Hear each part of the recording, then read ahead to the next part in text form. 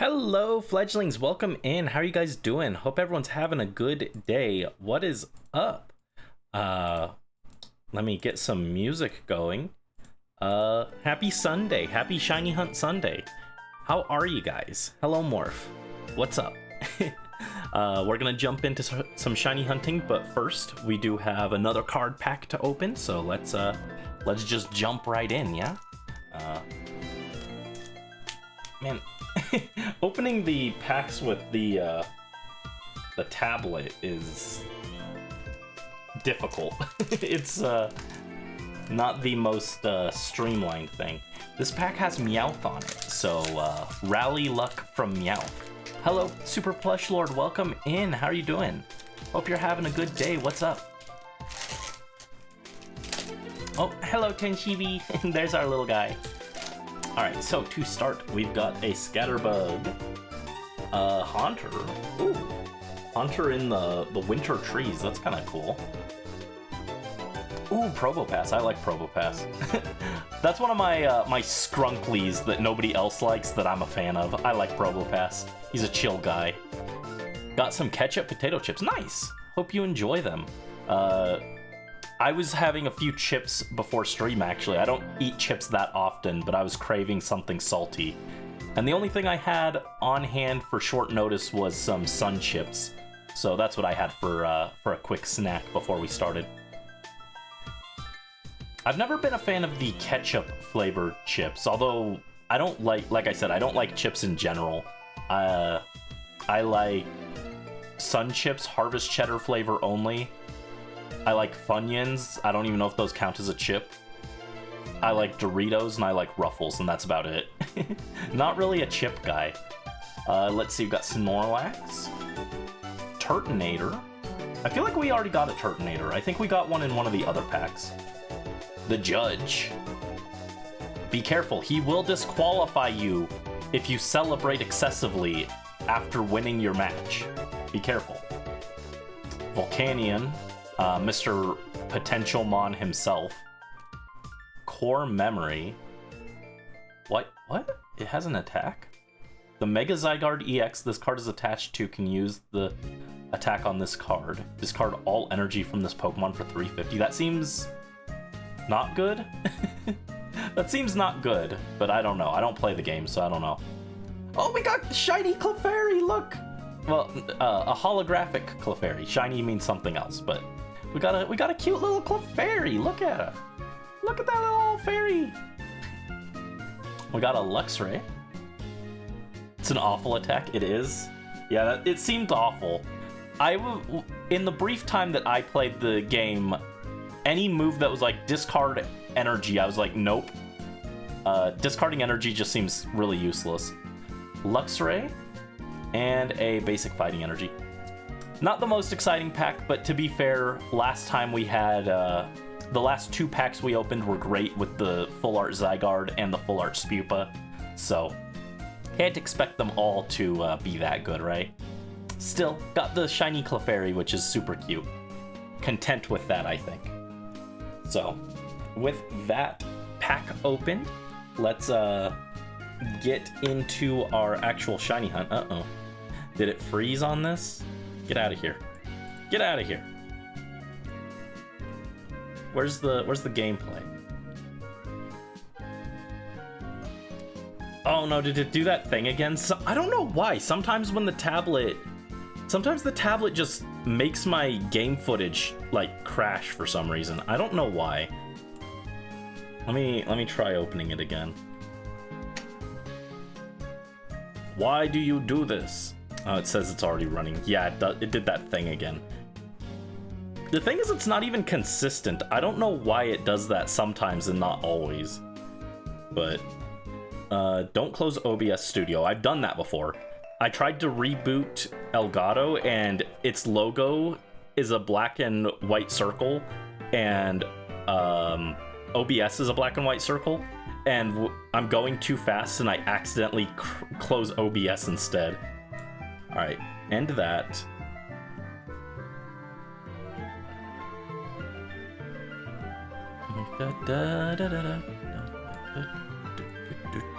There we go. There's our footage. The game is back. Alright, so, what are we at? I forgot what we ended on last time. Let's pull up the calculator and do a tally real quick. 2014 plus 1336 plus 574 plus 423. So we're at 3,924 encounters not counting Munchlax, and then when you add in Munchlax, it jumps to 4,347. So we're approaching 4,500 total encounters. So we are officially over halfway to full odds. It has been quite a journey, but we must persevere. Persevere for this probably shiny Sandslash that's gonna make me sad.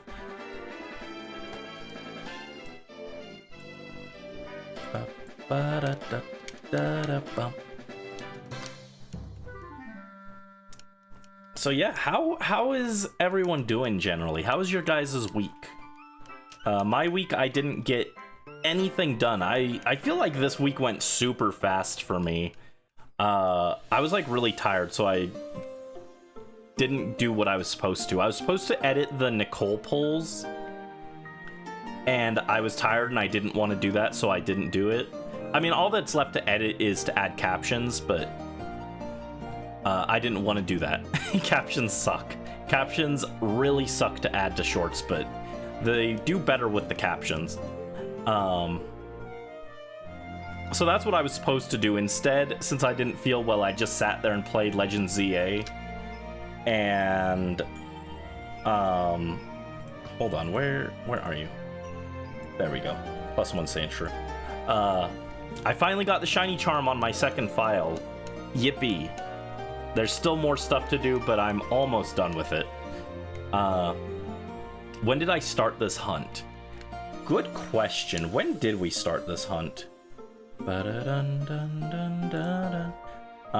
me pull it up. I can check the playlist. This is the benefit of archiving all the footage. I can actually answer specific questions like this. All right.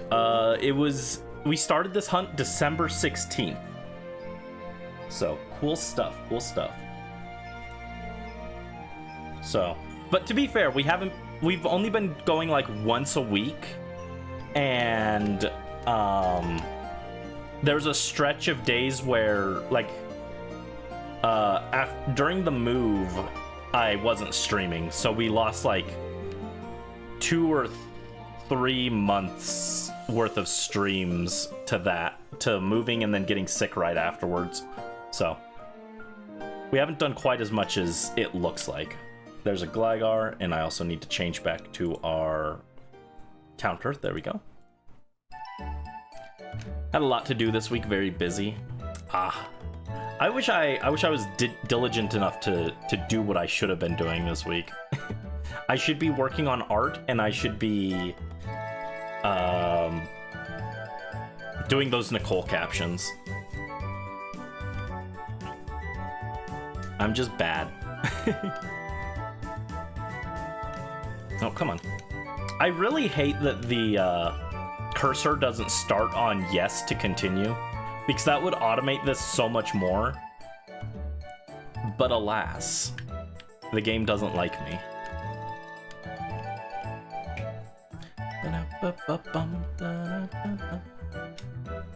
Alright, we got another Trapinch. Pop that guy in.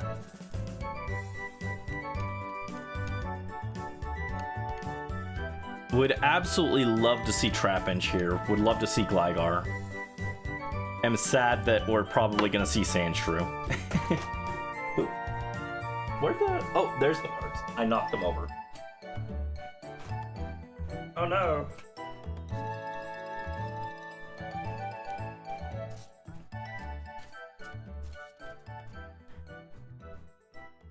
There we go.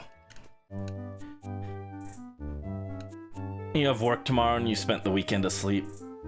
Hopefully at least you got caught up on some rest, Morph. I also feel like I caught up a little bit on rest. Unfortunately, where we're at, some maniac driving me absolutely crazy every morning at like 5:30 feels the need to rush through the street nearby at like top speed, and it sounds like they're crashing or something, but it's like super loud. They go "Nyum," and it's so loud, and it wakes me up every morning at like 5:30, but not on the weekends. So it's probably some guy going to his job and he's always running late, so he rushes out, and so I have to deal with how loud they are. Make me mad. Hi Brisk, welcome in. Hope you're feeling a bit better.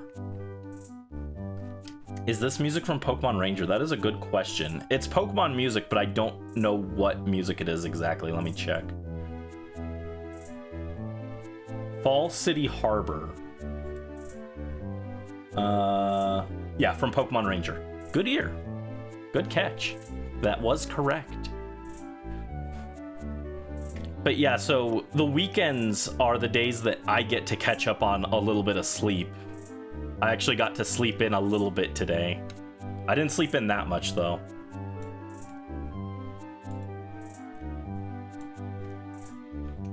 Your brother really likes Pokemon Ranger? I am hopeful that they're gonna bring Ranger back in some capacity with the Switch 2's mouse controls. I think that's a good fit for a game that can actually use the mouse controls and makes sense to be on Switch 2 versus Switch 1. I only played Shadows of Almia, but that one was really good. I beat the game in like 2 days. I got it for Crimbus, and I just like marathoned the game because I was enjoying it a lot. And when I say I beat it in 2 days, I didn't just like beat the main story. I beat like 100%, including like completing the Pokedex. I had like everything done in like 2 days. Wouldn't destroy your touchscreen. Yeah. I've thought about doing a Shadows of Almia stream. I'm not sure how well it'll work on a definitely an official Nintendo computer, but I've thought about it. You wish you were. I'm sorry, Brisk. Hang in there. Drink lots of water. Yeah, I think everyone's getting sick lately. It sucks. I was the first one. I was the Harbinger. Patient Zero from Area Zero. I got hit really hard. I don't get sick that often, but when I do, I get hit really hard. And I was out for like a month, and it sucked. Gonna take a shower and then back to nap. Understandable. Yeah, get your rest. But I appreciate you dropping in, Brisk. So the last few weeks on the Shiny Hunt streams, I've been doing little like tier list ranking things. That's been like a fun way to pass the time, and I'm trying to decide what we should do today. I don't know if you guys have anything specific you think would be like a fun Pokemon ranking list for me to do, but I was thinking maybe like talking about the characters in ZA, because it's a fun cast of characters. I think it might be overall my favorite cast in a Pokemon game. I don't think they're all my favorite characters. I think Scarlet and Violet might actually have my favorite characters. But as a general cohesive cast, I think ZA might be the most expansive and the most overall good. Because like ZA has like good standout characters, right? Like Arven is great, Director Clavel is great, Kiran is great. But then for each of them that's great, you've got like a character who doesn't really do much, right? Or are just kind of there.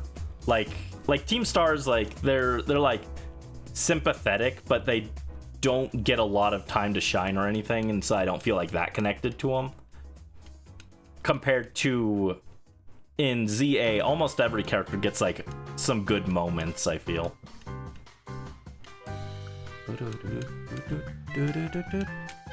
This is was this Heart Home City?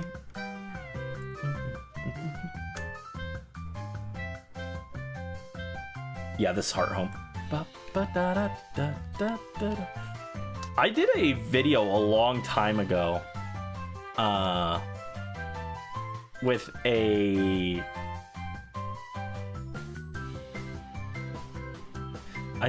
what was it?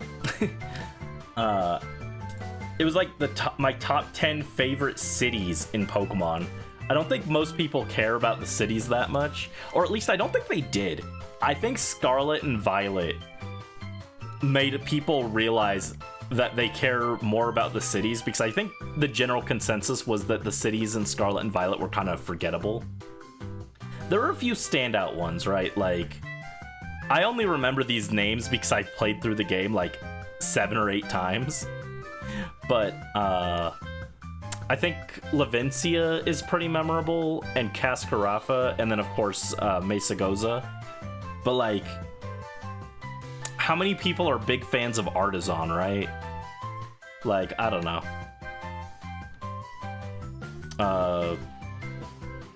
Yeah, I feel like Scarlet and Violet had like overall the most forgettable cities in the series, which was unfortunate. I don't know. Scarlet and Violet is just a mess of unfortunate things. It's like so close on a lot of fronts. Like, I could see a lot of the cities in Scarlet and Violet being memorable. Like, their layout is cool, their like theming is cool, but then they don't do anything with it. So it's just like you walk in, get a gym badge, and then you walk out. And that's really unfortunate. I hope they make them more memorable in the next game.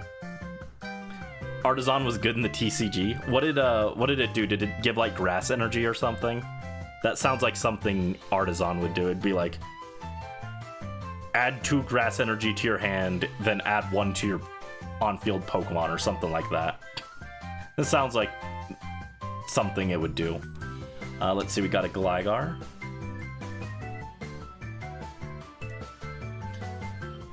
Time for showers. I hope you feel better, Brisk. Hang in there.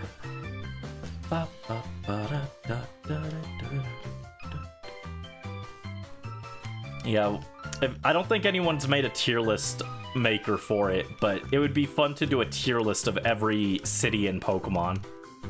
The kind of thing only I would care about. I liked Lumiose before, right? Like, I never found Lumiose as difficult to navigate as everyone else did. Because back on the on the DS, everyone complained that Lumiose was too big and confusing. I never found it that difficult, but I liked it before. But ZA did do a lot to breathe a lot of life into it, like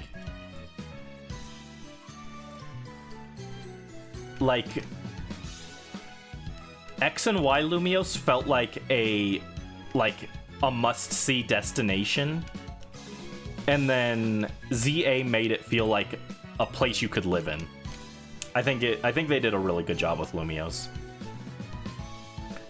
Once during each player's turn, the player may search their deck for a basic Pokemon that doesn't have a rule box and put it onto their bench. Oh wow, not grass dependent. Okay, I figured it was something grass related. So just a searcher. That's pretty powerful. That would be a very strong field spell in Yu-Gi-Oh! Too. Or at least it would have back when I played. I don't know if it would be strong now. Now a field spell in Yu-Gi-Oh! Is probably like, once per turn, search your deck for blank type of monster, add it to your hand, then if you did, take 1 blank monster in your graveyard and add it to your hand as well, or something like that. It would be some nonsense like that, where it's just like super OP. Yu-Gi-Oh's silly.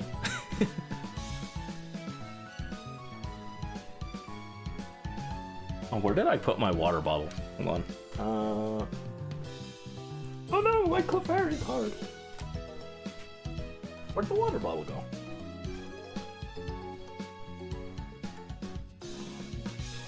Oh, there it is. Found it. And there's another Munchlax.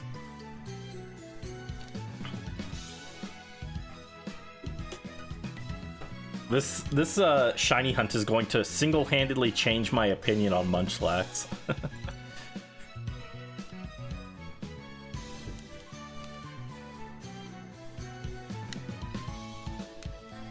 Oh yeah, speaking of the TCG,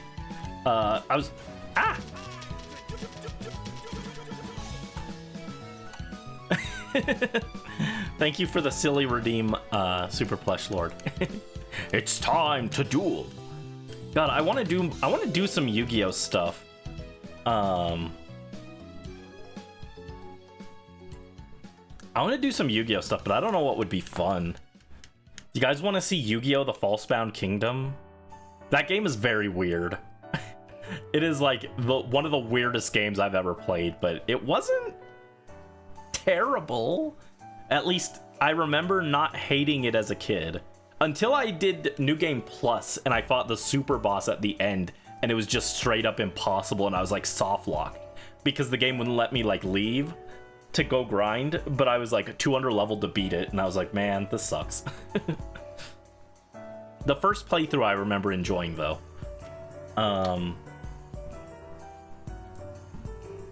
There's another Gligar. What was I saying? Oh yeah, talking about the TCG and cards. Yeah, the other day I was out to get lunch and I stopped at my GameStop and they had a big box of Prismatic Evolutions cards. And that set's like super sought after and everything. And I thought about picking up the box. It was $300. I considered it. But ultimately I decided against it. But I was tempted because I was like, that would be a fun thing to open on stream. And there's a lot of cards in there that I think would be cool to get, but $300 for cards is, you know, that's a lot. That's an investment. And considering I'm not interested in necessarily selling the cards, I'm not sure it's an investment that would pay off, you know? I don't know, I get nervous dropping that much at once. Even if I like have that much, it's just like when I bought my Switch 2, I was like very nervous. I was like, this is a lot to spend all at once, you know? I would rather spend my money at like in smaller increments and get like have my wallet die a death by 1,000 cuts rather than like one big attack that kills it instantly. You know? Is that just me? Do you guys prefer big purchases or a bunch of small ones? I just get very nervous. I'm like, oh. Prismatic is a set that just sucks to open. I remember liking the cards that I was seeing on it. I'm gonna open it again and take another look at it.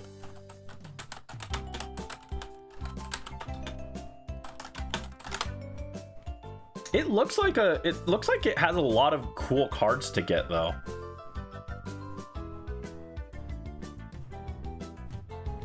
It's got Leafeons and it's got Whimsicott and Cottony. Those ones are just basics. It's got Applin, Diplin, Hydrapple, Ogerpon, Booster. It's got Booster. Not a fun set to open because all the hits are super rare. So 99% of the time you get nothing. But it's got ones that don't look like they're super rare that look cool, like Ogerpon, right?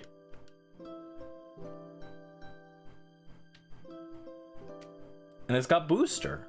I want Booster. I love Booster.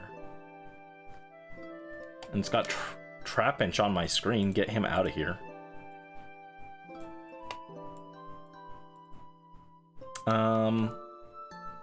Also, they're just basic cards, but the Goldeen and Sea King look really cool. They're like a summer festival. That's some cool art. All in showers under the sea. Oh, Glaceon. I don't like the water Ogerpon as much. I like the grass Ogerpon more. Let's see, it's got Saunders looking fierce in a lightning storm. Hi Mel, welcome in. How are you doing? Hope you're having a good day. What's up? We're just yapping while we shiny hunt. I'm looking at the Prismatic Evolutions set list. Smorph says it's a disappointing set to open.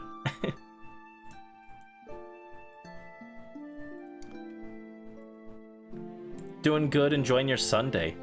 Drawn for Pride Month. Ooh, let's go. I should do a Pride Month drawing or something. I've got too many other things to draw though. Ugh. I have the Pride Month drawing from last year though. I'll probably use it on the stream schedule again this year. Hold on. Where's Pride Brandy?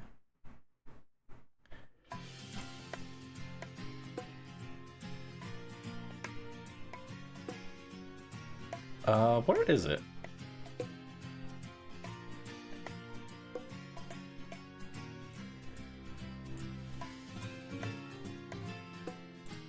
There we go, there's Pride Brandy. I like how this one turned out. I think this one's cute.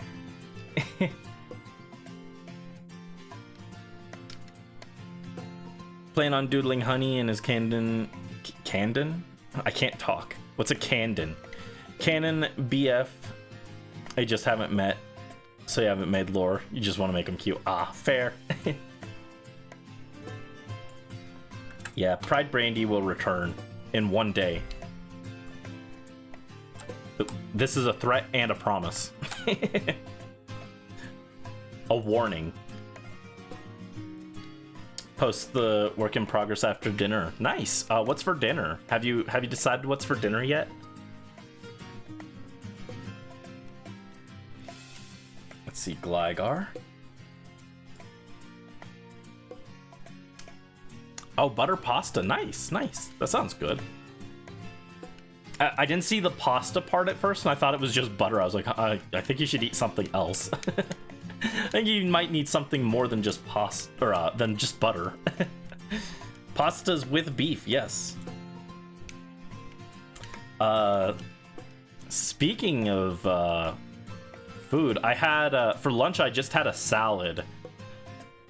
And it was good. It was a good salad, but it didn't have any meat in it. And I can already tell that it was not filling enough. If I start to get cranky later, that's probably why. It's because I didn't get any protein. I get cranky when I don't have my meat. Cheese and croutons and beans. Yeah, this one didn't have... this was like a salad that I got from the grocery store, right? It was like one of those pre-assembled salads from like the deli or whatever. It had... No, it didn't have cheese, actually. It had carrots, yeah. So no cheese, no croutons, and there were no beans in it either. I've never had a salad with beans in it. You're not a carrot fan? Oh, I love carrots. I put them in curry. Ooh, speaking of, I do have the stuff for curry. I probably won't want to make it tonight because I'll be tired after stream, but I might make curry... Maybe I'll make curry tomorrow. Well, rabbits aren't supposed to eat carrots, to be fair. You should not eat your carrots if you're a Banoi. They're too sugary for rabbits. Too much sugar for them. It's not healthy for them. I think they're allowed to have them sometimes as a treat, but not often. But I'm not a vet, so take what I'm saying with a grain of salt. I just researched rabbits a while back. I was researching a bunch of animals for a project, so rabbits happen to be one of them. Is that another trap inch? Let's go. No carrots for you? Sorry, Morph, no carrots. Do you like carrots, Morph? I have no clue if you even like carrots. Welcome back, Brisk. Rabbits liking carrots thing was started by Bugs Bunny. It was. And that's why when people say media doesn't affect reality, show them that. Everyone thinks rabbits eat carrots because of Bugs Bunny. Not true. Morph does not like carrots either. Am I the only person here who likes carrots? What? I was a very unfussy child. I would eat my vegetables no problem. I liked them, so. Brisk likes carrots. Let's go. Thank you.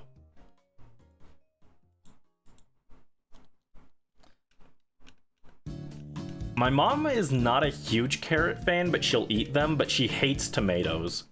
She absolutely despises tomatoes.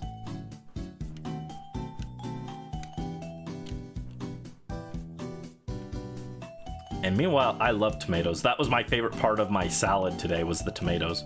Although I also liked the cucumbers. I don't get to eat cucumbers that often. I like cucumbers, they're just not in a lot of things.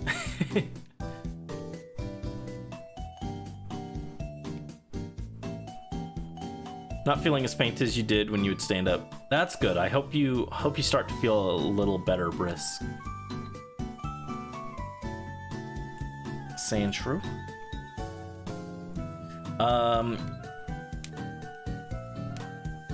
Hold on. I was still looking through the set list. Oh, this Espeon is super cute. It's also got Duskull, Dusclops, and my goat Dusknoir. It's got a really cute Sylveon.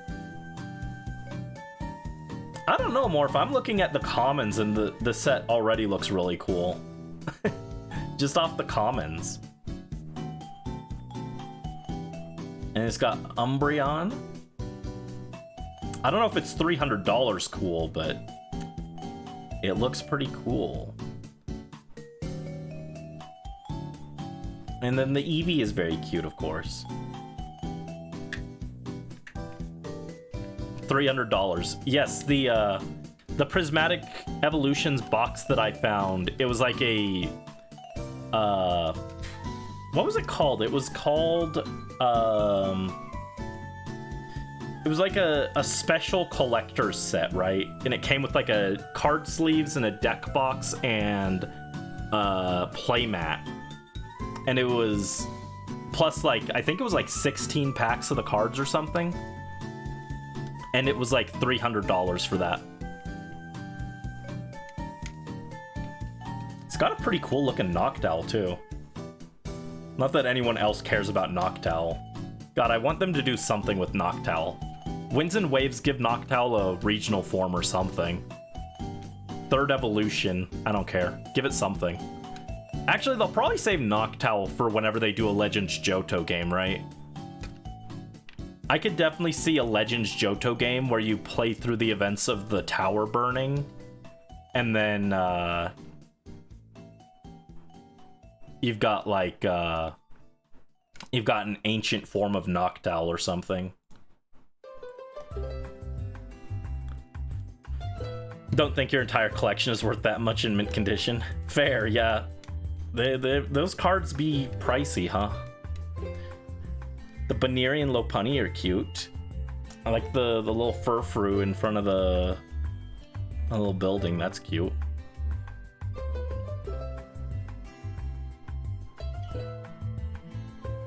And then, let's see. Also, the Friends in Paldea art is super freaking adorable. Paldea friend group is like... Paldea friend group... No, that's not true. I was gonna say Paldea friend loop... Friend loop? Loop? Paldea friend group feels like what X and Y's friend group should have been, but that's not true because they're all your friends, but they also hate each other, so I guess that's not true. The X and Y friend group mostly got along right, but Paldea friend group hates each other. They're only there for you, and you know, that's fine. I've been in friend groups like that before where we don't necessarily get along with each other, and we just kind of, we're there for one person.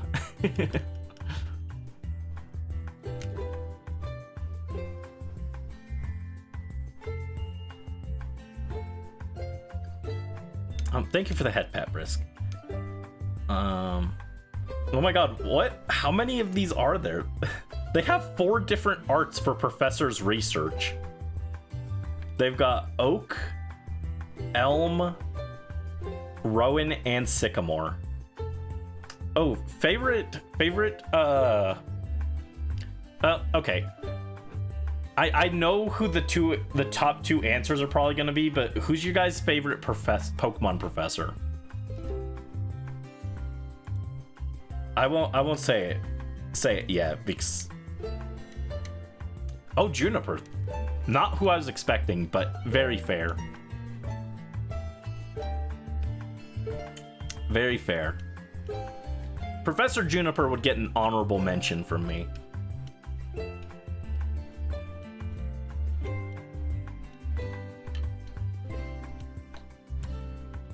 Juniper is pretty hype. No idea yet. You like Elmer Birch? Okay, wow. Never mind. The popular answer is not reflected in in my chat, I guess. That's fine. We got some unique opinions. Don't care much for any of them, but Kukui would win. Yeah, I think Kukui's my favorite too. He's like actually involved with things, you know. That automatically gives him an edge, but I don't know. He's just cool. He's actually walking around doing stuff with your group for a bit.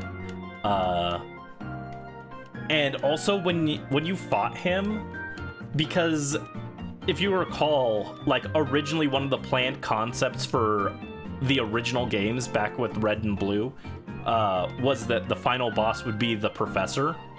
So Professor Oak would have been the first or the final boss.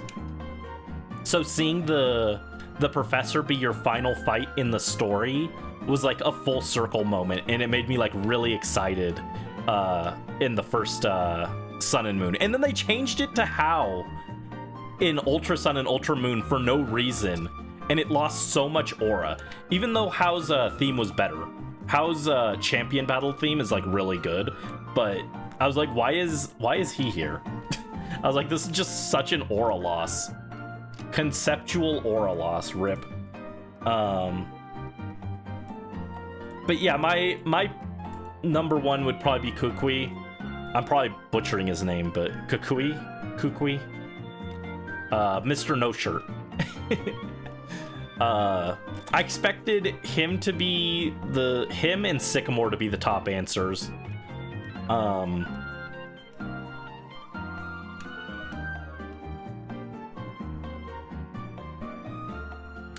But yeah, I like them. Juniper's pretty cool. As a kid, my favorite was Professor Rowan. I really liked Professor Rowan. I thought he was really cool. I saw him as kind of like a father figure, so that's why.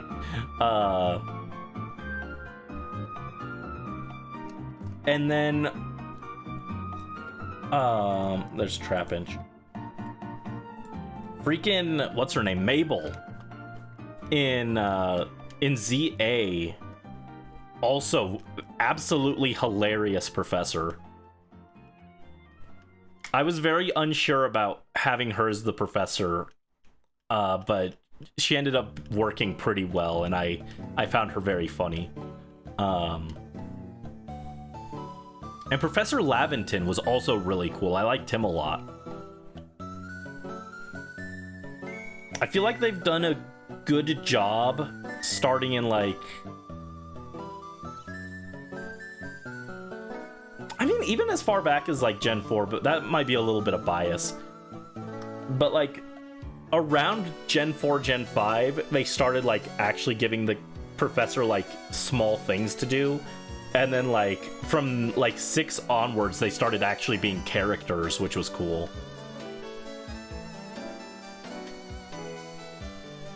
Another Munchlax. I'm sick of this guy already today. Trying to do the Sun and Moon Elite Four without healing items and it took several months. Oh no. Yeah, Sun and Moon's Elite Four is actually like one of the harder ones, I feel. I think they're one of the harder Elite Fours in the series, and they're not as convenient to grind as some of the other ones. Sycamore's attractive. He fell for a genocidal maniac, so he loses points. Fair.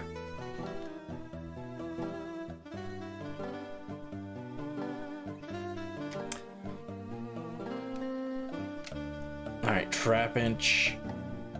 Boop. Add him to the list. Add him to the counter.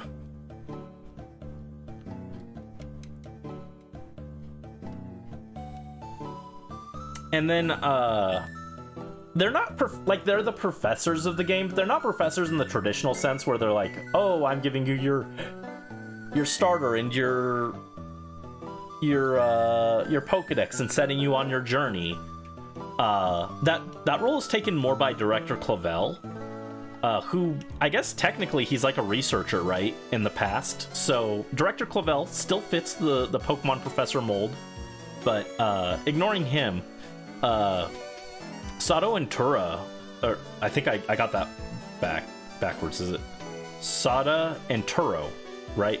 I mushed their names all together. They're really cool. I liked them a lot. I ended up enjoying them a lot more than I thought I would, because when they were first revealed, everyone was like fawning over their designs, and I was like, these look hideous. I was like, I hate their designs. They've grown on me, but they're like the way they look in game, they do not look like Pokemon characters, and that was very unsettling to me when they were first revealed. But I ended up liking them a lot. The ending of Scarlet and Violet like gets me like misty-eyed every time, and I played through the game like 7 or 8 times, and like every time I get to the ending, I'm just like, oh my goodness. This is so touching. I'm a sucker for that kind of thing.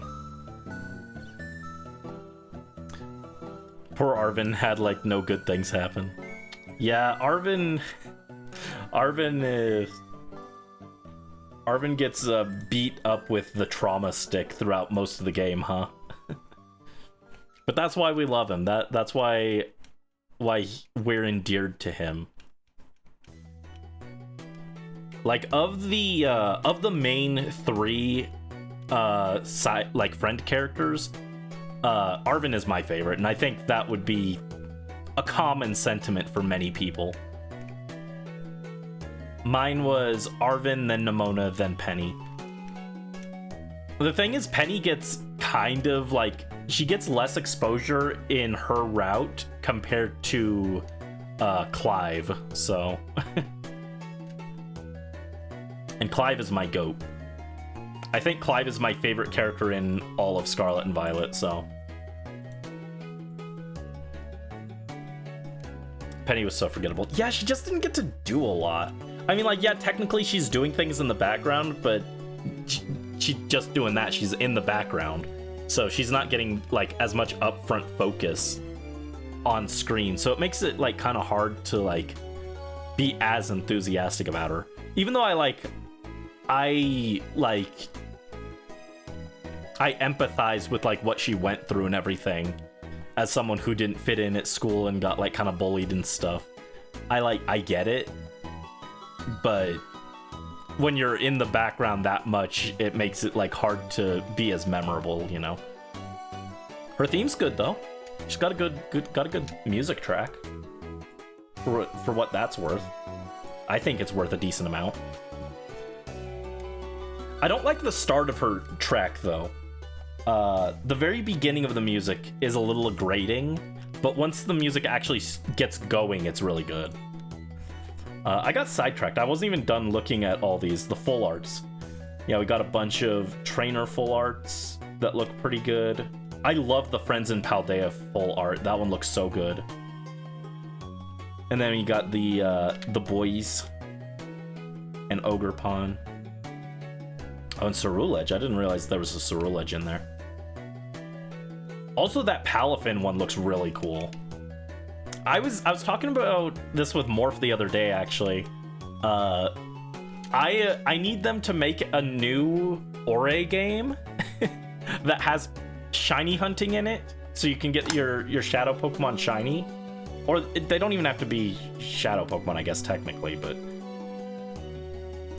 make a new Ore game with shiny shadow Pokemon and put Finizen in the game, because that would be peak. I want a shiny Finizen to evolve into Palafin, and I want it to have the ribbon from the shadow Pokemon, because then it would get the title Palafin the Triumphant, which sounds super cool for it. And I'm sad that that will not exist.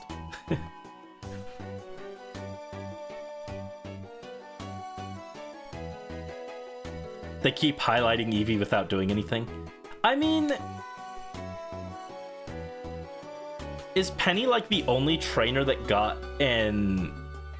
I feel like Penny's the only Eeveelution themed trainer we've had, right? In like any time recently. Like, other characters have had Eevees on their team, but she's the first Pokemon trainer that like was an Eevee specialist, right?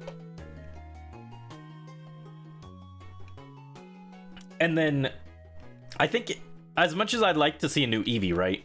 I think in Gen 7 and Let's Go and Gen 8, I think it made sense for there not to be a new Eevee, because when they dropped the Z move and the Gigantamax, the focus was very much on Eevee itself rather than its evolutions, so adding a new evolution kind of didn't make sense there. Like, imagine they dropped a Dragon Eevee, right? They're like, oh, here's a Dragon Eevee, but then you get the Eevee Z Stone or the Eevee G Max, and it's like, well, if you want to use these, you can't use the Dragon Eevee. You have to like pick and choose. I think a lot of the hype of Eevee having a Z move or a Gigantamax would overshadow the new evolution. So I see them. I could definitely see why they would hold back. With Paldea though, yeah, they should have added a new Eevee to go with Penny, right? Like, that just makes sense. I think so. And then in Let's Go, it also makes sense because it was, you know, the whole point of Eevee being the focus there was that it doesn't evolve, so having a new evolution there also, you know, wouldn't have mattered.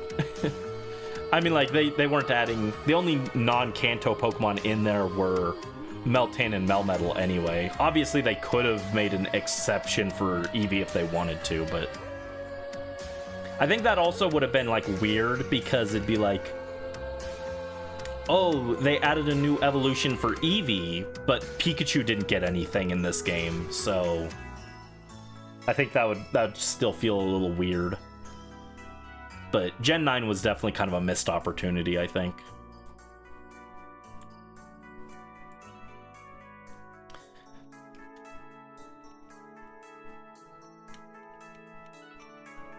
Gotta stop highlighting them then. Well, I mean, every time they highlighted it, they did something with it. It just wasn't a new Pokemon specifically. But I am, like, okay if Eevee takes a step back for a little bit, because it has been getting pushed kind of hard lately. So I'd be okay with that. Like, starting in Ultra Sun, Ultra Moon, they kind of realized, oh shoot, people like Eevee, huh? Maybe even as far back as, like, Gen 6 with Sylveon. But up till then, they had just been regularly introducing new Eevees, so that didn't feel like as odd and out of place.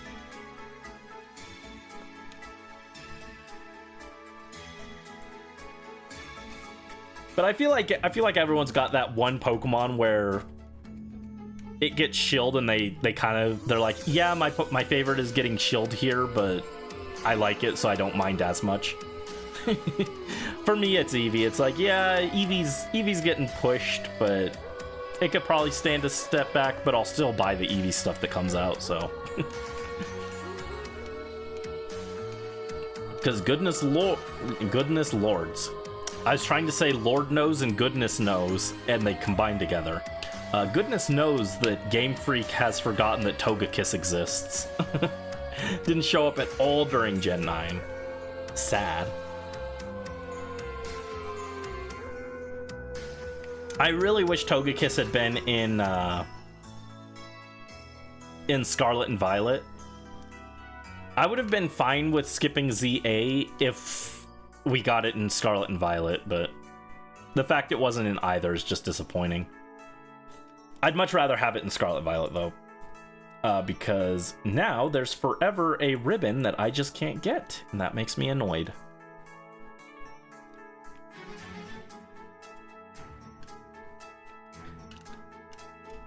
Oh, I still did not finish that. I started talking about Palafin, right? This Jolteon looks so cute. The full art Jolteon, where he's like dashing. Looks like he's running a marathon.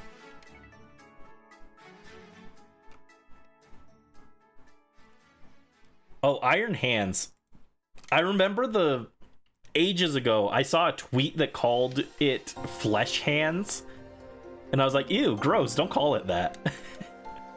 But since then, I've seen like other paradoxes referred to as flesh, whatever they're the paradox of. Like recently I saw like Flesh Valiant. And I was like, ew, gross. But I find it like kind of endearing that the community just decided to call like all these like Pokemon, their base versions, the flesh versions of the paradoxes. That's just kind of funny. So when you see a Gardevoir Gallade, just remember that's Flesh Valiant. Speaking of, the Iron Valiant card in this set looks kind of cool.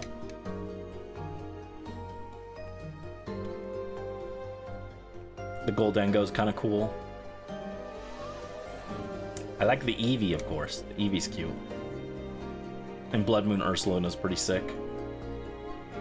Oh, thank you for the Hydrate Super Plush Lord. Ooh, that art of Kieran is really pretty. With the like sunset in the background. That one's really good. Just ate at dinner with pastas with no beef? Don't worry, Morph. We'll get you some beef. Yeah, we'll get you some left beef. Pastas with left beef.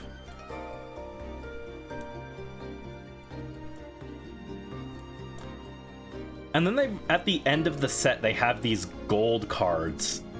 I don't know if they look better in person, but I think these gold cards that they're doing look really bad.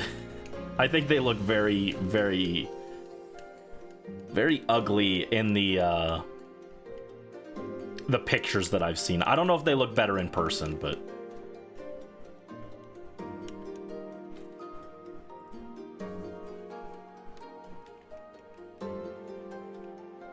yeah, for dinner I was thinking I'd do pork chops with jalapenos.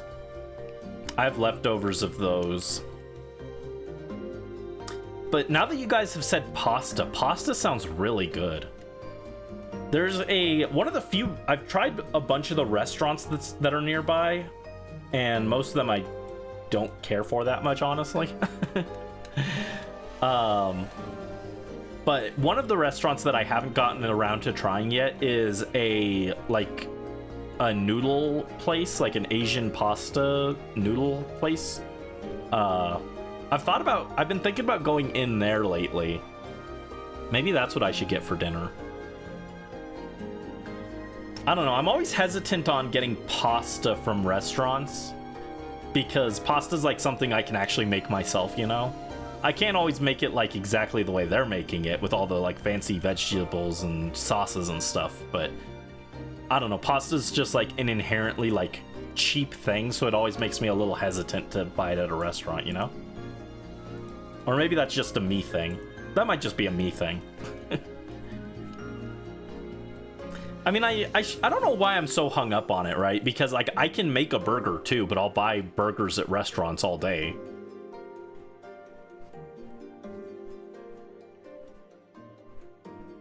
In fact, a lot of restaurants, I do a better burger than them, so I guess it really is just like I look at pasta and I just inherently think, wow, pasta's really cheap.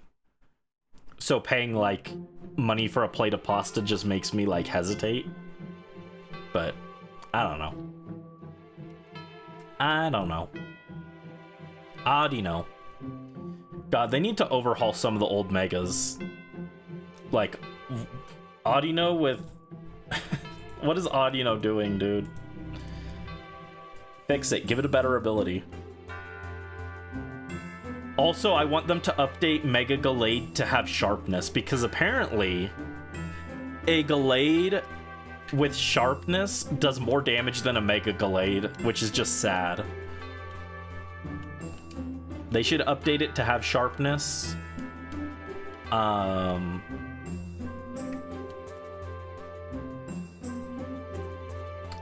mean, like, Emboar just came out, but they should update that one too.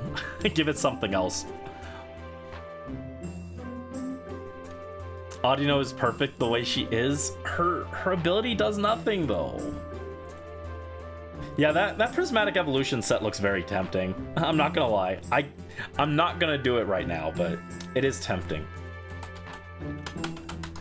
I was thinking about shiny hunting Audino at some point, but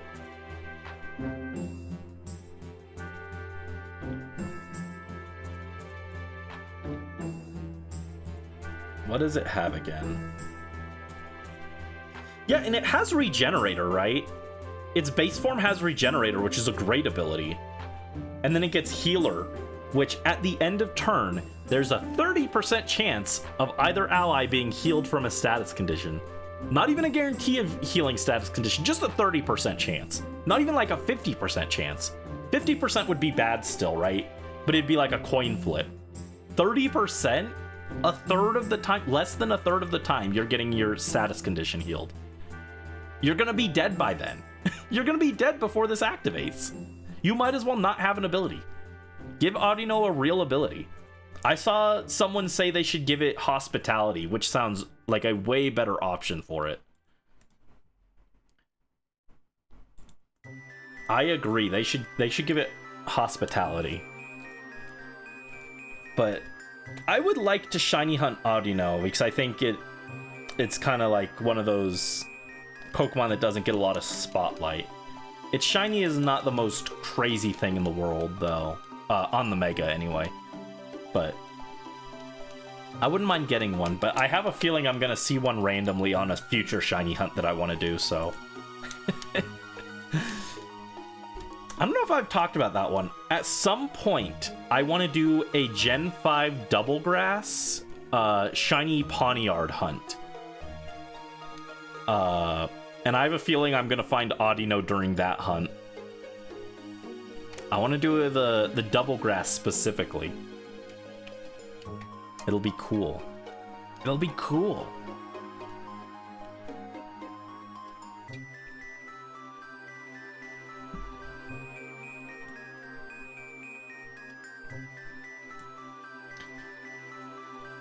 But that won't be until we reach Gen 5 in the Ribbon Quest.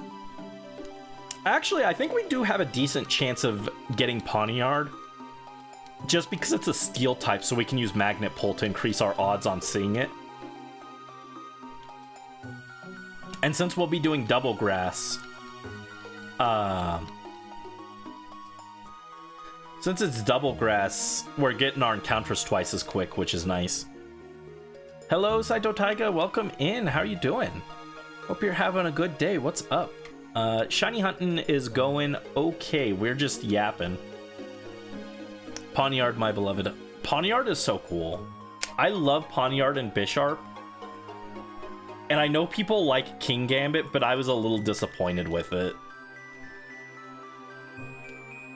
I think its mustache and weird, like, horn thing that it's got going on the front of its face, I think they're too big. They're too over-exaggerated. If you shrunk those down by, like, half, I think it would be a really cool design. But they're just too big. I cannot take this thing seriously. I cannot give it the respect it deserves because it looks goofy. It looks like a caricature. It looks like you asked someone to draw King Gambit from memory, and they were just like, oh yeah, it's got like horns and a big mustache, right? And so they drew him like really large. and like they drew them larger than they were supposed to, but that's just actually the Pokemon. You continue to play and finish your 100% of Samurai Maiden. Nice! Glad you're enjoying it. What is this track? I don't remember this one. Maybe this is from a spin-off.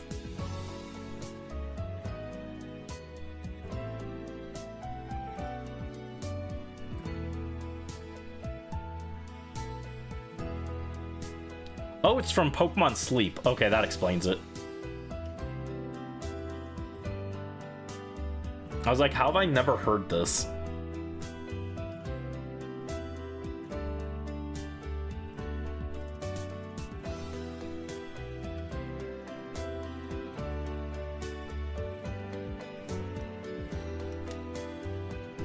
It's not bad. I like this music.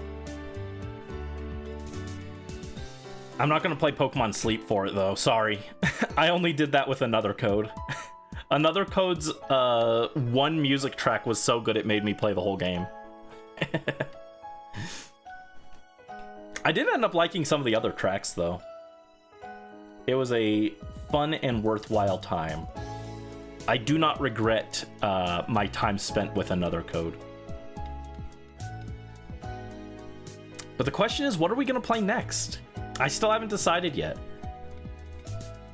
I was thinking this week maybe we'll do that booster kit.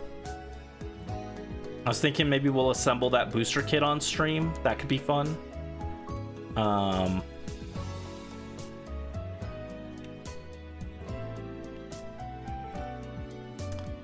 to decide what else we should do. I'm like hesitant to start anything big because we're gonna have our summer celebration coming up next month as well.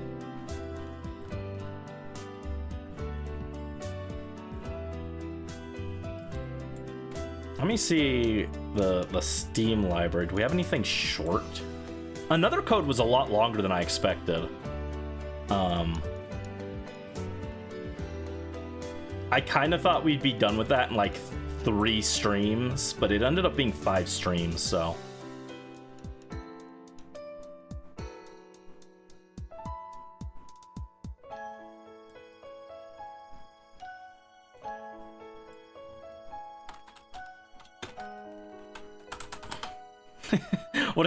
What if we did a 3-week strawberry Stardew Valley?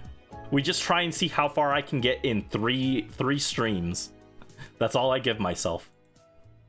I don't know. I could make some progress happen in Stardew in 3 streams if I speed ran it. The problem is I never go for speed running, but I could try and do some speed running. And yes, Booster. I had to look up what you posted, Super Plush Lord. It's Booster. I love Booster. He's a little guy. He's so cute. Oh, hold on. I am on the wrong window. I've got too many windows open again, dang it. I've done it again. How long is that one?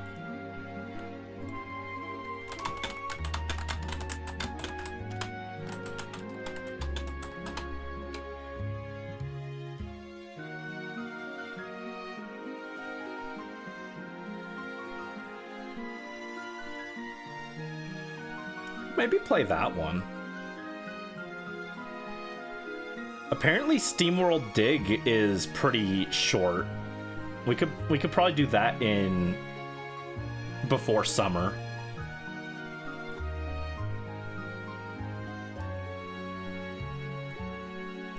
Yeah, people are saying between 6 and 10 hours for that one. So that'd be like 1 or 2 streams depending on how fast we go.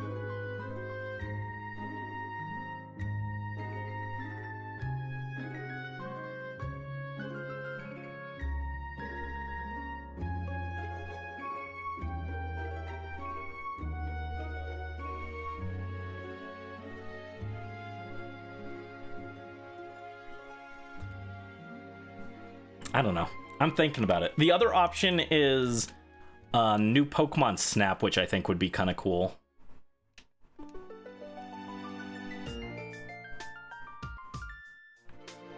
"21 days till summer starts." Spring went by quick. Spring did go by quick. To be fair, I spent a month of it sick, so my spring was a little shorter. And I'm not looking forward to summer here at this place that I moved to because I'm already roasting on some days and it's only spring. If it gets like super hot in the summer, I'm concerned. I am more than mildly worried. I might bake like a potato in here. Especially because when I do streams, I have my door closed and everything, and I keep the window closed because people like to drive by here really fast and really loud, and I don't want you guys hearing that, so I keep the window closed too. At my other place, I at least could keep the window open. You guys couldn't really hear anything. But here, it's so much louder, so I can't keep the window open. I'm like, oh no, I'm gonna roast. Roast brandy is served. 100 degrees Fahrenheit outside. Oh geez, that's a lot already. I have no idea what it's like here.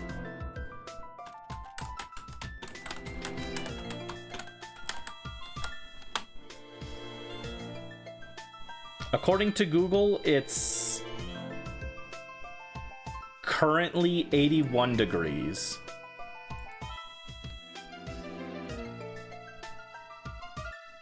Whatever that means. I don't know what that means. I'm not good at numbers. I know 32 is like freezing, and beyond that, I don't know like anything relatively speaking. It's very difficult for me to like conceptualize numbers and stuff like that. Like what exactly these numbers mean. They're just abstract to me. I think that's part of why I struggled with math, is numbers just don't mean a whole lot to me most of the time. I know that like 100 is like hot, but how hot? I don't know.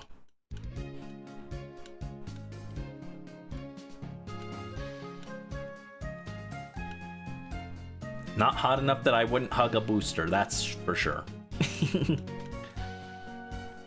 If you don't hug your booster, he'll get sad. He'll get sad. You don't want to make him sad.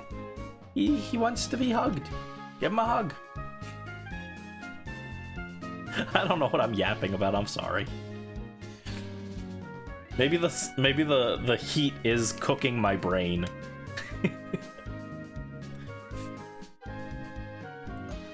Last night I was imagining an animation, right? And it'd be a cute animation for like a stream alert of me standing there holding a spell book, and there's a summoning circle in front of me, and the circle lights up and there's a pillar of light, and then a booster pops out, and like he turns around, looks at me, and like does a little like nod or something, and then hops off screen, and then it loops, and so I summon another booster, and it's just the gif of Brandy summoning boosters endlessly.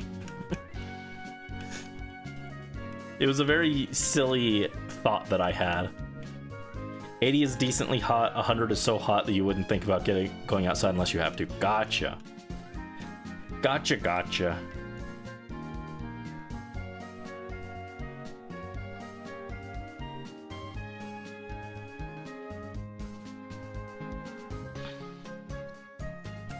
Yeah, now thinking about going outside again, I'm thinking about those noodles more. I'm like, some noodles sound kind of good. Maybe after stream I'll go out and I'll get some pastas with beef.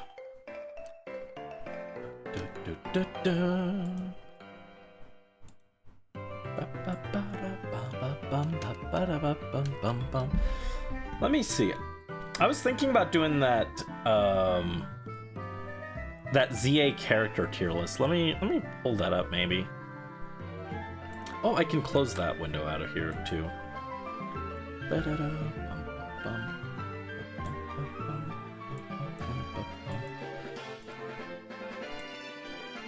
There we go.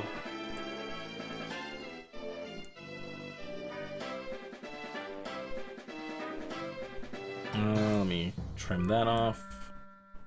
Trim the side. There we go. Sorry, Tarragon, cropped you out. It's kind of small, but that's okay.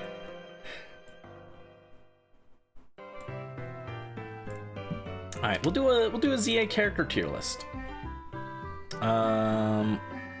We'll not count the MC. Actually, the MCs in this game have a bit more personality than other characters, other pro tags. Like they actually have like silly dialogue and responses to stuff.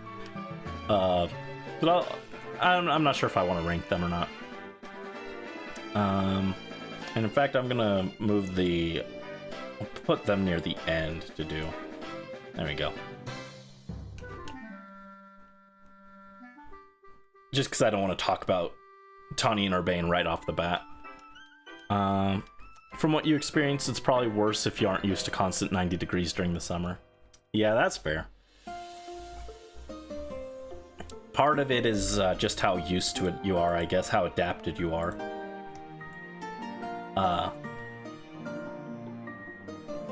I guess I'm like decently adapted.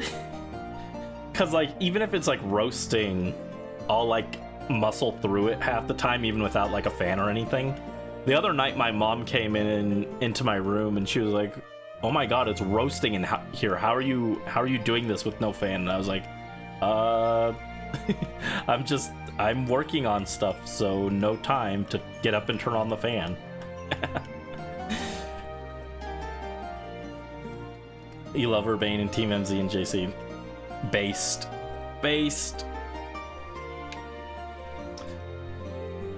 Gonna become JC's second maid and nobody can stop you. Based. Alright, Lita, we'll start with Lita. Here, I'll make a new one. I don't like having them in D tier even temporarily. That makes me sad. It'll be ranking. And make it blue. Make it blue. There's no blue on the tier list. There we go. Lita. She's really cool. I wish we got to see a little bit more of her. That kind of goes for Naveen too. In fact, they both kind of go there. They're both kind of like a little bit out of focus compared to like Tawny and Urbane. But what we do get is really cool. I wish we had like more moments where we got to see like Naveen being a fashion designer and Lita being a dancer, but definitely a big step up from what we got in X and Y, right? Where Tierno talked about dancing but never did anything even remotely related to it. And then Trevor compared his Pokedex to you a few times and that was like it. And Shauna likes puzzles. And that's it. She likes puzzles. I'm assuming she means like a jigsaw puzzle or a crossword. I'm not sure where she came up with having the ability to decode Team Flare's locks off of the idea that she likes puzzles, but she sure likes puzzles. Yeah, these guys are really cool. And some of the best side characters, I think. You get the cool, cute, like, they like to bicker, right? They'll bicker back and forth between each other in like Tawny and Urbane, but they never like get like downright malicious or anything. Man, I shouldn't have ranked these guys first, actually. I should have moved them with Tawny and Urbane so that I didn't have to rank them right at the start. And they're like friends that actually help out. The amount that they help out in the Rogue Mega Battles is debatable, but like they are helping out. They do things. Lita leads the strategy meetings and everything, right? And then Naveen helps you at a few points, like getting to see Canary and doing like the fashion thing for Hotel Richisime. Not that that ends up mattering at all, because you can literally just change out of the clothes they give you and just ignore that part of the game, but technically he does help you with that. So like really the only thing is I wish they got a little bit more focus, but like that, I think that speaks to how well they are. That the only thing I can really say about them is I wish I saw them more. For being the like less skilled battlers in the group, I never feel like they're like really weighing you down or anything. And I appreciate them still being there and putting everything on the line for the team. And I think I like Naveen a little bit more actually, because I appreciate that he kind of is like he's like the grounded one of the group, right? He keeps everything pretty grounded.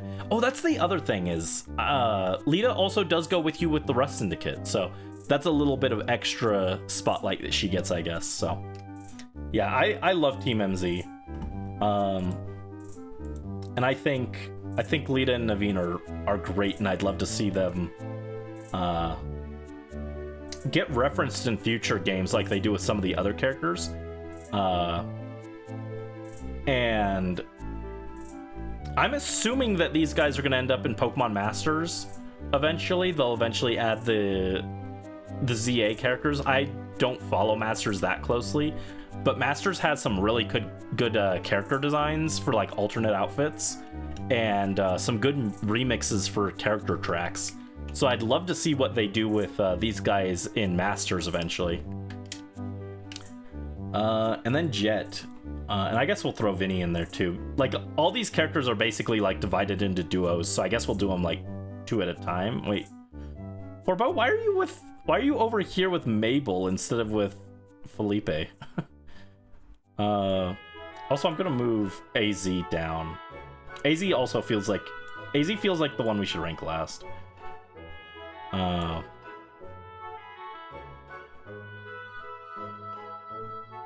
Here. Emma should go with there. Let me order these. This ordering is atrocious, actually. Hold up. I just clicked the first tier list I found. Let's order them by like when they like play a role in the story, right?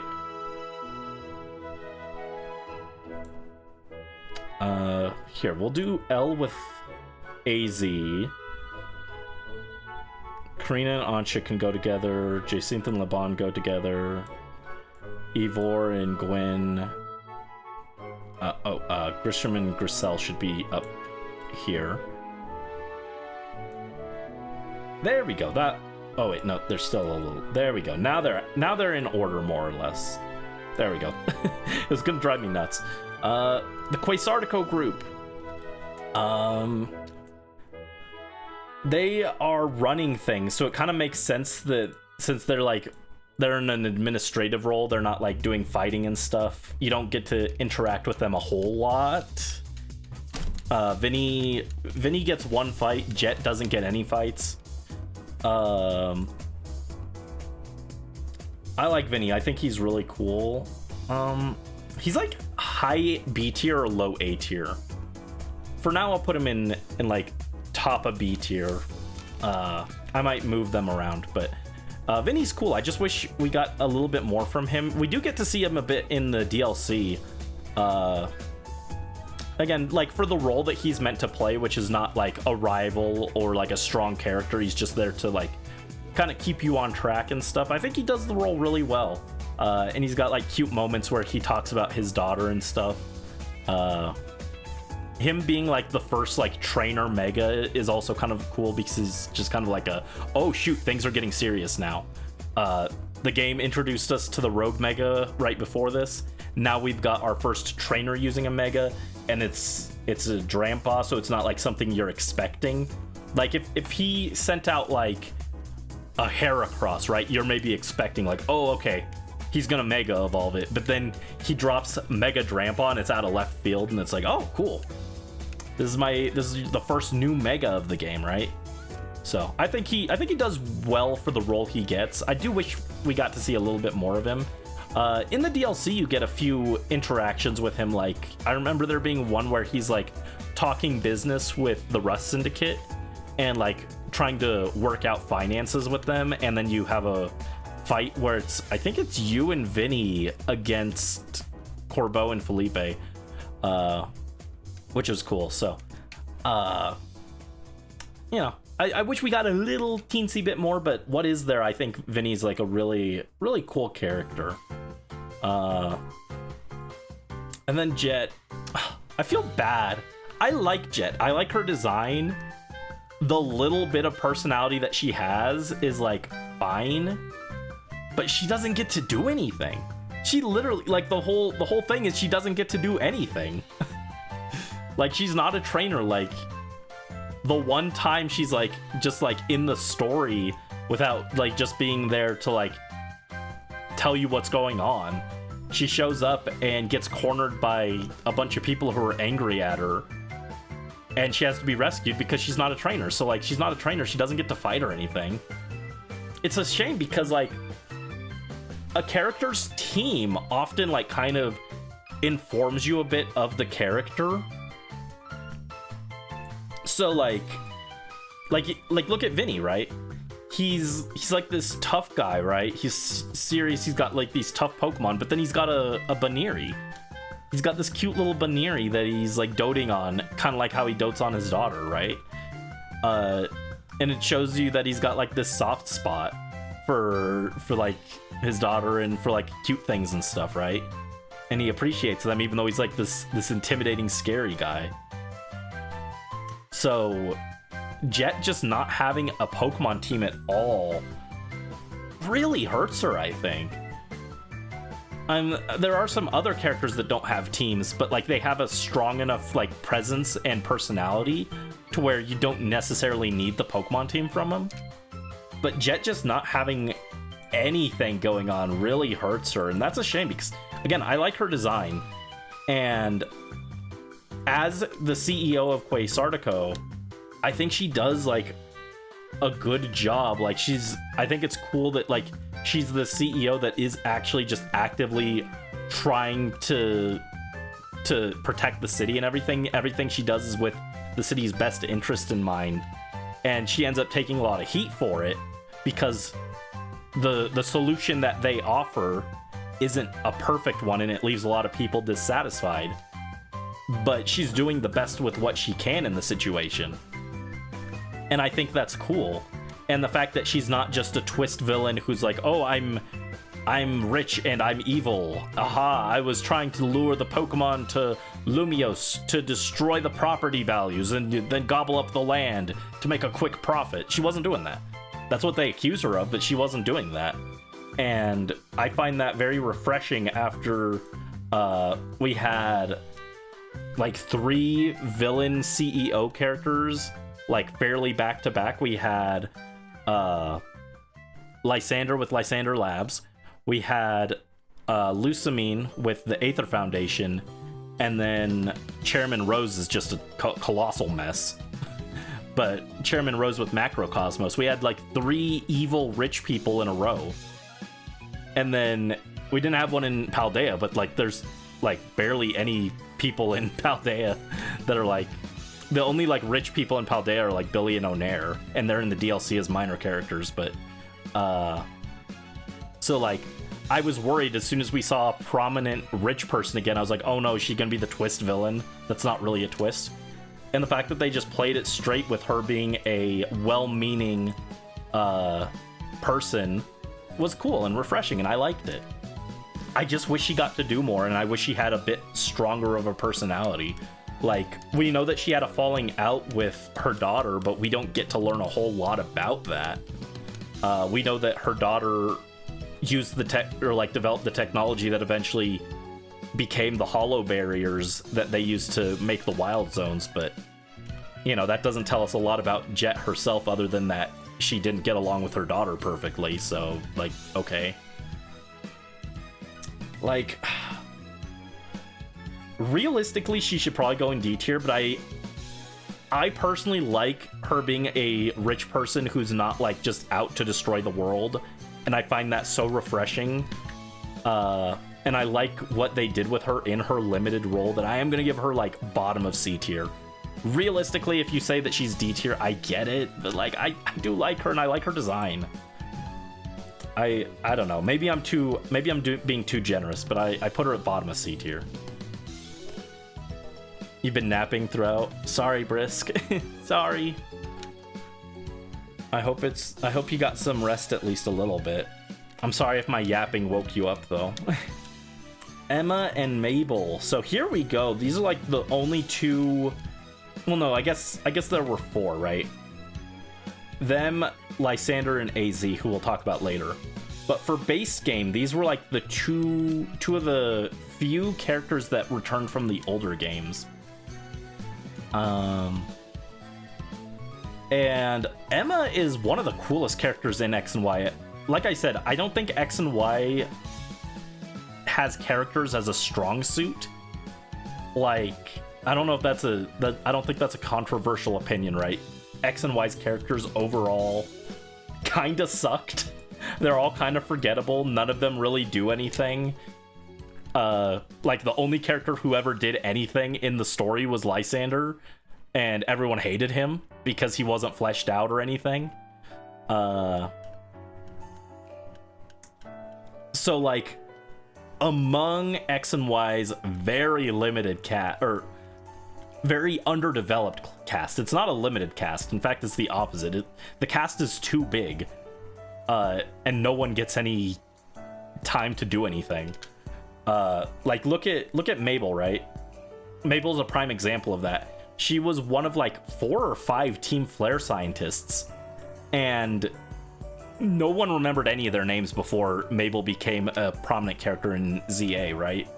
Because they didn't do anything. They all had unique designs, and none of them mattered.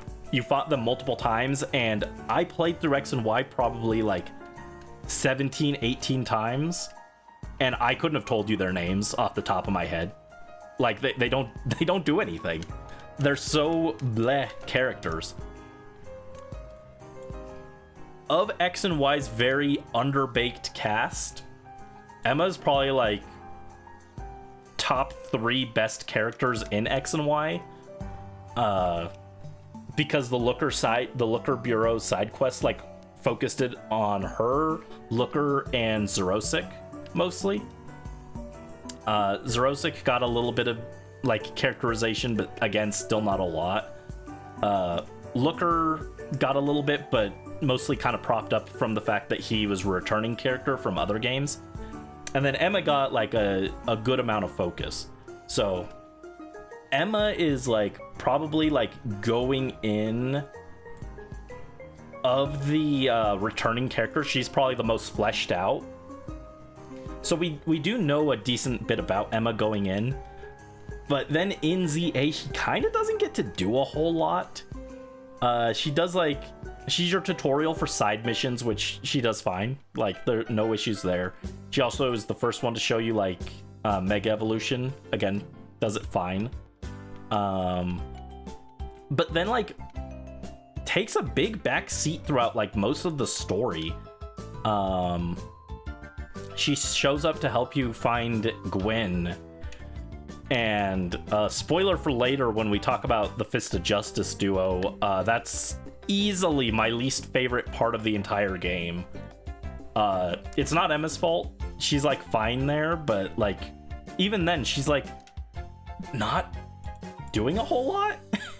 She's just kind of like, she kind of leads you on the right path, but like considering this is her job and she's the detective, I feel like she should be taking more of a leadership role on the case. And instead she's just kind of like it seems like she kind of knows what's going on, but she's kind of like questioning you and letting you try and figure it out, which like I guess is fine, but I guess they like didn't want to just have her tell you where to go like every step of the way and be like kind of naggy, being like, oh, okay, here we go, we have to go blah blah blah and blah. So instead they make it a little more interactive and let you do like haha funny dialogue to play off Ivor and tell him to drink the fountain water, but then she doesn't even let you drink the fountain water. What a nag.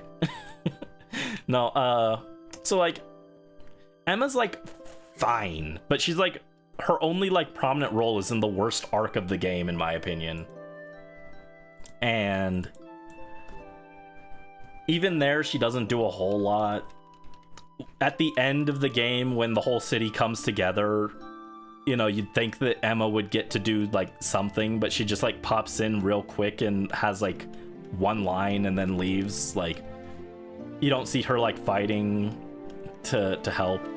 I guess she comes in at the end to help Tony and Urbane find who they're looking for, but I don't know. I just feel like for a game that takes place like completely in Lumios, the character that knows Lumios the most and has active work scouring Lumios could have done more. Like, and I don't think I'm alone in that. A lot of people think Emma's like underutilized, and I wish she had done more. Because she is a cool character, but she just didn't get to do a whole lot. You get like, oh, I guess she has the other time she shows up is when you're looking for Grisham, but even then she kind of like, again, she does that thing where despite her job being to find people, she gives you a lead and then tells you to go figure it out. It's like, well, didn't I come to you to find this person? Like, you just help me find the person. I feel like maybe they could have expanded on her role during that section. I don't know. I feel like she's definitely better than Jet. She's like, again, kind of like C tier to low B tier. I just wish she did more. And she's got Mega Malamar, and you don't get Malamar until after you see her Mega evolve. And that's it at the end of the game. She gatekeeps Malamar from me, so that drops her down. I've convinced myself. And that sucks, because I like Emma. Like, I think she's maybe the best character in base game X and Y, or in like X and Y. But then in ZA, she just doesn't do anything. Like, for among the very limited characters they brought back and gave more screen time to, the fact that she was one of the few of them and then they didn't do anything interesting with her is just kind of disappointing. Like, she could have been like, we know that she's like investigating like Team Flare and Zygarde and stuff, but like, she could have been like investigating Team Flare more thoroughly to like learn more about like Zerosic and stuff. And you get like a little side mission in the DLC about that, but you know, even then it doesn't really do a whole lot. They're just like, oh yes, the evil scientist who brainwashed you was probably a good guy. And it's like, what? And like, it kind of talks about her like kind of conflicting feelings, but it doesn't do a whole lot with them.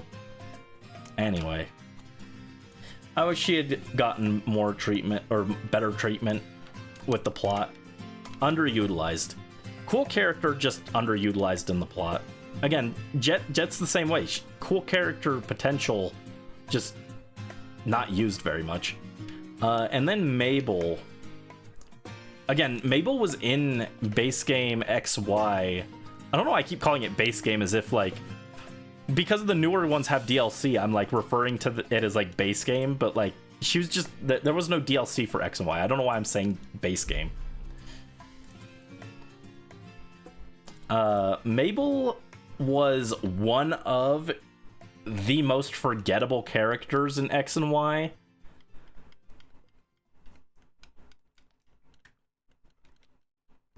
Like, to the point where I think that Old Man Ramos was a more interesting character than her.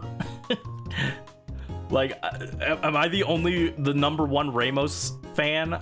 Like, I think Ramos is a funny character for all 3 lines of dialogue he gets. I like his design. He is more compelling to me than Mabel was in X and Y.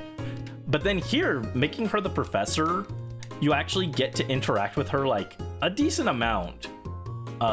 Because she's like always popping up, even like if it's just like repeating the same dialogue. Every time you do a research task, she pops up and she's like, oh, I came up with new research tasks. Oh, I've got rewards for you. So even if she's not like saying new dialogue every time, you're like constantly like seeing her and you're like kind of building a subtle connection to her, being like, oh yeah, she's giving me rewards for just playing the game. That's cool. You know, I'm just doing what I'm supposed to do anyway and I'm getting rewarded for it. Nice. So I think that like automatically kind of endears her. And then like as a character, she's like really funny the way she like just kind of blows up at like the mayor and everything and her situation. And they give an interesting take on her. Like, she's like, yeah, I was in Team Flare. I don't like try and hide that fact, but you know, I'll like if someone asks about it, like I'm gonna be upfront about it. And she's like more upfront than she realizes because she literally has the Team Flare logo all over her office. But I don't know. I think giving her a redemption arc was kind of a cool thing to do. I'm a sucker for a redemption arc. I would have liked to see more of her like reflecting on her past with Team Flare and stuff, instead of just using that past knowledge to like help you in the present. Like her actually like reflecting on like, here's where we went wrong and, you know, we shouldn't have done this. But I feel like she doesn't quite get that level of introspection. But she's a very funny character. She's very entertaining, very over-the-top animations and stuff. And then I feel like post-game and DLC, when like you're hunting down like legendaries and stuff, she gets a little bit more focus, which again helps her a little bit. I would have liked to see just a little itsy bitsy bit more, but I think overall they did a really good job taking this character who was literally a non-character a non-character with a unique model and making her an actual character. So I would say that she's a B tier. They did good with her. I could maybe even be convinced to bump her to A tier, but I wish we'd gotten a little bit more actual like development from her, introspection or something. And then let's go Dynamo. Why is Tarragon first? Or why was Tarragon second rather? Oh, thank you for the hydrate, Brisk. So we got Dynamo. Let's go Dynamo. Actually, you know what? Canary is a little easier to talk about first. Because Canary is our second electric streamer trainer in Generation 9. If I had a nickel for every time we had an electric type streamer themed character, I'd have 2 nickels. Which isn't a lot, but it's weird it happened twice. In Generation 9 specifically, too. I kind of feel like they should have... Like, Canary could have been held back and been, like, a character, like, in a later generation, and then the streamer gimmick wouldn't have felt as worn out. But, they did bring her here, so she is a little... Not redundant, but it felt a little repetitive to have, like, 2 characters with a similar gimmick, the other being Iono, of course, that close together. And I was very worried about that at first, but they ended up making them feel pretty unique from each other, actually.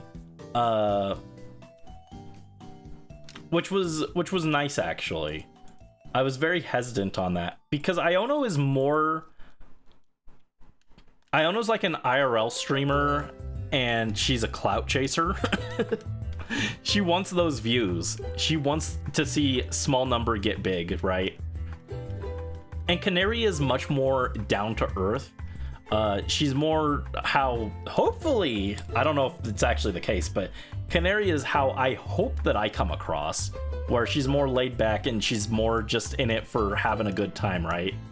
With all the people who tune in to watch her, and she gets to share the things that she is interested in with everyone. Hopefully that's how I come across. That's how I'm trying to come across. So Canary ends up being a little bit more relatable, actually. And I can appreciate her vibe. And then she's got the, like, she's more laid back and everything, but then she does have a little bit of a competitive streak, which again I can kind of relate to. I'm not like the most competitive person ever, but Brandy gets a little competitive. Sometimes he goes try hard mode, right? Canary's design is also really cool. Got that like kind of streetwear VTuber design. But like they did manage to differentiate her vibe from Iono a decent bit.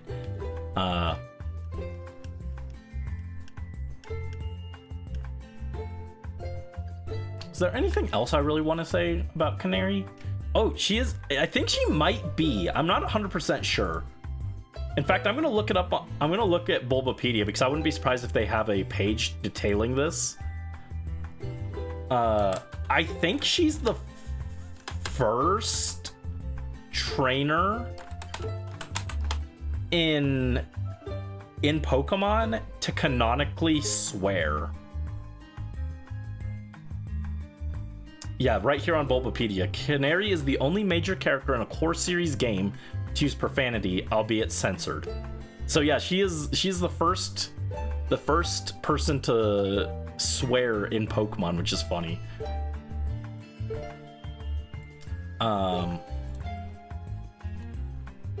And a bit spoiled. Yeah, she is a little spoiled, and what's interesting is they kind of zigzag that, right?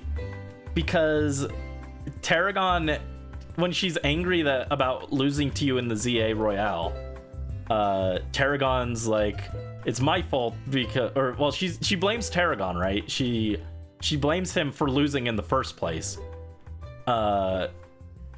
And he apologizes and then says he'll make it up to her by buying whatever she wants. And she's instantly like, oh, yay! So she's like spoiled princess. But then at the same time, she also gets like annoyed by Tarragon's doting at times.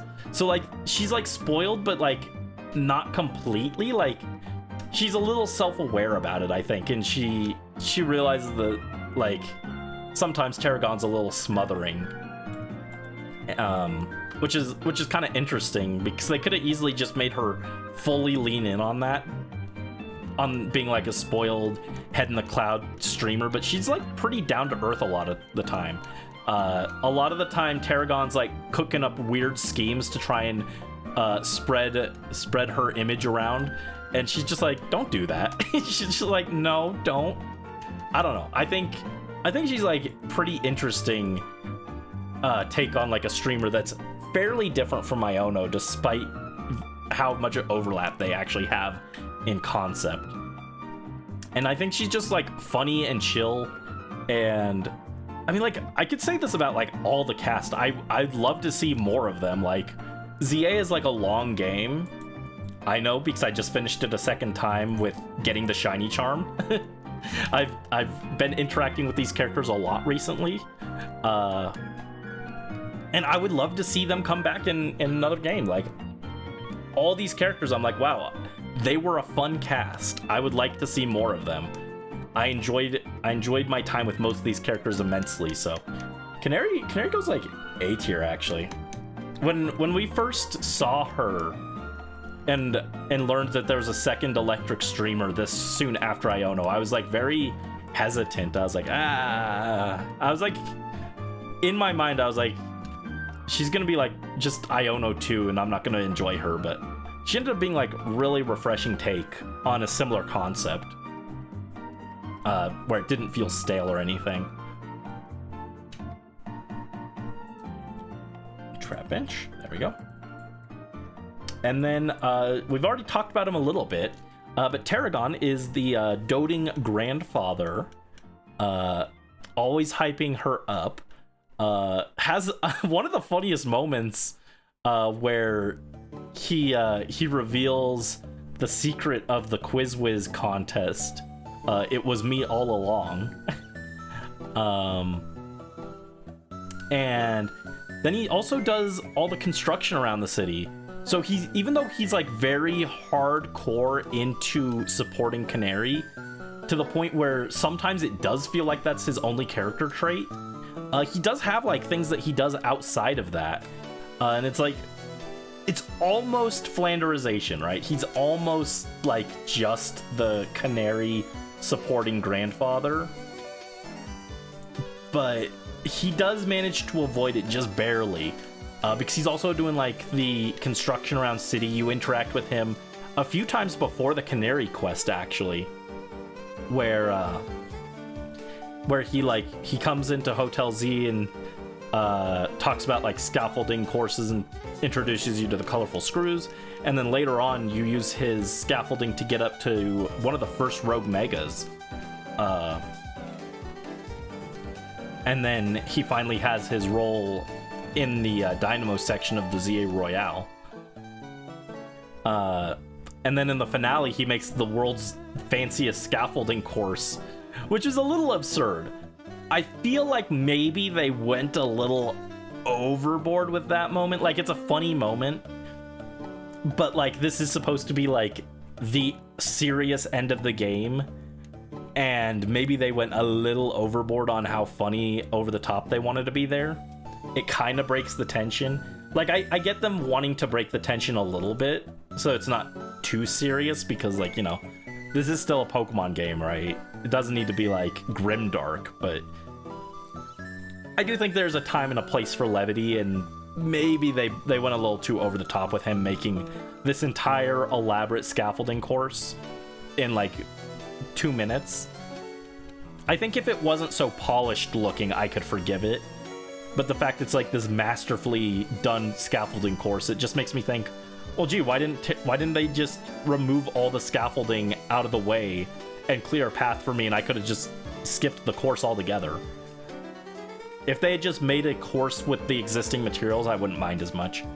And there's a similar, like, I feel like, or that wasn't Gligar, that was Trapinch.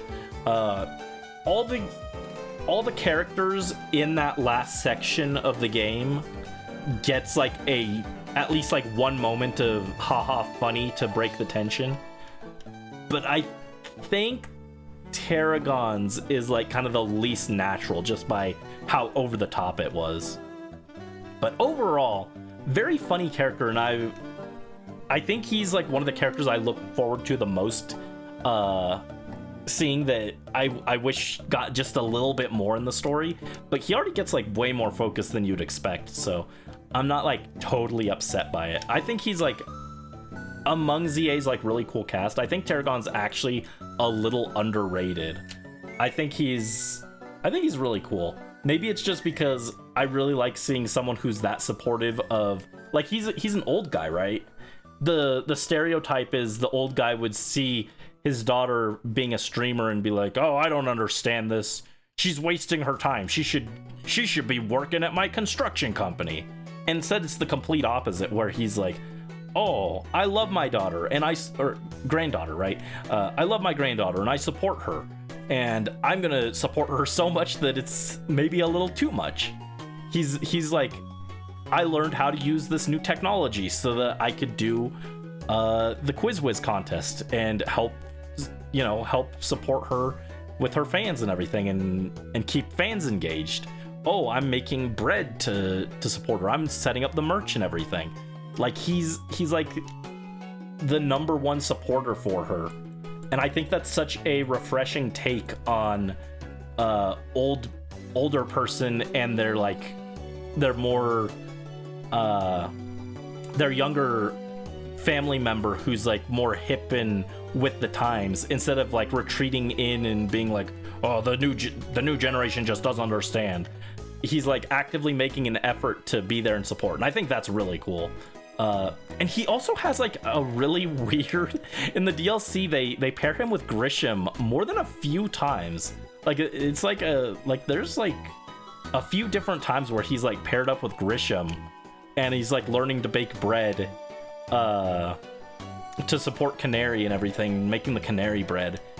And then like you do the Scovillain side quest and he's over there too having lunch with Grisham, and it's like he doesn't need to be there to be doing the bread thing anymore, but he's just like chilling with Grisham, and they're eating the spicy food together. And I don't know, I thought that was really charming that even beyond Canary he started like developing a friendship with Grisham, a very unlikely pair.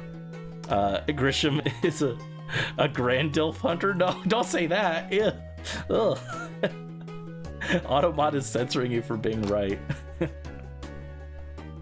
Tarragon is not my type, but if someone said they appreciated Tarragon, I can at least understand why personality-wise. I think he's a very funny character.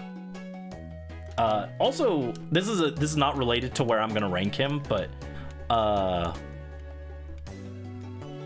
I was around the time ZA dropped and we were playing the game was when I was working on the thumbnail for the fossil hunt video, and I'd already planned on, for that thumbnail, drawing me with a hard hat with stickers on it. That was like already like in my initial concept sketches, and I'd been planning that video for like months before, because I had the thumbnail plan in my head as we were doing the actual shiny hunt. In fact, even before the shiny hunt. So over like half a year before, I had been planning this. So seeing this character in the Pokemon game with a hard hat with stickers on it was just like really funny. I was like, oh wow, same wavelength. What a funny coincidence. But yeah, so Tarragon is actually like goated. I almost want to put him in S tier. I think he's like top of A tier, but I could be convinced to put him in low S tier. He's great. I enjoy every moment that he pops up. He's just a very funny character. Oh boy. Well, we went from really high characters to, yeah. I think I've been kind of vocal about it before, and I've already even mentioned it once we started this tier list, but Fist of Justice duo, I'm not a fan of them. I don't like either of them very much.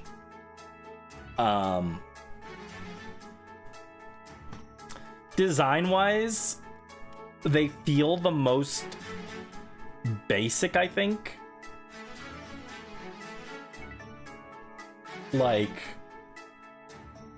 well, okay, not the most basic. The most basic is probably Grisham and Griselle, since they're just in a waiter uniform, but like, Ivor does just look like, if you put him in the next Pokemon game and said he was a black belt, he was the new model for the black belt trainer class, I'd be like, yeah, okay, that makes sense. That checks out. And then Gwen just looks like if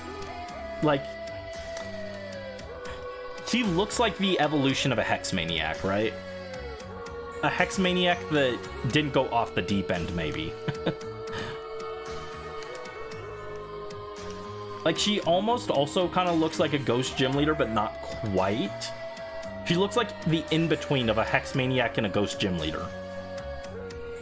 And like, her design is mostly okay. Like, neither of their designs are bad, but like, I just find them like the least interesting overall, aside from like Grisham and Griselle.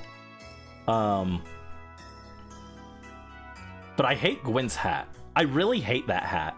That is the number one thing that I hate that hat. I saw it and I was like, oh, what is that? It's very awkward. It's like a small hat. It's like, it feels like it's too small. It feels like it's too small for her head. But also it's just like, I know there was discourse not too long ago of, oh, these characters look too much like Pokemon. And like, for the most part, I don't mind that. Like, Canary has like clear Electros inspired designs going on with her. Part of that's also because she's like VTuber coded, but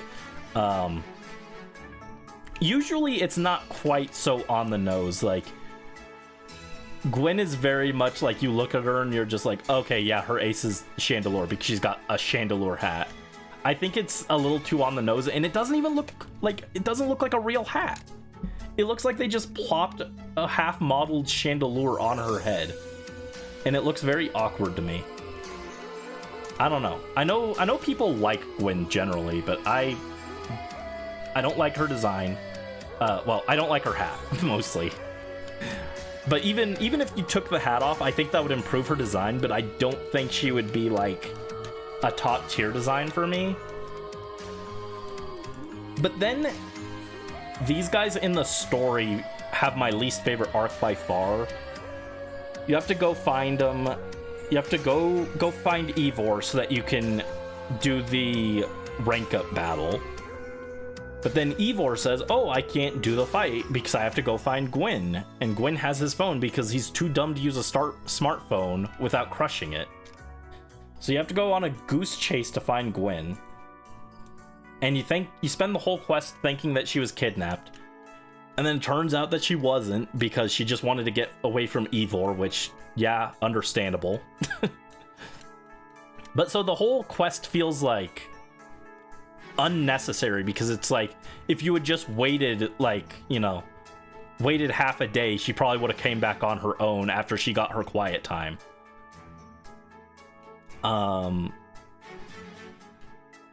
So the whole thing feels like unnecessary.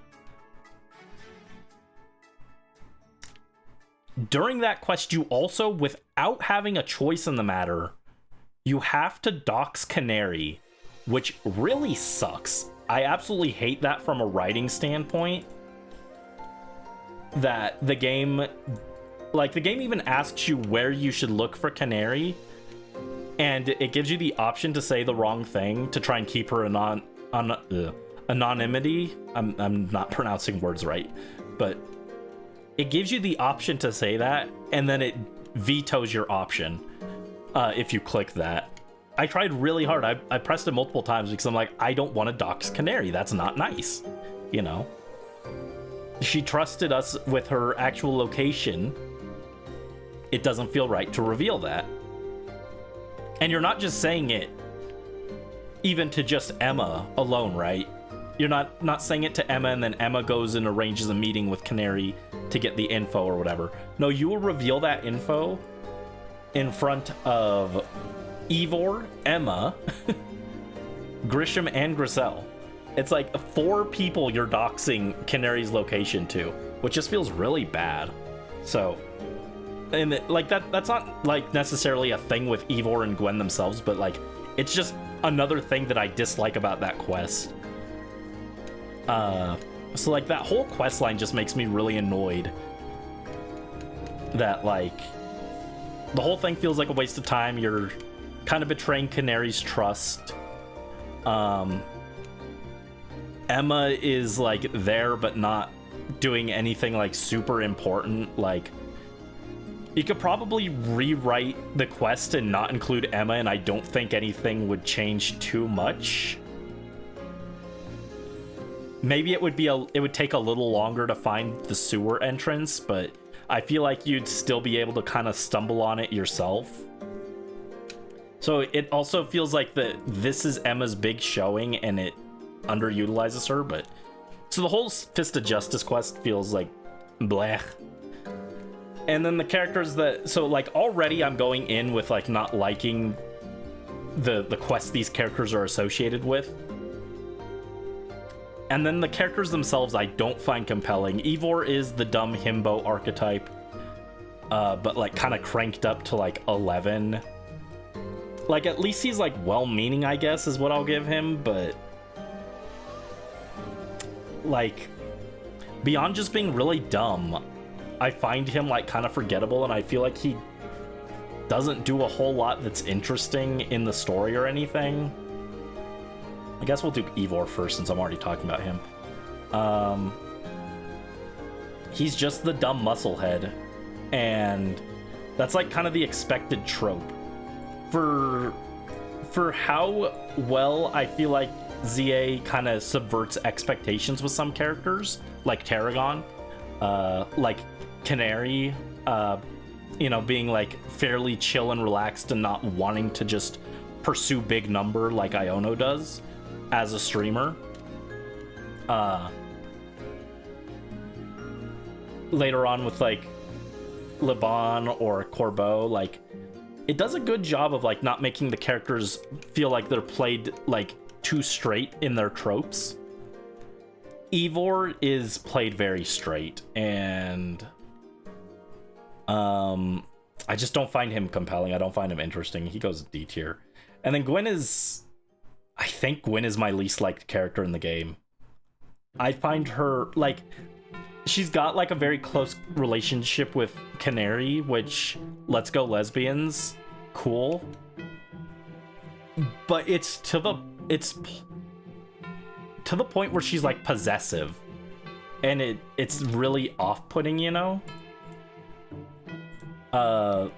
Where she's like starting beef with people just because they talked to Canary, right? I'm the #1 Canary fanatic. I'm the person who should be the most important to Canary. Meanwhile, she doesn't even know her pet's favorite food. Like she doesn't even get that question right. So like I feel like she doesn't even, for how much she's like, I'm the #1 Canary fan, she's not even sincere in like appreciating Canary as a person and taking time to listen to her and learn about her. She's just like insincere in this, is how it comes across to me. Maybe that's being too harsh, but I feel like, you know, you have beef with other Canatics because they actually listen and you don't, because you're just too busy trying to get into her pants. Like, shut up, Gwen. She's starting beef with Naveen, and it's like Naveen didn't do anything. He's just like a fan of Canary, and he like actually keeps a distance from her. You know, he's not trying to stalk her and hunt her down or anything. He's even very against the idea of helping us find Canary at first. And then Gwen is like beefing with him when he's like the most respectful person in her fan base, and it's like, it really rubs me the wrong way how possessive she is. You ate dinner? I hope it was good, Mel. Yeah, you've returned to the roast of Gwen. I do not like this character. There was something else. It was something in like, there's something else in the DLC that, oh right, she was beefing with Tarragon too.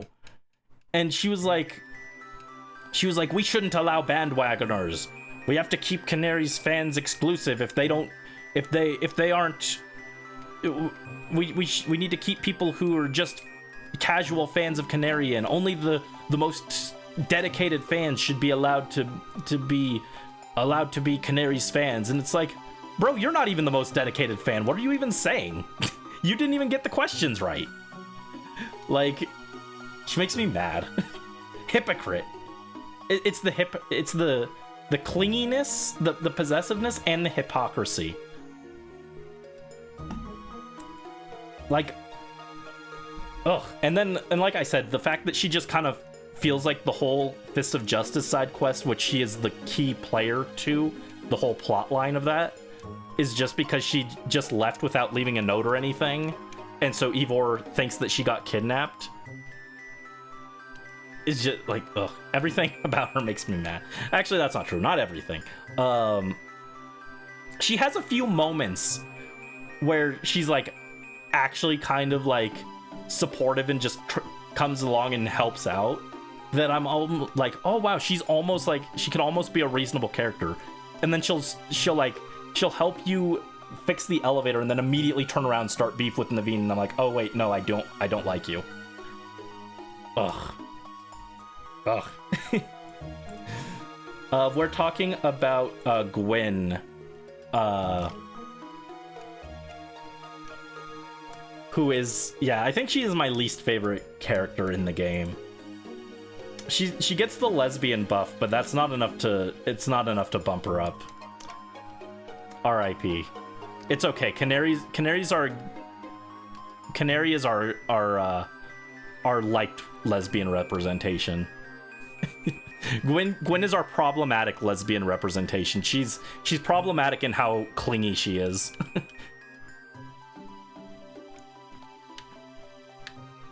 And again, I hate her hat. I hate her hat. I really hate that hat so much.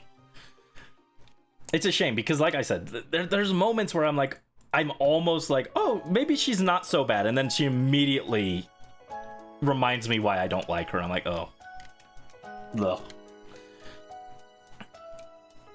She bullies her himbo brother and makes you sad. Like, I can almost understand where she's coming from. Like, believe it or not, because like, you might get the different impression based off of how I am on streams, but like, I'm more of an introvert too.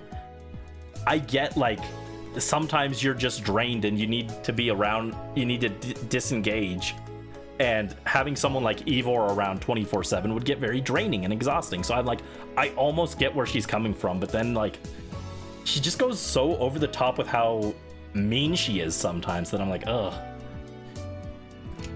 So I know that a lot of people really like her, but like she just makes me mad. most frustrating character on the list, I think. Not a fan. But yeah, I'd be fine if we just cut the whole Fist of Justice side quest from the entire game. I do not like them. I don't like either of them. Oh, but now we got Rust Syndicate.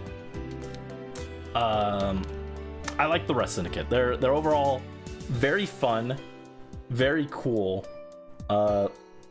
And of these like non-Team MZ groups, they probably get the most spotlight because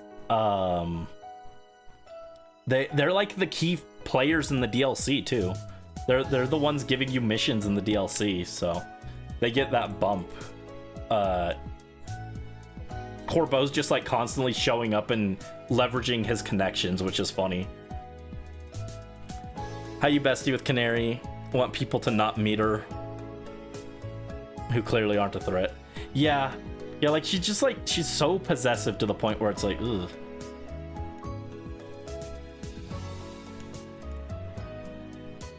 You haven't touched the DLC? No, that I think it improves it because you get more interactions with Corbeau, and he gets more chances to like show off things. They have like a really good moment, actually. I literally just was playing it earlier today. I'm on my second file. They have this funny scene where I don't remember how it went exactly, but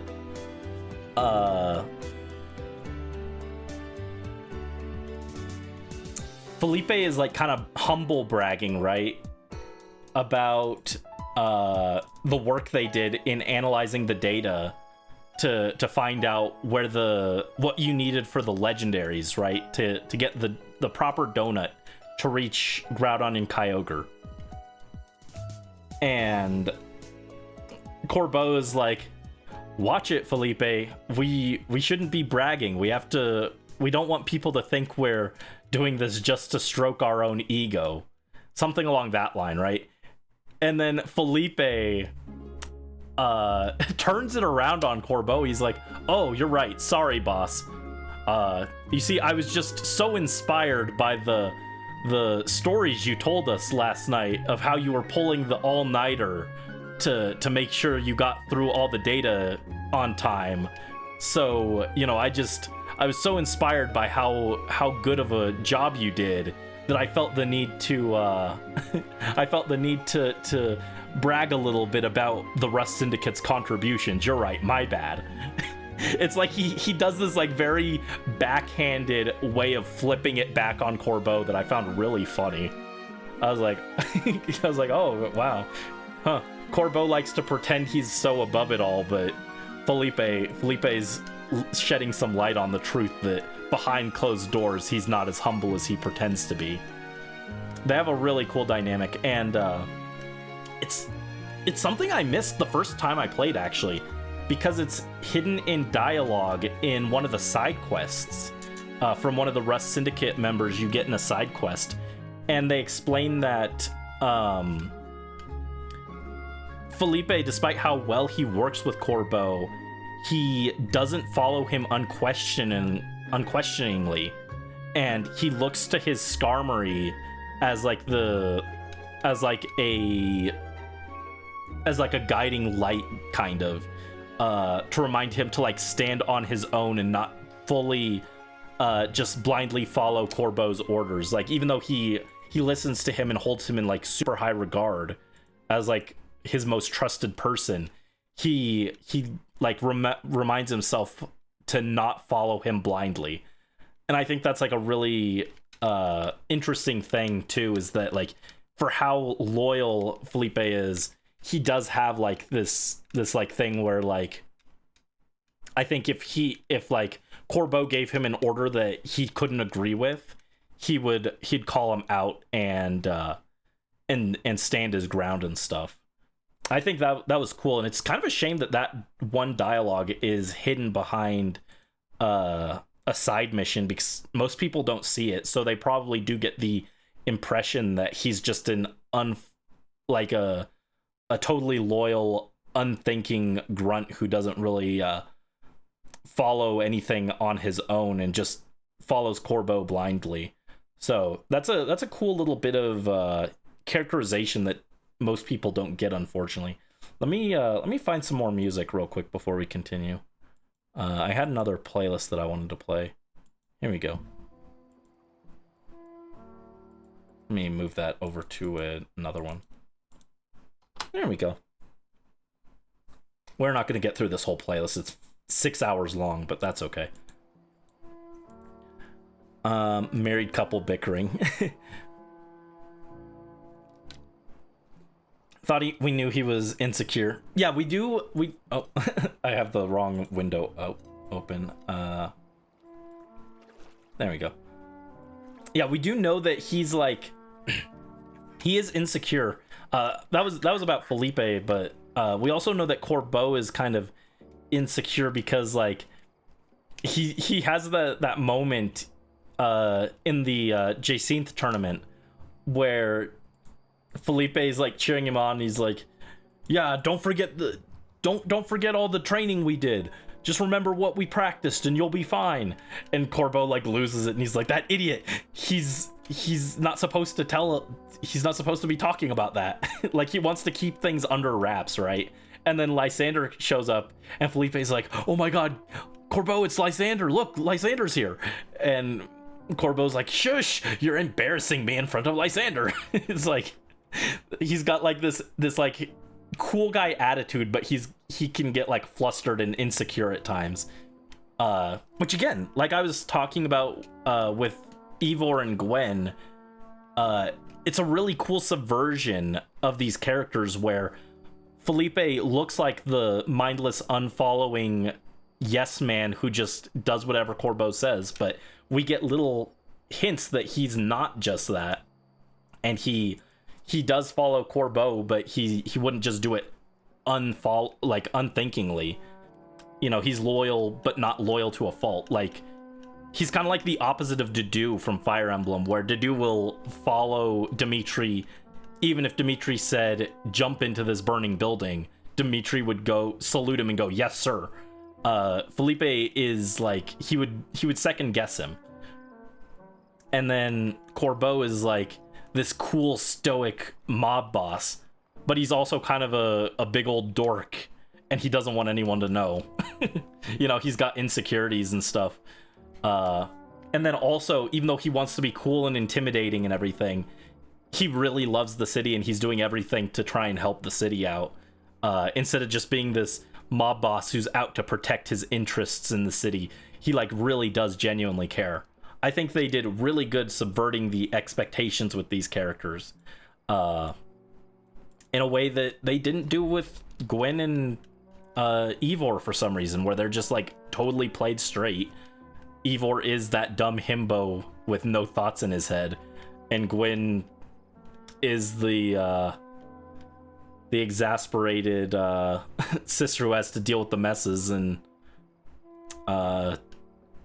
you know, their tropes are played very straight. Most of the other characters in ZA, they kind of subvert expectations, at least in some way, and I think that's cool.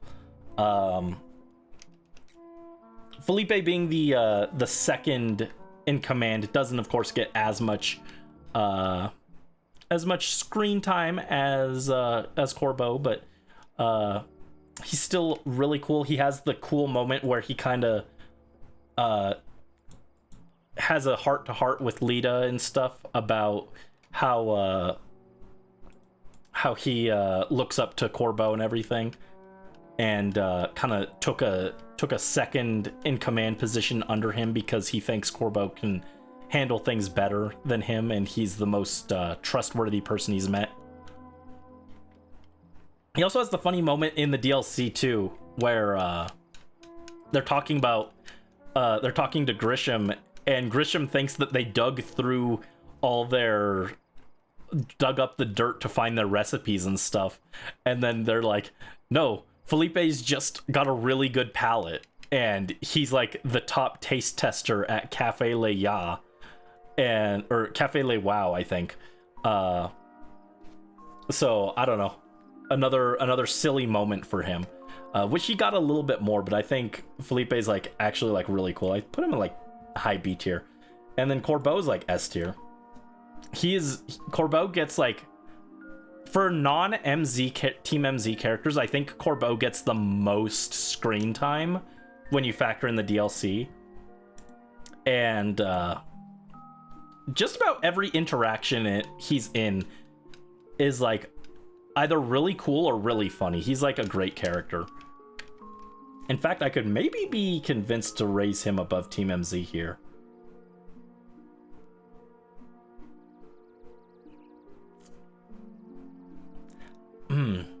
Yeah, I think I like him more than Lita, but less than Naveen. I think he goes right in the middle. You don't care for Corbeau at all. You wish his screen time was given to Emma for the DLC. You know what? It would have made sense for Emma. I hadn't thought about that. Now that you've said that out loud, Emma would have made a lot of sense to be the one running the information and the like gathering research and everything for the DLC. Huh. Yeah, Emma would have made a lot more sense. I mean, even if they wanted Corbeau to still be a prominent figure, and I guess the logic is that Corbeau has more resources since he runs a whole syndicate, whereas Emma's just one person and she has other obligations that she's working on. I guess that's probably the logic, right? But it would have made a lot of sense for Emma to be at least more involved, if not the leading figure on the DLC research team. It would have made a lot of sense to have her like be on board. She could have been the one like giving you the tasks and everything for your hyperspace missions, and then like they could have sent that info to Corbeau for him to analyze. Like, I think there's a way they could have given Corbeau a spotlight like they clearly wanted to, because I think he got a lot of spotlight because I think the developers just really liked him as a character. Because you can definitely tell with the way they wrote him that they had fun with like the dialogue and everything for him. So I think they wanted to just give him a spotlight because they liked him. They could have definitely done that and also still given Emma something else to do. Huh. I hadn't really considered that, but yeah, Emma should have been involved at least a little bit more.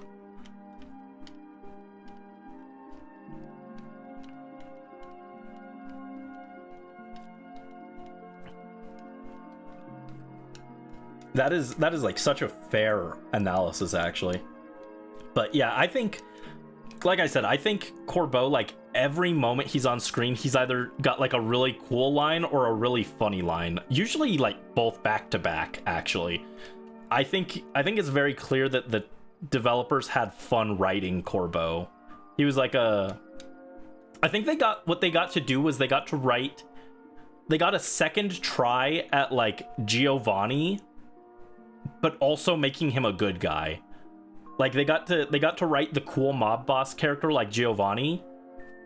They got a second try at like characterizing that kind of character, but they also got to make him a good guy. So they got to have a lot of fun with the dialogue, because he's like more like, he tries to be more like sinister and intimidating than the average Pokemon character would be, but he's also like on your side, so he gets to also play off. They get to lampshade a lot of the things he says and like play it up for laughs afterwards. And so he got to like just have really fun dialogue, I think. That would be my guess. Who knows? Maybe he was actually like their least favorite character to write, but I think they had fun with it, reading through all his dialogue. And then we got the SBC, the Society of Battle Connoisseurs. And these guys are overall very fun, very, very silly group. Lumiose is falling apart.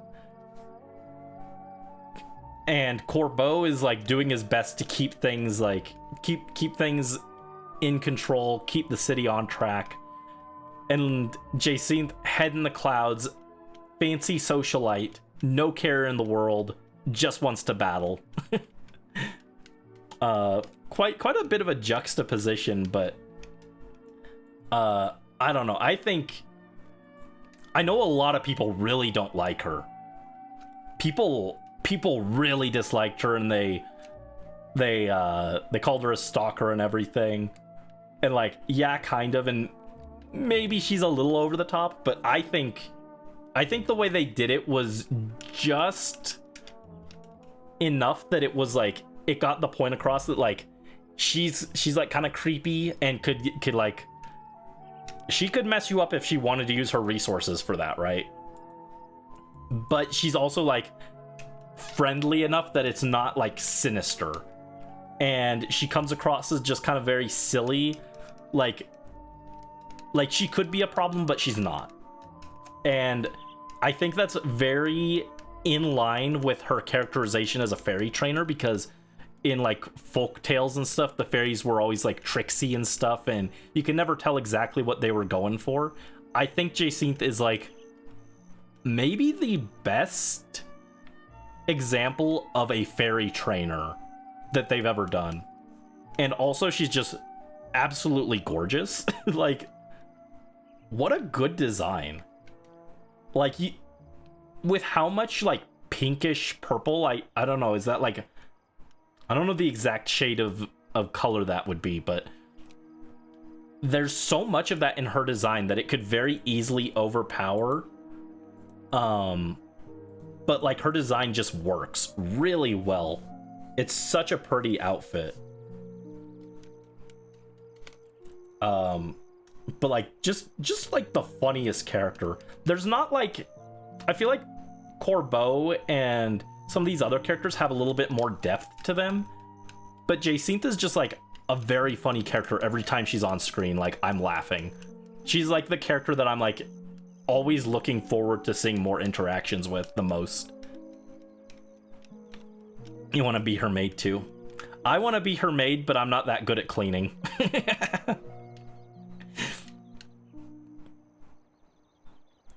You really got to know what's going on with her and the maid, because it ain't straight. True.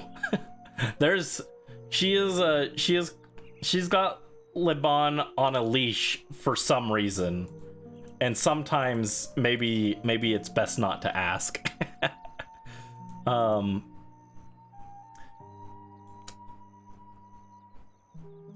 I think she's like probably my second favorite character in the game. Again, like, and I do think that it's like interesting that like she's almost sinister in what she's doing, but they don't go all the way with it. She's not like a villain, and she's not like outright malicious, but she could be, and they're like shades of that. I wish she was a little bit more of a, like, she's not a super deep character, right? She's like maybe the most well, maybe not the most, but she's one of the most surface level characters, but she's very funny and very charming. I do think maybe they could have given her a little bit more depth. It's kind of like the same thing that I'm like criticizing Ivor for, where he doesn't have like much depth. They're both kind of comedic characters, right? But I feel like Jacinth is like, she's got a little bit more edge with her being willing to like do things like trap you in a Jacinth zone, right? And that's not even talking about her. We talked about her design, but her theme is also like S tier. That was like as soon as you heard it, you're like, oh yeah, every YouTuber is gonna use this in videos from now on, right? And like within days of ZA dropping, that music was everywhere. I was hearing it in all kinds of shorts and stuff, so banger theme. She's also fairy type best type.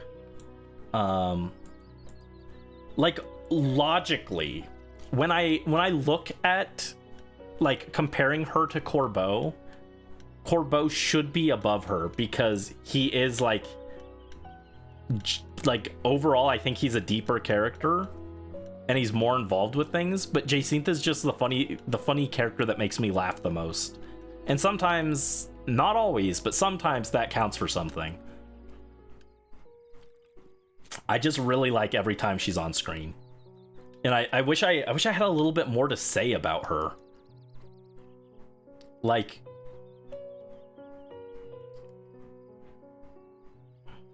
I'm trying to think. There's something in the DLC, like, in the DLC, there's a moment where you think that she's going to get mad at you, and instead she's like, she she very clearly, like, admires the player character for their battling skill and everything. And, like, I know some people don't like it when characters glaze the player character, as they put it. I never really felt that way in any of the times that people say that, but that is a thing that people have criticized characters for. But in this case, I think it makes a lot of sense why Jacinth would, like, give your character more respect and leeway than most, because you are, like, the strongest person in the room at any given time. And she respects, like, strong battlers. So I think in this case it does make some sense. But, like, you expect her to be mad at you because of what's happening in the DLC. And instead she turns around and finds a way to foist the blame onto Liban. And so, I don't know, that's a funny moment. So, like, I guess the funny thing is she always finds a way to drag Liban into things, even if Liban's trying her best to stay out of it. And I guess we should talk about her. Yeah, Jacinth is kind of played mostly straight in her tropes.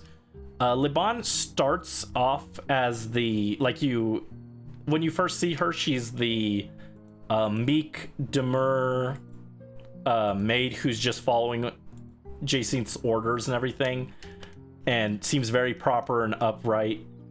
And then you finally get the mask to slip, and she goes full battle nut, and she's crazy and wants to fight and everything, and is, like, the exact opposite of what you wanted. She might be the most straightforward example of them, like, subverting expectations.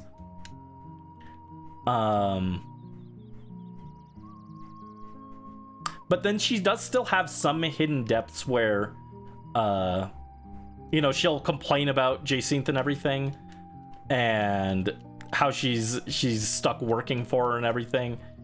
But then, like, and I think this is more in the DLC, but there's a few times where she actually like seems to sincerely connect with Jacinth and is like, oh, I'd be fine teaching you how to dance if you ever wanted to learn. You know, I may not like being stuck in this stupid maid dress, but I have gotten to improve by being alongside you, Jacinth, and I'll continue to improve by your side. So she has some, like, heartwarming moments and everything. I don't particularly find her the most interesting character, but she does have those, like, moments of, like, nice characterization, and the fact that she is kind of, like, subverting those first expectations you get of her, where she's not just, like, like with Felipe, she's not, like, totally loyal to Jacinth and everything, where he's not totally loyal to Corbeau. It kind of subverts those expectations. I appreciate that. She's not my favorite character. I'm, again, similar to Ivor, I'm not the biggest about the rawr goes crazy to battle. And I guess that's one thing that Jacinth kind of subverts. Normally with the battle nut, it's more like Liban, where they're kind of like, oh, I'm fired up to do a fight, right? Jacinth is, like, very composed and elegant in the way that she approaches her battles and everything. She wants to do battles. She's obsessed with them. But she's not like just all fiery passion, you know? So that's another cool subversion there. Le Bon plays that a little bit more straight, but she's forced not to. And that's, I guess, another subversion there, where she kind of has to force a mask on herself. And that makes her, like, just way more interesting than Ivor. You know, I actually was prepared to put her, like, down in D tier, because I've never been a huge fan of her. And I do think the joke where she always gets in trouble is maybe a little overplayed. I don't find it as funny as some people do. And she's not the kind of character I normally am a huge fan of, but I've kind of talked myself into raising her up. She actually has a bit more going on than I first gave her credit for. Also, I don't like her maid outfit. I like the maid outfit generally. I think we need a maid Brandy PNG or some maid Brandy art at some point. I don't like her maid outfit. I think the shorts look really awkward on her. The, like, bunched up shorts don't look good. I don't know. I'm not a fan of the outfit they decided to give her. Pay you a Sprite and a shawarma and you'll doodle it. I might take you up on that at some point. You need to kiss Jason and Le Bon. Yeah, I think I might put her at, like, top of C tier. She at least gets to do some stuff. She has some funny moments, which is a bit more than Emma gets, unfortunately. I'm not the biggest fan of her, but I talked myself into moving her up from D tier. I've come to appreciate her a little bit. It's not bad. Again, change the shorts. It would have been really cool, actually. Maybe Masters will do it. It would be cool to see her in the kind of style that she would pick for herself instead of what Jacinthe makes her wear. That would be a really cool thing to do in Masters, actually, is show us Jacinthe in, like, casual clothes and what she would pick out for herself. I'd be interested, because I could see her having, like, kind of more of a punk style, right? I think that'd be cool. Another Sandshrew. I am kind of just on the side where we are discussing this more while we shiny hunt. I am still, like, doing the shiny hunt on the side. I'm just kind of, now that we're talking about these characters, I'm kind of hyper focusing on them. All right, Grisham and Griselle initially rubbed me very much the wrong way, which was probably intentional, right? They're you know, they're ex-Team Flare members. No one in the city trusts them. That's part of their story, right? And Griselle especially comes off as very abrasive at first, but even Grisham, he comes across as if he's, like, scheming and plotting against you, right? And the way that they reveal the backstory and everything, they're like, you must go grab Floette and bring it to us. Bring us Floette.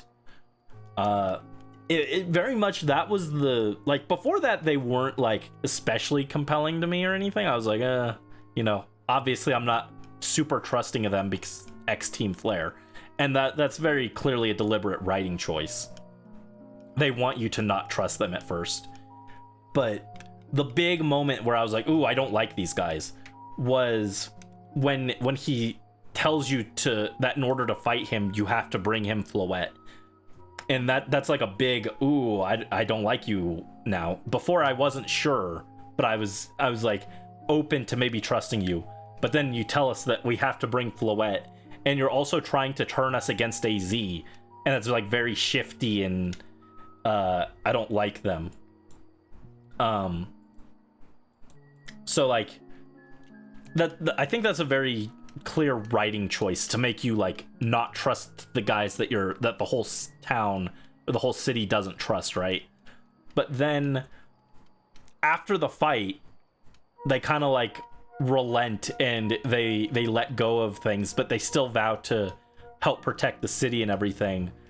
and they change their perspective on things, and they're like, okay, I guess we're gonna have to be a support role in all this, and we'll do our best to help it, because in the end, even though we wanted to be the hero and change everyone's perspective of us, protecting the city is what matters. And so they kind of turn back and change their perspective, and I think that gives a good time or a good opportunity for the player to also change their perspective on them and step back and say, oh, you know what, we didn't get off on the right foot, but they do have good intentions at the end of the day, and maybe I did judge them too harshly at first. And it allows the player to change their perspective, and I think that's really cool and a good way to utilize the fact that this is set as a sequel to X and Y, and take this established faction, even though these weren't established characters in the old games. It takes this established faction and kind of humanizes them a little bit, and it asks the question of like, okay, you know, this whole team caused trouble for the region. Everyone pretty understandably doesn't like them anymore. So what happened to them after the fallout? And it asks a good question, and I think it's interesting that like they mentioned being chained by their past, but like they're the ones who are kind of like, obviously there would still be people who wouldn't trust them just off the fact they were in Team Flare, but they're also kind of chaining themselves to their past. They could change their hair, like they've already changed their hairstyle. They could completely forego the orange Team Flare hair. They could completely abandon the Team Flare logo, but instead they chose to incorporate that into their food truck and their new business and everything. And so they say they're chained by the past, but they themselves are also clinging to it in some way, because it gives them, it informs part of their identity. They've always known themselves as being part of Team Flare, and so to relinquish that is scary for them on a certain level. And so even though it causes them more trouble than it's really worth, they're not willing to just let go and make a fresh start for themselves, which is really interesting. And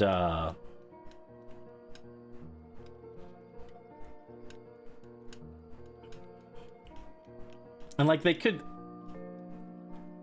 them like clinging to that, I think is like kind of understandable, that like they're afraid to step into a new future, but they also desperately want to have that like redemption and have the whole city like turn around and recognize them as not being like just evil underlings of Lysander, right?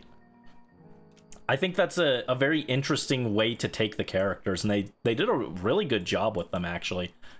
And like I hadn't even really considered too much that they were meant to be kind of off-putting the first time you really talk to them in the lab and everything, and that's like kind of a parallel to how everyone else in the city treats them. But like it makes sense as I'm talking about it. I'm like, yeah, that makes total sense, actually. I would imagine that was intentional, but if not, then brilliant writing accidentally. But I think it was probably intentional. And I think it also makes sense that they would keep running a cafe because Lysander already had a cafe as Team Flare's front. So them using a cafe as their front, even after they're no longer Team Flare, is like just very fitting. It makes sense. But also they mentioned that it allows them to connect and understand the everyday lives of all the citizens of Lumios. They get to know these people as they pick up their coffee every morning. They make small talk with them, learn their worries and troubles, and that allows them to connect to the citizens, is also just really cool. Like they could have done anything after the Team Flare debacle, but them choosing a thing that lets them connect to the citizens in a very humane way, and kind of it's a customer service role, right? They're willingly going from Team Flare, who put themselves above everyone else. We are the elites who will survive and make a new beautiful world. And then turning and subverting that and becoming a very subservient support role in the lives of the people of the city, and just being there and listening to them and their troubles and providing them a cup of coffee in the morning is a really cool direction to take them, and like kind of humble them and put them in like a subservient role. And like obviously they also did that to gather information and stuff and keep Team Flare's like in the know and everything, but it's like an interesting way to humanize them, I think. Sorry, I had a bunch of thoughts in my head. Let me read what you said. Mel, would have been cooler if Lysander was genuinely dead. You also think that it was a missed opportunity for Pokemon like Absol to be highlighted more than just in a mega battle, because Absol was huge in XY. Don't think you think the story went odd directions, and Team Flare being obsessed with Team Flare was weird because they were there less than a year. Thought the abandoned lab was going to be rough, like Pokemon wandering could be connected to trainers, implying they died. I'm not sure. I'm not quite sure what you mean by all that. So I don't. Nobody would have died in the lab. The lab was like abandoned. It wasn't like they were dead. If it was the lab in Geosenge, I could see them going like a little darker and having like implications that people got crushed in the rubble when the ultimate weapon fired or something. But the lab in Lumios was just kind of abandoned when Team Flare disbanded. At least that's the read I got on it. So it just kind of became disrepaired over time, I feel. And even then, it's kind of in rougher shape than I would expect for only 5 years passing. I guess the Pokemon moving in would do that, but I would have expected it to be a little more pristine, honestly. Given it's only like 5 years, it's not that long. And it's under the city, so I feel like you couldn't have it be like totally destroyed or anything, even by the wild Pokemon, without the city taking notice that like, oh, hey, there's rumbling in the lab over there. We should go send someone to go check that out. So it kind of makes sense that it's not that disrepaired. The Team Flare story is messy. No, that's fair. Team Flare is the team of all time.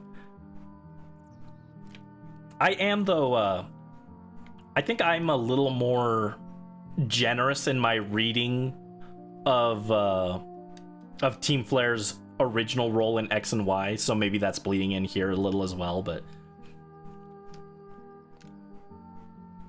I like people say, oh, they just wanted money at the end of the day, right? That's why the price of joining Team Flare was so high.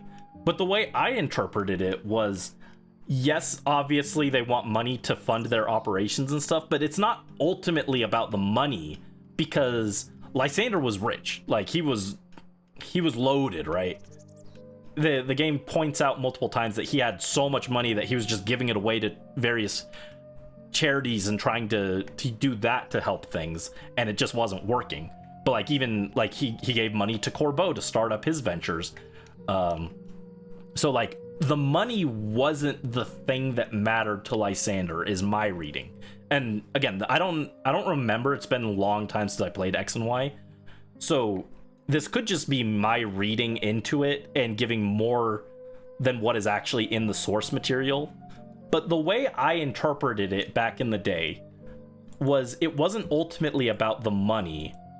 The donation or payment to get into Team Flare of, I think it was 500,000. That doesn't sound right. 500,000 sounds way too low. Let me look this up.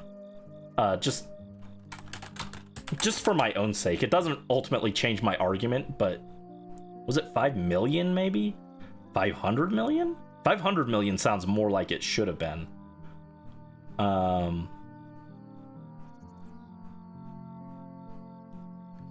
Does the Bulbapedia say how much it was to join?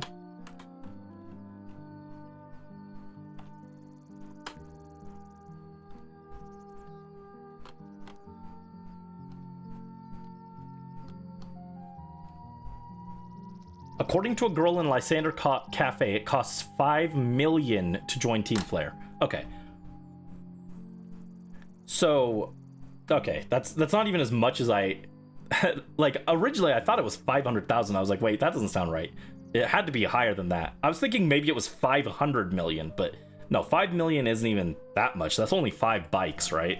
It only costs 5 bikes to join Team Flare. My reading was like, obviously that money would help support the organization and their goals and everything. But Lysander was loaded. He could cover that if he really wanted to. My interpretation was because they were planning to basically destroy the world and rebuild society. And again, this is probably a very generous headcanon on my part rather than anything supported in-game.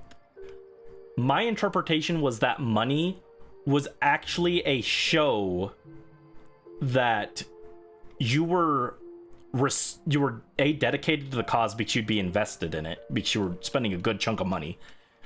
But B, it would show that you were resourceful enough that you could make money.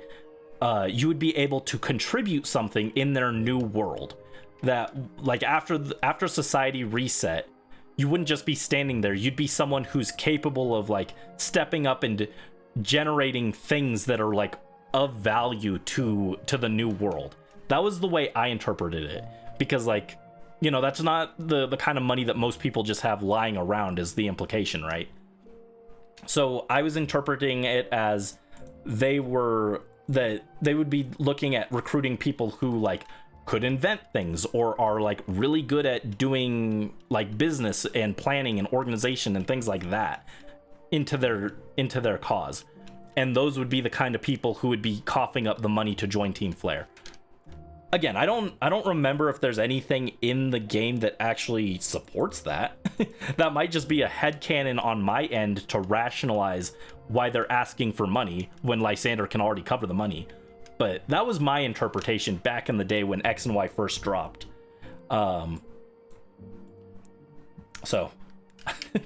it ultimately doesn't matter too much here, but I think Grisham and Grissel brought a lot of much needed characterization to Team Flare at the end of the day. Team Flare is a team that exists. Yeah, that's very fair.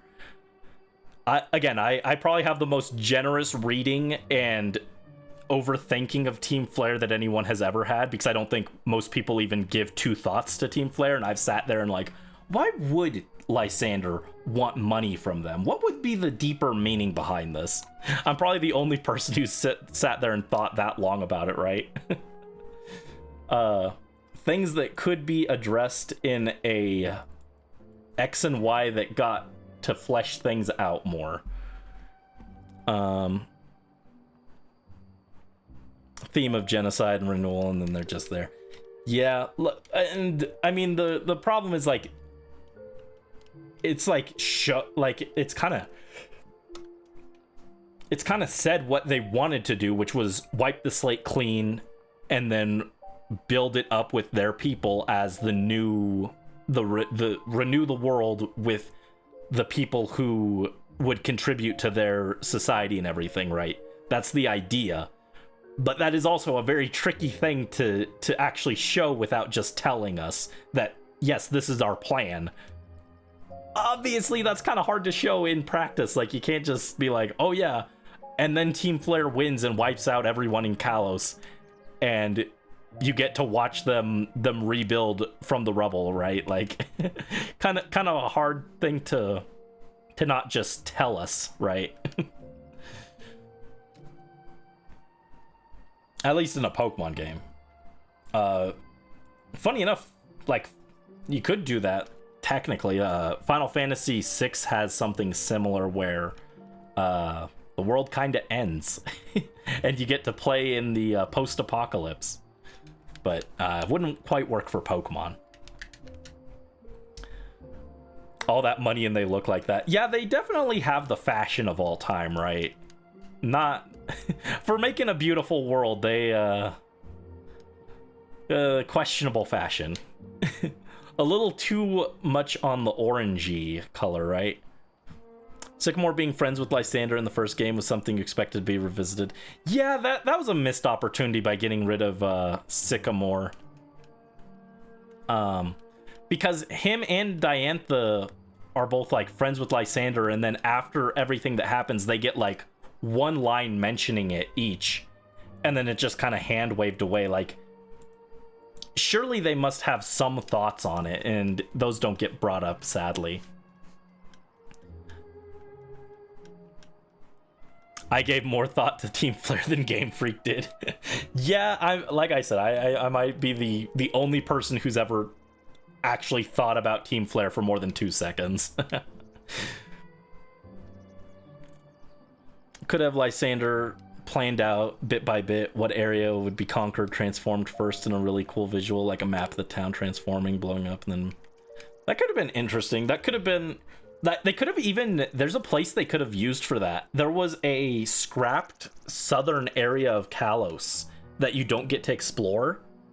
They could have actually shown him like blow up that section of the map and then have that explain why you don't get to explore that area.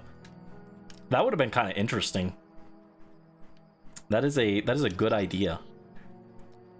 Pokopia has the implication of a world where humans left Earth. Yeah, I mean, like, that is like something they were able to do because it's set like in the distant future. What I mean when I say they couldn't show that is like, I don't think they wanted to show the Kalos region get genocided on screen, right? I don't think that's something they wanted to directly show us. I think it's different if they imply that a long time ago humans left the Earth compared to we're going to let Lysander murder people on screen and make the game an M-rated game. I think that's a little different. I mean, they probably could have, if they were comfortable bumping it up to a teen, they could have gotten away with some implications of cities being destroyed. Xenoblade actually does that at multiple points. They like their E10 rating too much, but they could have gotten a little more dark with it and given Lysander a little more bite, make it feel like he's actually doing stuff.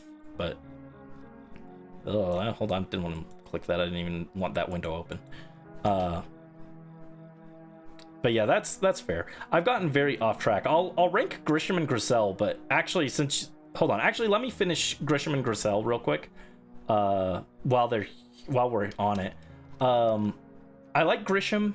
He's pretty cool as like kind of the cool, slow burn type character, and that's something very cool as well. They're both different types of heat. Griselle is like a quick white hot fire, very angry. The stereotypical what you would expect a fire trainer to be, very impatient, burning everything in her path. Played a little more straight. So I'd put her like, she's like a B tier. She's kind of entertaining sometimes. But Grisham definitely gets more characterization and is a little more interesting. He's got that slow burn simmer, not what you would expect from like a fire themed trainer at all. And I like him. I think he ends up pretty cool. And again, like, talking this out has definitely let me dig into some thoughts on these characters a little more than I had prior, and let me analyze them a little bit more in depth. And I think that's cool, and it definitely bumps him up. I think before, if I just ranked him on the tier list without talking it out beforehand, I think I would have put him in like a B tier, put him like above Felipe, maybe right below him. But I think I'd bump him up to A because I did find him. I find his writing pretty interesting, actually, more than I originally thought. And the fact that I also revisited ZA, or I am revisiting ZA currently, also helps with that. But before we continue ranking these, since you brought up Pokopia, I wanted to show this. Do I have it saved still? Oh no, did I delete it? Oh no, there it is. Good. I found this really cool Tumblr post. I don't even use Tumblr. I was just looking up Pokopia, and this showed up on the results. And I clicked the link because I wanted to read what they had to say. And this like is such a... I remember really liking this. Let me read it. Let me get some water first, actually.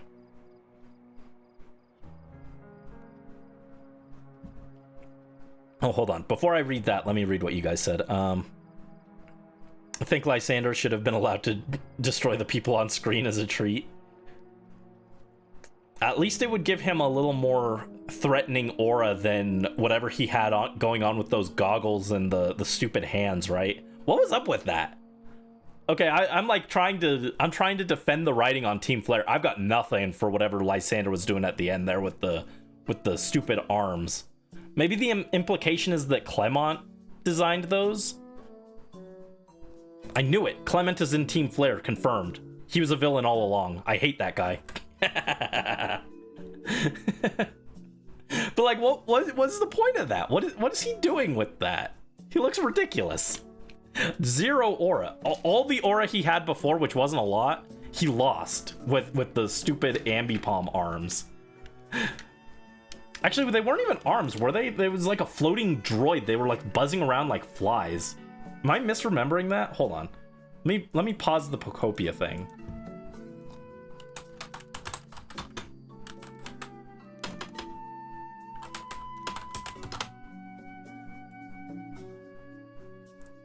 Oh, what do I even look up for this?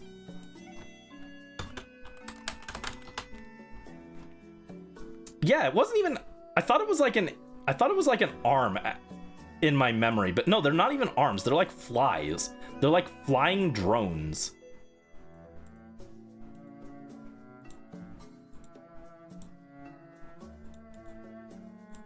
What's up with this? What are these supposed to be? These don't make any sense. I don't know what he was doing here, but he looks goofy. Zero aura.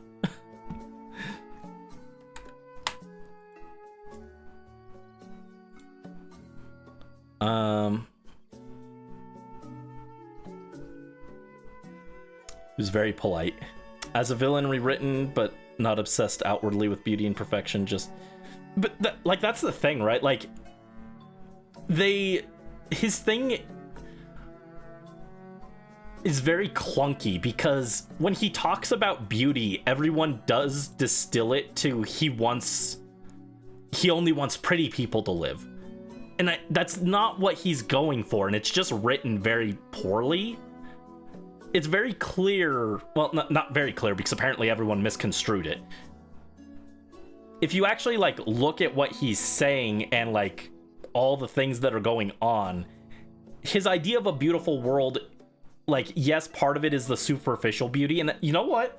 I think the reason so many people misconstrue what he's saying about a beautiful world is because of that talk with Diantha.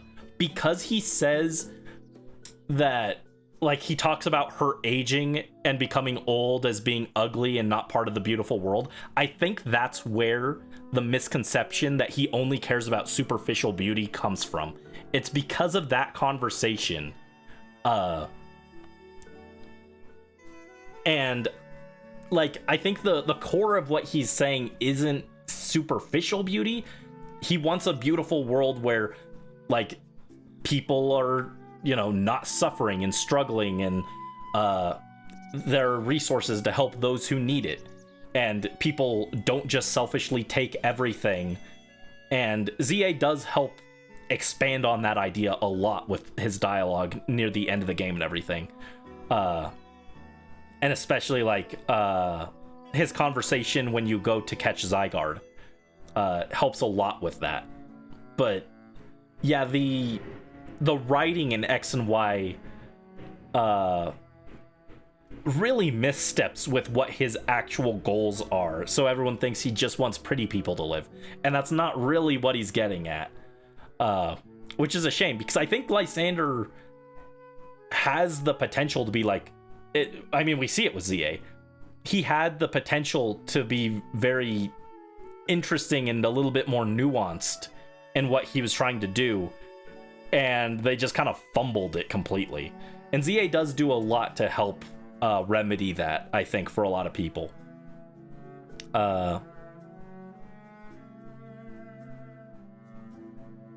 Clement, you're beloved, don't say that. I will never miss a chance to dunk on him. Bro looks absurd. That's his persona, leave him alone.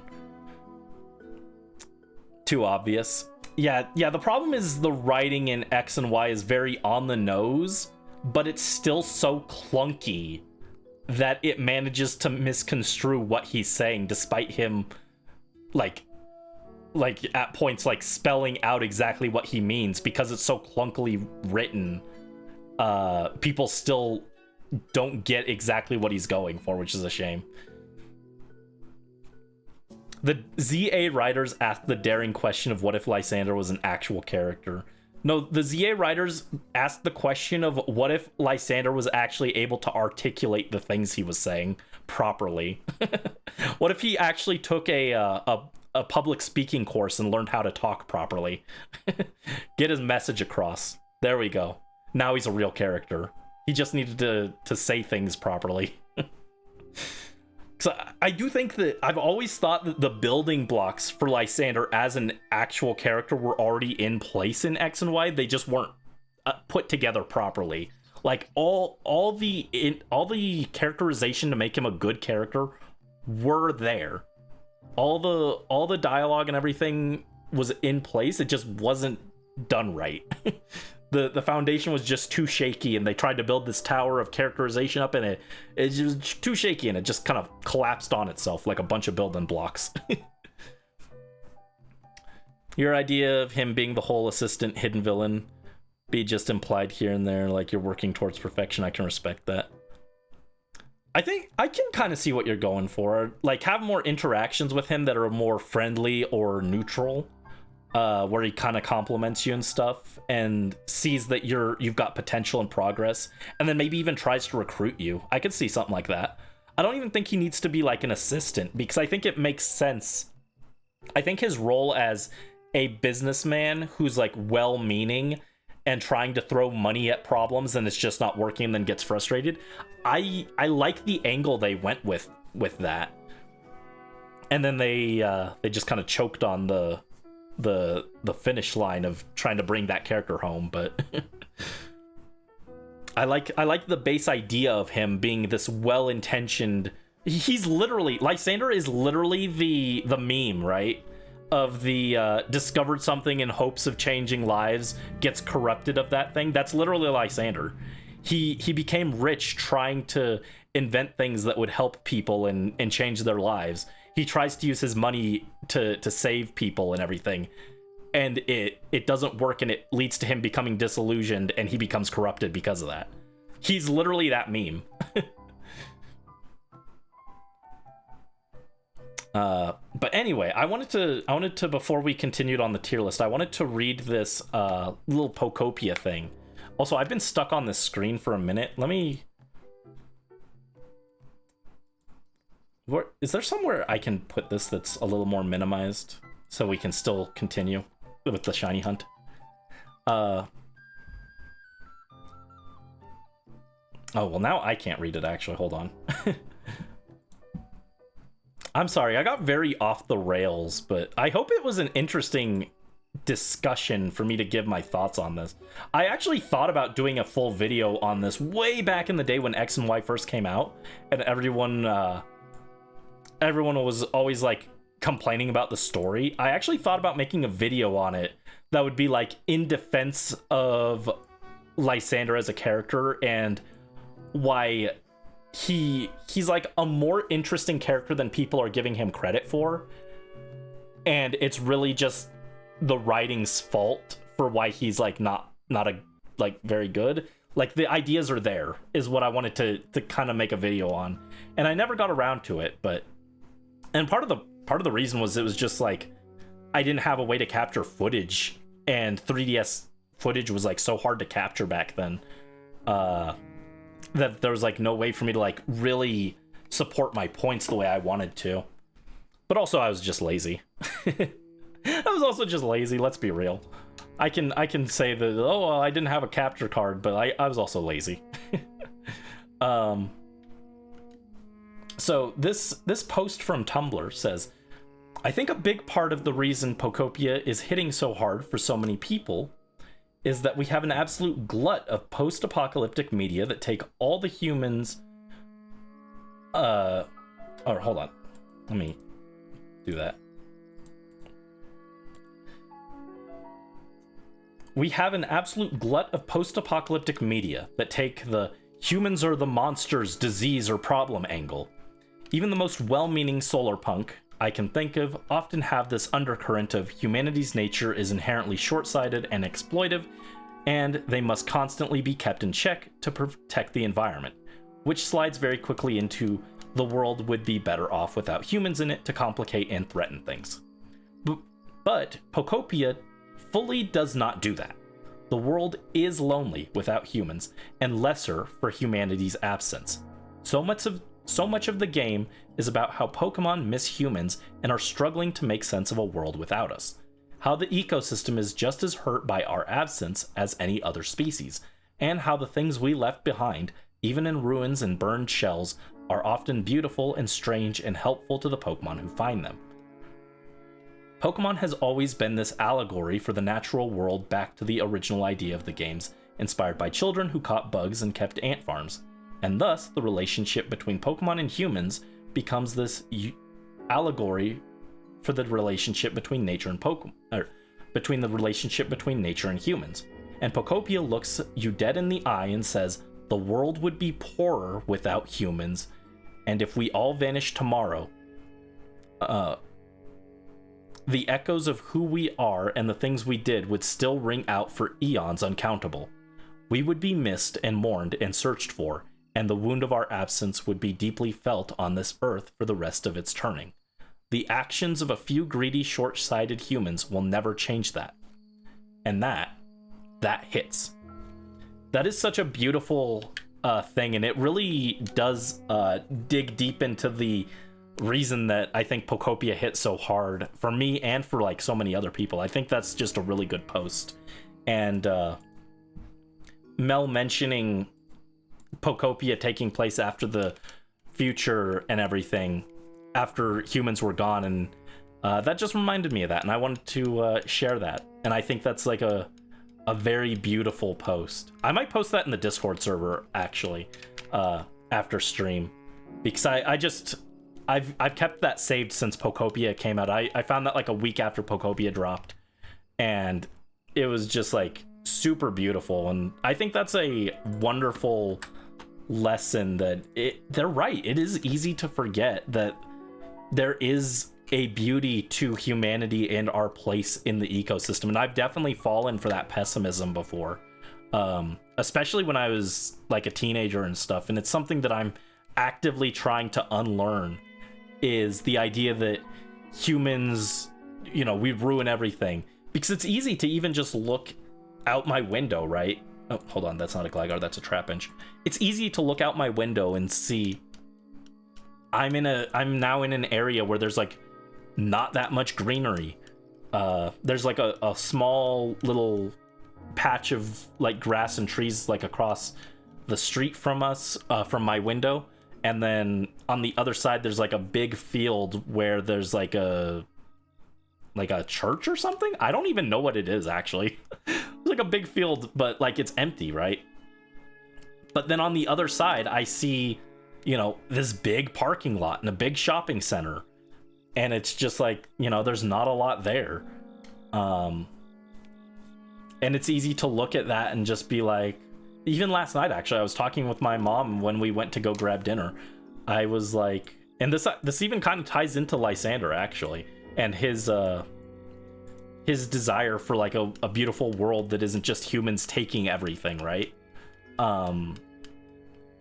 There were kids playing on the pavement, and she was like, it's nice to see kids getting out and not just on their iPads or whatever.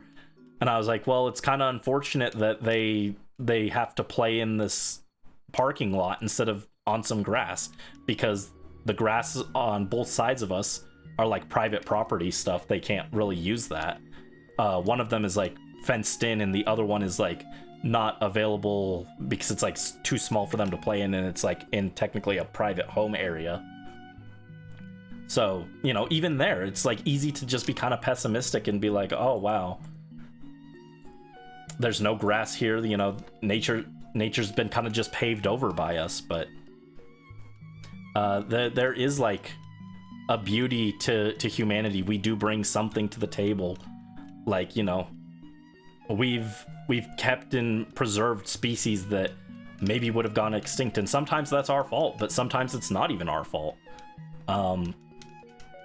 And maybe humanity's role in nature should be to be custodians of those who can't take care of themselves.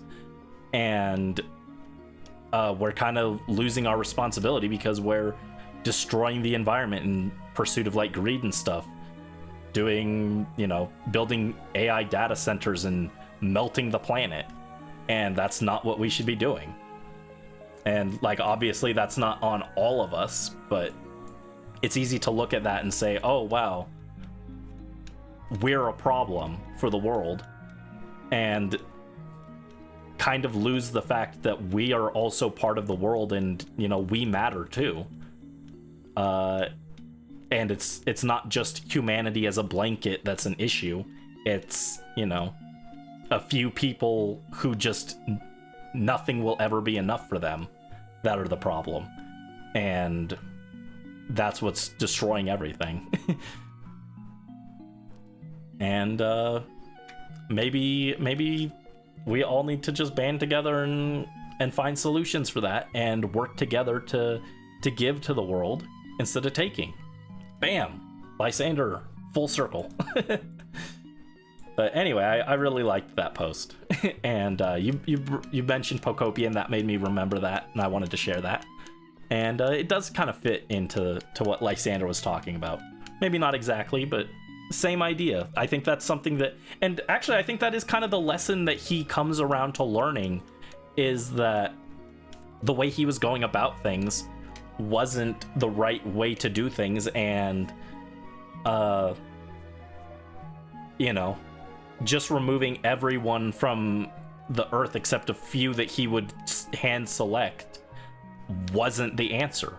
And that's what he comes to understand it by the end of ZA. So, you know, it still has some relevancy.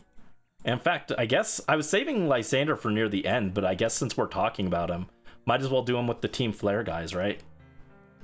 Also another Gligar for the pile. We're getting there on those Gligars. So yeah, Lysander, very improved. Like, he's an actual character now. They remembered that they're allowed to actually like write him coherently.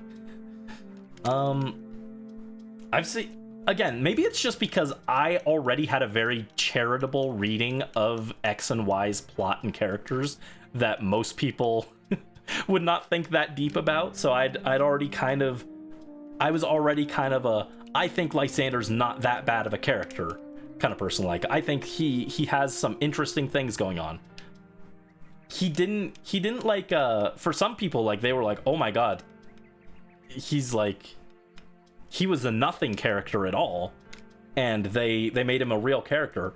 For me, I was always kind of a, like, I think Lysander's interesting, and they just didn't do him justice with the writing.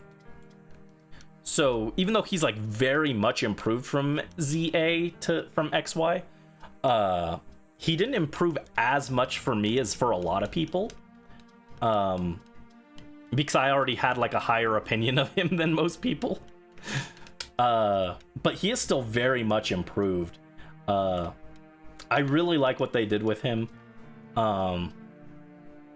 And I think they've even positioned him as of the end of the game, as of the end of his story in ZA, that they could bring him back at any time and do more interesting things with him. They put him in a very interesting position, and a very cool mirror parallel to AZ, who also had to kind of learn a similar lesson and then travel the world and understand people and understand them more, and reflect on his actions and everything. And that's his curse, is 3,000 years of reflecting on what you did wrong and everything. And that's what they've positioned him for as well. So very much improved. We've already talked a lot about him and his philosophy, and I think it's I know a lot of people weren't a fan of like, oh, he shouldn't get a redemption arc because he was like just straight up pure evil. You know, he one of the most evil characters in Pokemon. And again, like, what he was wanting to do was undeniably evil, but I think that, like, I can understand where he came from, even if I don't agree with it. And so I think he's actually the perfect kind of character to get a redemption arc like this, where, you know, they show his methods were incredibly flawed, and he was, at the end of the day, someone who had these aspirations of saving the world, and now he actually gets the chance to sit back, reflect on what he did wrong, and then take steps to try and reform things for the better. I think he is very different from if they were to take Getsis, for example, and try and give him a redemption arc, because Getsis never came from a place of wanting to do better for the world or anything. Whereas Lysander always had that seed of, in another world, he could have been a good guy, and then they're giving him the chance to be the good guy. So I actually think Lysander is like the perfect character to give a redemption arc to. And they did it very well. And yeah, I think he gets to low S tier. His is ultimately a story of hope, and I'm a sucker for those. I think we've talked enough about him that I don't need to go even more deep into it, but he had a good arc. He learns, he changes, and he tries to do better. I could maybe see bumping him down to A, because I do wish he was a little more involved, actually. I'm gonna leave him at low S. I think he's the bottom of S tier, but he does a lot of cryptic old man walks in, says something ominous, and then leaves. That's his that's the majority of him for the first, like, I want to say like 3/4 of the game, of the main game, and then a lot of his stuff is kind of back end, where you actually get to talk to him near the end of the game and in the post game. The post game also does a lot for him. Like, he gets way more focus in those last few encounters, and I think that is something important, but I would have liked to see his whole stuff spread out a little bit more, give him a little bit more stuff to actually say and reflect on in the first few encounters, instead of just showing up and being cryptic and going, the time is fast approaching where the sins of the past will echo across Lumios. Are you prepared to step up and protect the city? And it's like, dude, let's this is a Wendy's. Let's just talk first. Let's have a real conversation first, okay? But overall, Lysander, they did very well. All right. So then we got Tawny, Urbane, AZ, who I'm gonna save for the end, and we've got Karina and Ansha, our 2 DLC exclusive characters. Oh, hold on, before I jump into that. Okay, so Karina, oh my goodness. Karina was one of the only gym leaders in X and Y that was an actual character. She was like the only one who was an actual character, but even there, you know, she didn't have a whole lot going on. But so, like, because she was like one of the only gym leaders that was actually doing anything, it makes sense why they chose to bring her back. And she is linked to Mega Evolution, so again, it makes sense to bring her back. Even back then, Mega Evolution was kind of her whole thing, so it makes sense that that's her whole thing here, but this was a good chance to expand on her more as a character But throughout the whole DLC, and I just played it, so I know what I'm talking about here. Pretty much the only thing she does through the whole DLC is just run in and scream, "Rah, Mega Evolution! Don't forget, I'm the Mega Evolution successor! I've got all these Mega Evolutions, I've got all these Mega Stones on me because I'm the Mega Evolution successor." She has like a few moments where she kind of starts to touch on things a little more in depth. She like mentions that Mega Evolution is proof of the bond between Pokemon and trainer, and she hates seeing it kind of twisted via the Rogue Mega Evolution phenomenon, and that's why she's so against it and wants to fight so much against it. It's not even like she wants to protect Lumiose, but she's really fired up about how much she sees Rogue Mega Evolution as a perversion of that bond. And like she kind of touches on that, and I wish she did a little bit more of that. But beyond that, she's mostly just raw Mega Evolution, the character. And I wish she got to be a little more deep. The unpleasant gradient shows up at your front door. Yeah, her outfit is also just a big old mess, so she's not winning any points there. Which is a shame. She was one of the coolest designs in X and Y. I guess, you know what they were going for? They were going for, what if Karina herself Mega Evolved and that was her outfit? I think that's what they were going for. So she already had the Keystone as like a key part of her outfit design, and so they turned that up to 11 and made her Mega Evolved. It didn't work, but I think that's what they were going for. And they thought that they were cooking. They tried to make her like super cool. They even had her with the coat on first so that she could do a dramatic reveal. She wasn't cooking with the coat either. She looked stupid with the coat too, with the big long poofy trench coat. She looked dumb there. And the reveal was not any better. Her design is just way too busy and it looks bad. I don't know how she's the only character in the game to get two different designs and neither of them cooked. Every other not every other character. Most other characters in the game cooked with their designs, and then Karina comes crashing in. Ugh. Yeah, she is very one note. She almost starts to have the development of a character. And then, you know, and even then it's still very focused on raw Mega Evolution. I think the only other time she's kind of a character is at the cafe with Ansha, and that whole side quest feels like it's very drawn out and kind of doesn't go anywhere. But well, it's not even a side quest, unfortunately. It's part of the main story. But that whole detour feels like kind of pointless. But you get to see Karina kind of talk with Ansha, and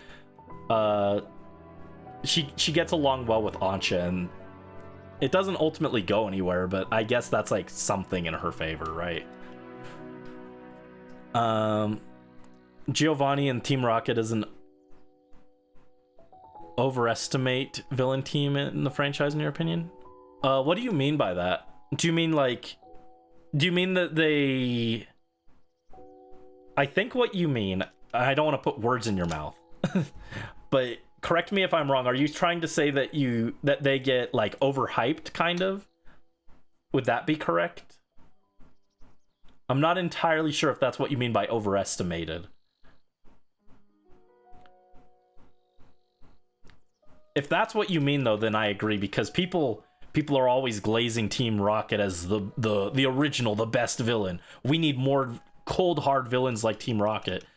And I was like, bro, they were barely an actual thing. Like they were the most basic. They stole Pokemon for money, and that was it. Like everything else that was maybe interesting about Team Rocket, like maybe they were trying to catch Mewtwo and that's why they invaded Silphco, is more like anime and manga stuff than anything concretely shown in the game itself. Yeah, I'm not a fan of Team Rocket personally. I've always been of the fan that Team Flare was more inherently interesting than Team Rocket. Even if Team Flare wasn't written well, they had a more interesting concept. But again, I don't know if that's what you meant by when you say overestimate. But that's what I think of Team Rocket. Karina going from okay to never cook again by one simple coat throw. No, even with the coat, she. I had a joke I was thinking about the other day. Oh yeah, Karina on a date. She was like, "Don't you want to see what's under my coat?" And I'm like, "No, keep it on, please." It's a shame because her X and Y design was actually like, she was cooking there. I don't know what happened to her. The midlife crisis hit or something, because it's a fashion disaster after that. Jeez. And I'm sorry your headache won't go away, Brisk. I'm sorry. I hope drink some water and hopefully it'll help a little bit. All right, who are? Oh, right. So anyway, Karina, not actually interesting. She just kind of like, she does stuff, but like only barely. Like, she's technically there with you while you do the rogue mega battles, which is like more than some of these characters do, but she doesn't add anything. Like, they could have, they justify it as like, we can only send in 3 characters max into hyperspace or it gets dangerous.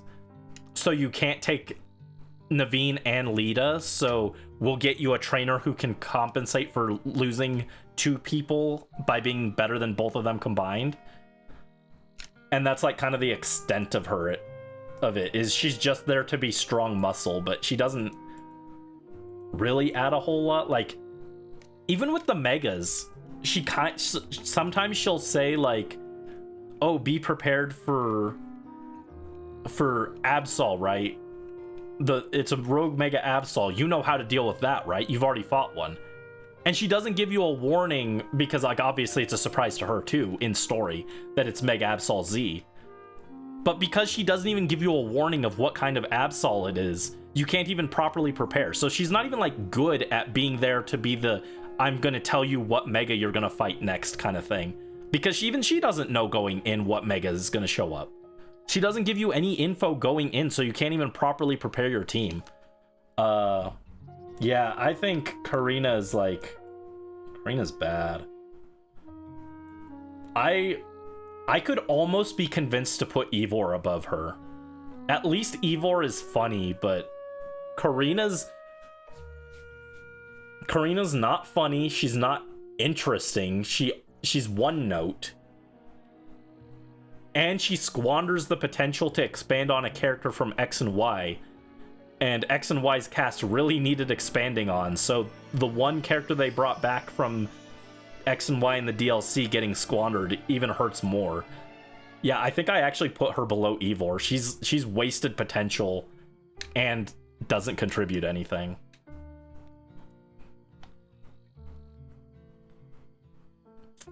Very tired, but you're trying to at least eat something and get some water. Yeah, don't push yourself to eat if you... I don't think you should push yourself to eat if it's that bad. But at least try and drink water. That's important. I am always forgetting to drink water. In fact, I finished my water bottle. I should grab another one. I'll be right back. I've got one over there.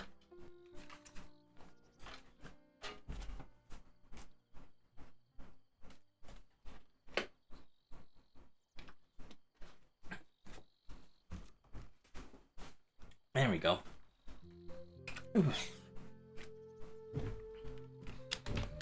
I've been a little chatterbox today, huh? I'm yapping about a lot of stuff. Hopefully it's interesting stuff. I'm enjoying this discussion, at least. Starting tomorrow, it'll be week 3 of being ill. Oh no, Morph. I hope you feel better too. At least it doesn't sound like you were hit as hard as whatever I got hit with, which is good, but I hope you fully recover soon.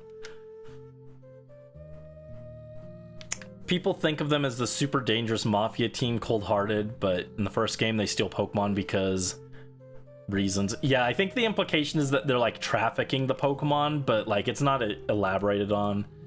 I kind of forgive it for being the first game and being on GB on the Game Boy. So like they couldn't do that much, right? They were already, you know, that game was barely held together with chewing gum and a dream, right? Like I can kind of forgive them being lackluster in the first game. But then they got a remake, and they still didn't elaborate on them that much. So, and then they got a third... Wait, hold on. Did I say a third game? They got a second game. They got a remake, and they didn't elaborate on them. And then they got a third game, and they didn't elaborate on them there. They got Let's Go Pikachu and Eevee. And they were all... Team Rocket was also the focus of Gold, Silver, Crystal, Heart Gold, Soul Silver, and still nothing. So... like, you know, they've had chances to elaborate on Team Rocket and make them more deep or more interesting or get into what they were actually doing more. That's why I'm not fully convinced on the Team Rocket wanted to catch Mewtwo theory. And I mean, like, obviously he does have the Mewtwo in Ultra Sun and Ultra Moon, but that's like from a timeline where he wins, right? We don't ever get anything that like says... I've heard theories that he was the secret hero all along, and he was trying to catch Mewtwo to prevent it from going on a rampage and destroying Kanto or something, right? I've heard a theory that posited that Giovanni was secretly trying to be the good guy because he was trying to invade Silph Co to get the Master Ball. He was trying to go to Lavender Town to catch ghosts, so that he'd have a type advantage against Mewtwo. And I don't agree with any of that. Like, I do think that he probably did want the Master Ball from Silph Co so that he could catch Pokemon more easily, including Mewtwo, but I don't think he was, like, secretly trying to save the region or anything. I think that's pure fan fiction. Because we know that if he wins, he takes over Kanto, as shown with Rainbow Rocket. He eventually gets Mewtwo, but... you know, that's probably just, you know, he won, and so there was no one to oppose him, and so he went and caught the strongest Pokemon available.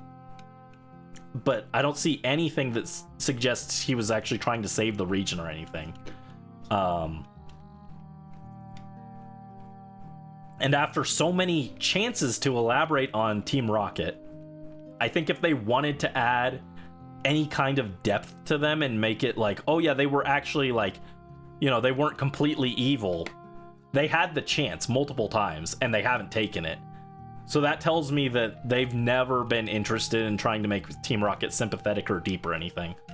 I think they're just commonplace thugs that want money, and that's as deep as it goes. And so I don't get why people glaze them.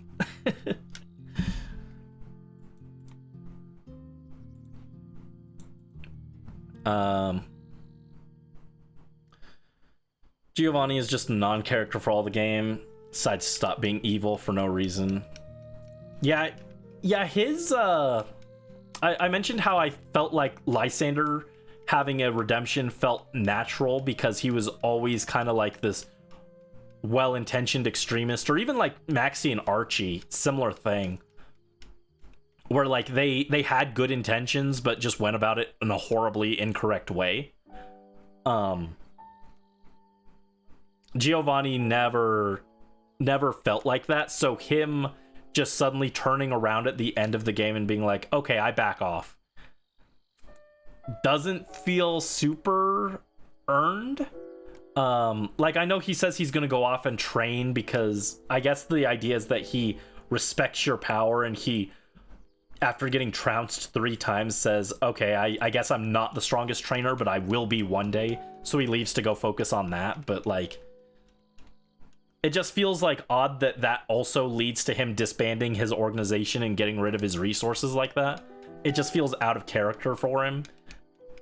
And it felt like they just kind of needed a way to resolve the Team Rocket thing, and that was the way they chose to do it back in the day.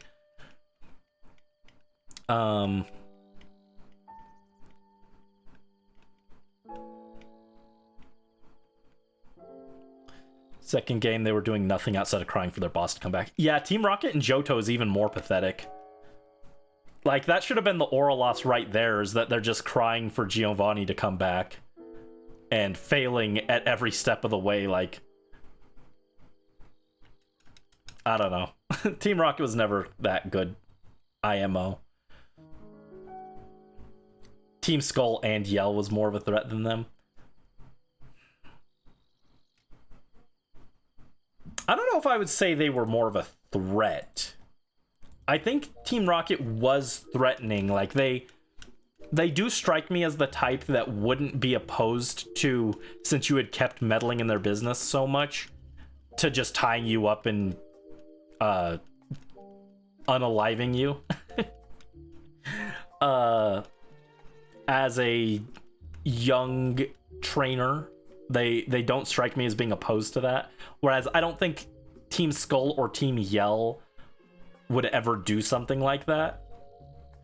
I think they have a line that they wouldn't cross. I mean, Yell for sure, because Yell were just Marnie fanboys who just wanted to get people to not be able to complete the gym challenge so Marnie wouldn't have competition. That was their whole gimmick. They weren't like actively trying to kill anyone, so like, yeah. Team Skull would be more threatening, I think, but I think they have like a line that they wouldn't cross. Like, they want to cause trouble, but like they're not malicious to the point of like murder, you know. I think they have a line. And then Team Yell wouldn't even be in the conversation for that, but I think Team Rocket would be willing to cross that line, given what they already did with like Cubone and everything. But I think I would say that Team Rocket is more of a threat than those guys. But I almost feel like, I don't want to say that they're less competent than Team Skull or Team Yell, but, well, definitely more competent than Team Yell. Team Yell are idiots. But Team Skull did manage to take over an entire town. I mean, that is something to their name. Yeah, I don't know if I would say that necessarily Team Rocket was incompetent, because they were running the region and like law enforcement couldn't do anything to them prior to the player characters stepping in.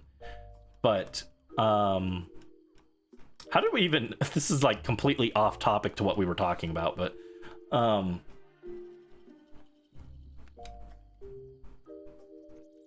I kind of get what you mean. I don't know that I necessarily agree with that exactly, that Team Rocket isn't as threatening. But I do think that, like,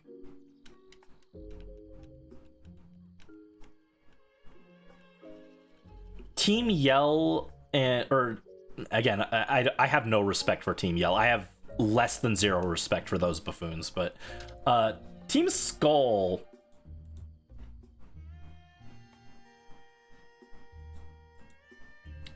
I think, could accomplish things if they were interested in it. I don't know that I would necessarily say that they're a bigger threat than Team Rocket, but I think under the right leadership, Loose, I mean, I think Team Skull could accomplish things. I think Skull could be an actual threat if they applied themselves and wanted to be. And they could get stuff done, but I think the whole thing is that they just don't care about it. They don't want to try that hard. So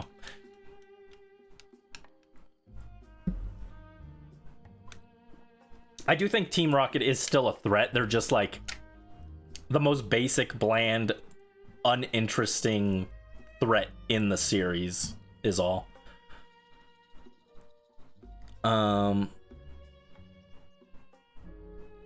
Starting tomorrow. Okay, I read that. Pokopia did more for Team Rocket than the main lines. Actually true, yes. Team Rocket in Pokopia was actually interesting. They had some interesting lore there. That was some juicy little lore and potential characterization there with the Rocket journals. That is a very, very good thing to point out, actually. I almost forgot about that. They actually made me feel kind of sympathetic for Team Rocket. Even if it was only this one rocket guy. I like, it's kind of a case where it's, since we're getting this like from this one guy's journal who's like a rocket fanboy rather than like a lead admin, it's a little bit hard to take it at full face value that all of Team Rocket had reformed and was trying to help everyone, and it wasn't just this one guy who had these ideas of making everyone want to join Team Rocket and be friends, because he was very much like, oh, everyone will see that Team Rocket is cool and they'll want to join us, which doesn't fit with everything else we know about Team Rocket. So it could very well just be this one grunt who's kind of delusional, but you know, that one grunt being able to lead to potentially saving humanity because he was like a rocket guy who wanted to do some like good things even if he was trying to make a profit on it was an interesting take. That was the most interesting thing they've done with Team Rocket in a while. Actually agree. Can't eat or drink anything. Oh no, I'm sorry, Brisk. Not even water. That sucks. It goes glug glug glug and then you got a fish in your tummy. Rainbow Rocket episode when Giovanni as the boss and the other main team villains, like why? Yeah, that was the most blatant fan service thing. Like, it was cool to see at the when it first dropped, but after playing it I was like, that definitely happened. It was literally the Rainbow Rocket thing was like a fan service thing more than anything. It was cool to see, and then afterwards I was like, okay, but what was the point of that? I felt like nothing was really done with it, and it was just kind of an excuse to see these old characters again before jumping to the Switch. Because like none of the villains like got along or anything or cooperated, so it felt like, you know, I guess maybe the point was just that even when these guys win, it's not enough. They'll still be evil and still be trying to get more and more power. And fundamentally, these characters, because all of them are selfish and have their own interests, could not fundamentally work together and accomplish things like global domination, because even if they did, they'd end up squabbling amongst themselves. Maybe that was the point, but ultimately I think it was just fan service. I think that's all it was. Alright, another Munchlax. We're almost to 450 Munchlax. That's too many. Too many of these things. We're gonna put him on a rocket and blast him into space. Get him out of here. Find both of the teams at least make thing. Oh no! Oh no, Brandon! Thank you, Brisk. I'm sorry that you are having an oh no Brisk moment. Main thing, who impacts your journey? Team Rocket is on the sideline. Okay, I can see that. Yeah, like Team Skull does do a bit more to like kind of impact your journey. I don't know about Team Yell, because like the whole point with Team Yell is that they're trying to impact your journey and nothing they do has an impact. They literally accomplish nothing. In fact, you could argue that like the only thing they do accomplish is being a positive for you, in that they probably, in trying to weed the field and make it so Marnie has less competition, that probably also indirectly helps you, the player. But like the one thing they try and do is like take the one guy's bike, and then he ends up giving it to you and thanks for protecting him. So they end up helping you more than hurting. Like, Team Yell does nothing. But Team Skull like actually causes some annoyances for you across the journey. Again, I still think Team Rocket does more than Team Skull. But I like Team Skull more, so. You should sit up when you eat or drink, maybe you won't. Yeah, don't try and lie down while you drink. That sounds painful. It sounds like it's gonna go down the wrong pipe. That's gonna hurt.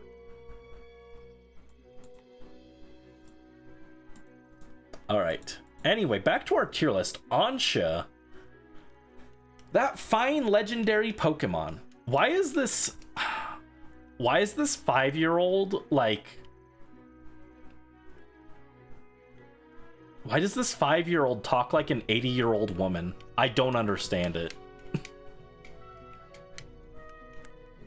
I don't know. Ansha's like fine.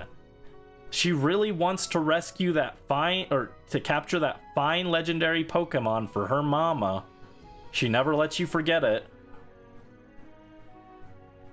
You'd think that this little kid who is friends with Hoopa would have, you know, more of an interesting thing to like, a more interesting story of adventures of going with Hoopa or something, but no, she's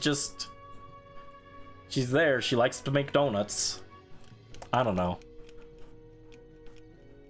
Ansha as a character is almost as interesting as her mom, which sounds good, but then you remember that her mom is Diantha, so she's not actually that interesting. I don't know. This child is just weirdly written. She's very weird. She's not interesting, except for the fact that the way she talks is not like a 5-year-old. She really likes donuts, she really likes Rayquaza, and she really likes her mom. I mean, I guess those are things a 5-year-old would like, right? You know what? Actually, that makes sense. A 5-year-old, the 3 most important things to a 5-year-old would probably be their mom, their favorite dessert, and the really cool legendary Pokemon they saw once. That actually kind of makes sense. I don't know. I just don't find Ansha that interesting. Who let this child make donuts unsupervised? Like, that's not that's dangerous. I guess it confirms that that Diantha kind of sucks as a mom, just like she sucks as a champion. Diantha catching strays here. She's not even in this game, and we found ways to slander her, right? Which is a shame. I like Diantha's design, and her music theme is good. And like, she's got the makings she's like Lysander. She's got the makings of an interesting character with her concept of embracing all of life's aspects and finding beauty in all of those things, being a very cool contrast to Lysander, taking the bad with the good. She has the makings of an interesting character, but she just exists in X and Y. So she didn't get to be an interesting character. Ansha could have remedied that, but I just don't find Ansha interesting. She is the final boss of the game, though. She is the true final boss, because you're going to spend more time resetting your donuts than you are going to be doing anything else. So, congrats to her for that, I guess. She's like... There, she goes below Jet. I find Jet more of an interesting character, but I don't find Ansha outright annoying like the guys in D tier, so congrats. Also, congrats for pushing Jet up so Jet isn't the bottom of C tier. That makes me happy. Again, I want to like Jet. I think she's like Diantha. She could be an interesting character. She just didn't get a chance to be. And then Tawny and Urbane. I love their designs, first of all. I wasn't sold on the jacket at first, but it turned out there was a reason for that. Oh, hold on. I didn't see what you guys said here. Kind of weird cliffhanger that Giovanni's out there in the multiverse. Oh yeah, they do imply that he's going to take over other dimensions and not stop. And then they don't elaborate on that at all. Huh, that was a weird cliffhanger that they never followed up on.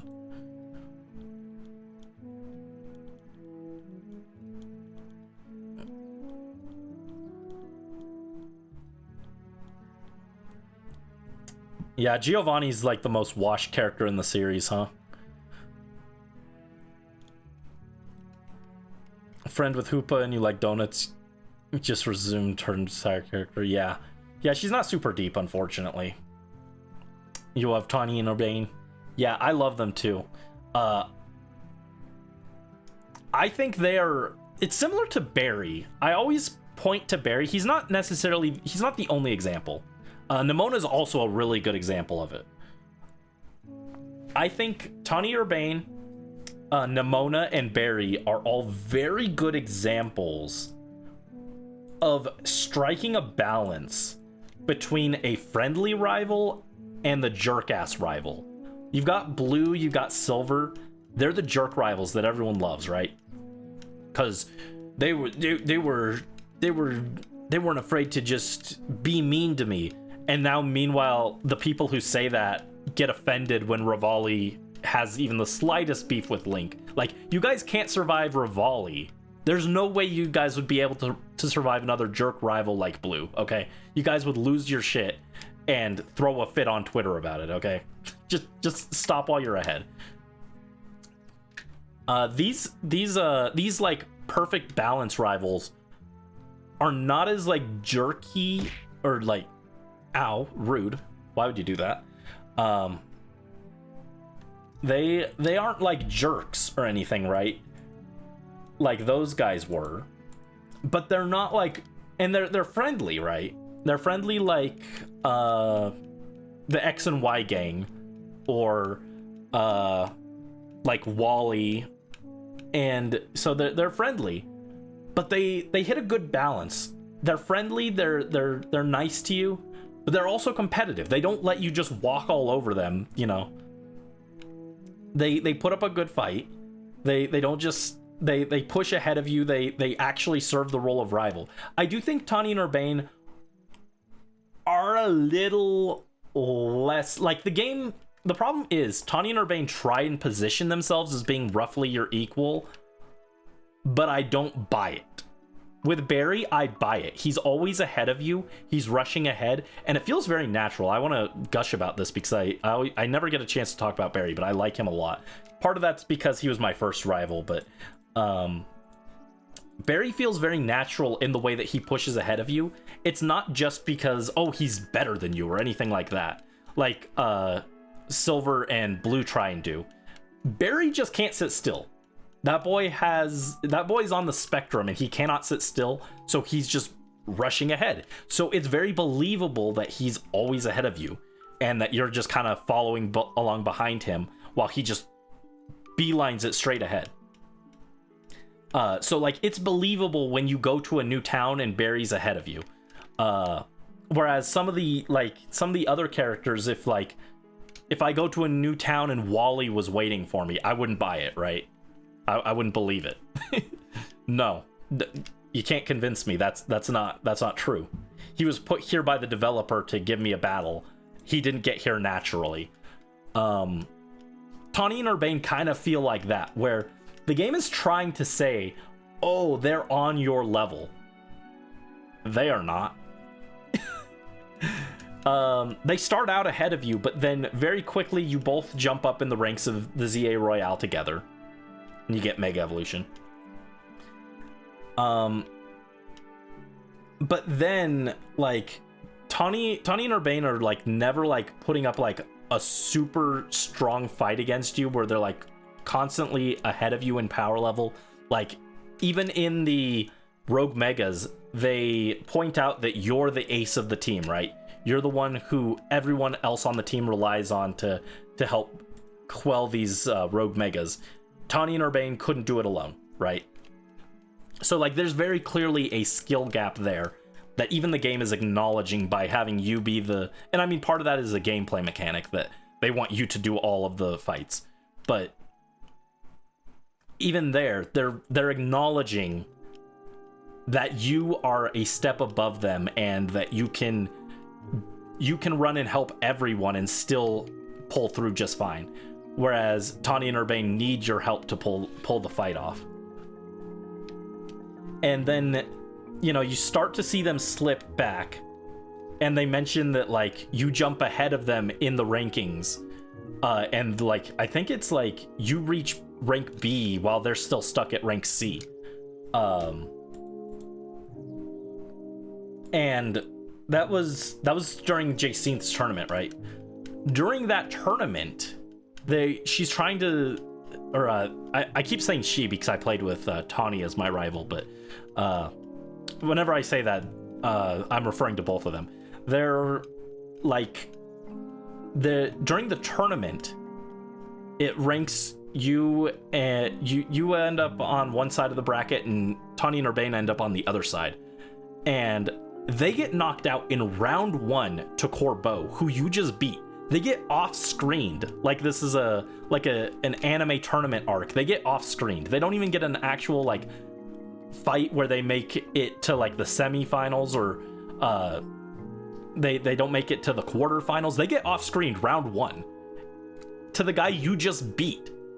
And it's like I'm supposed to believe that they're on our level at that point.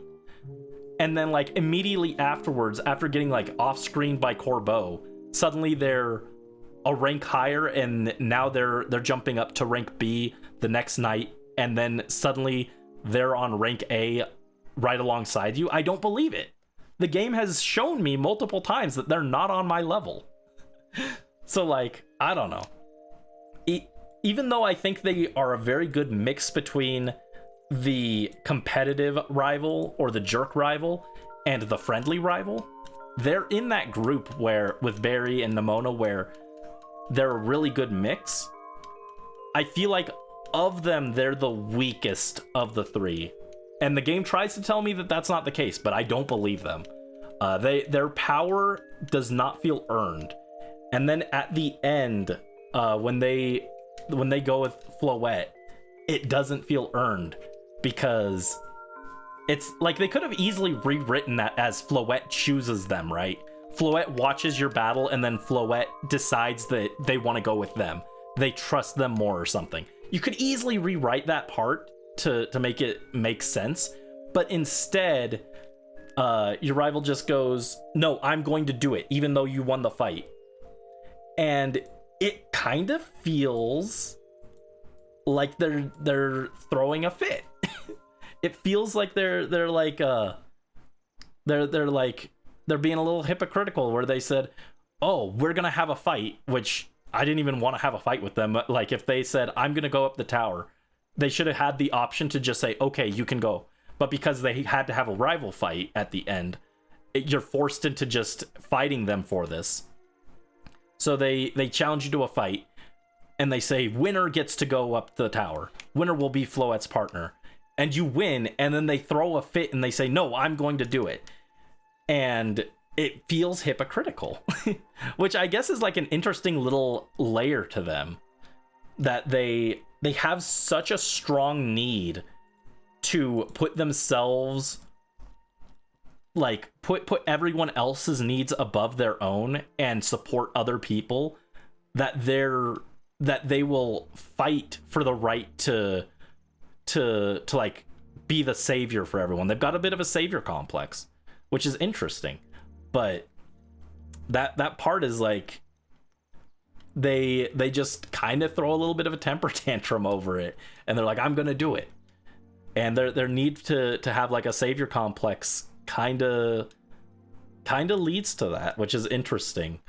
And I don't even think that's necessarily a bad thing. I think that's interesting writing, but it's like the first time that that I like really stopped and like kind of paused and glanced at them, and I was like, oh, there's, you know, you're kind of being a little unreasonable here. And they try and afterwards they say, well, it makes sense because you're the trainer chosen by Zygarde, so you need to stay out to take care of things if they go south.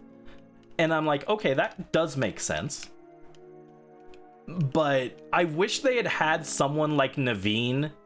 Naveen would have been perfect for this, because he's already the one who kind of goes against like the popular opinion of the team whenever they need someone to criticize something. Like they had Naveen criticize AZ. This would have been the perfect time for Naveen to to kind of criticize Tawny and Urbane and go, that's not a bad rationale, but it still sounds like you're just being kind of a sore loser.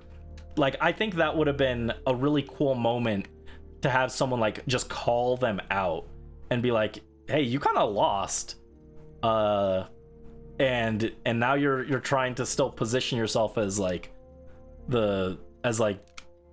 getting what you want, even though you didn't necessarily earn it, because you called for this fight that didn't need to happen, and then you lost anyway. I think it would have been cool to have someone call them out at that moment.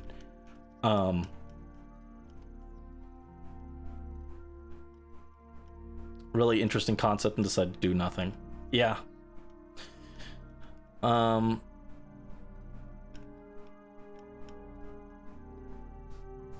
Try and make a Pokemon team for Ashley. That'd be interesting. I could maybe try that.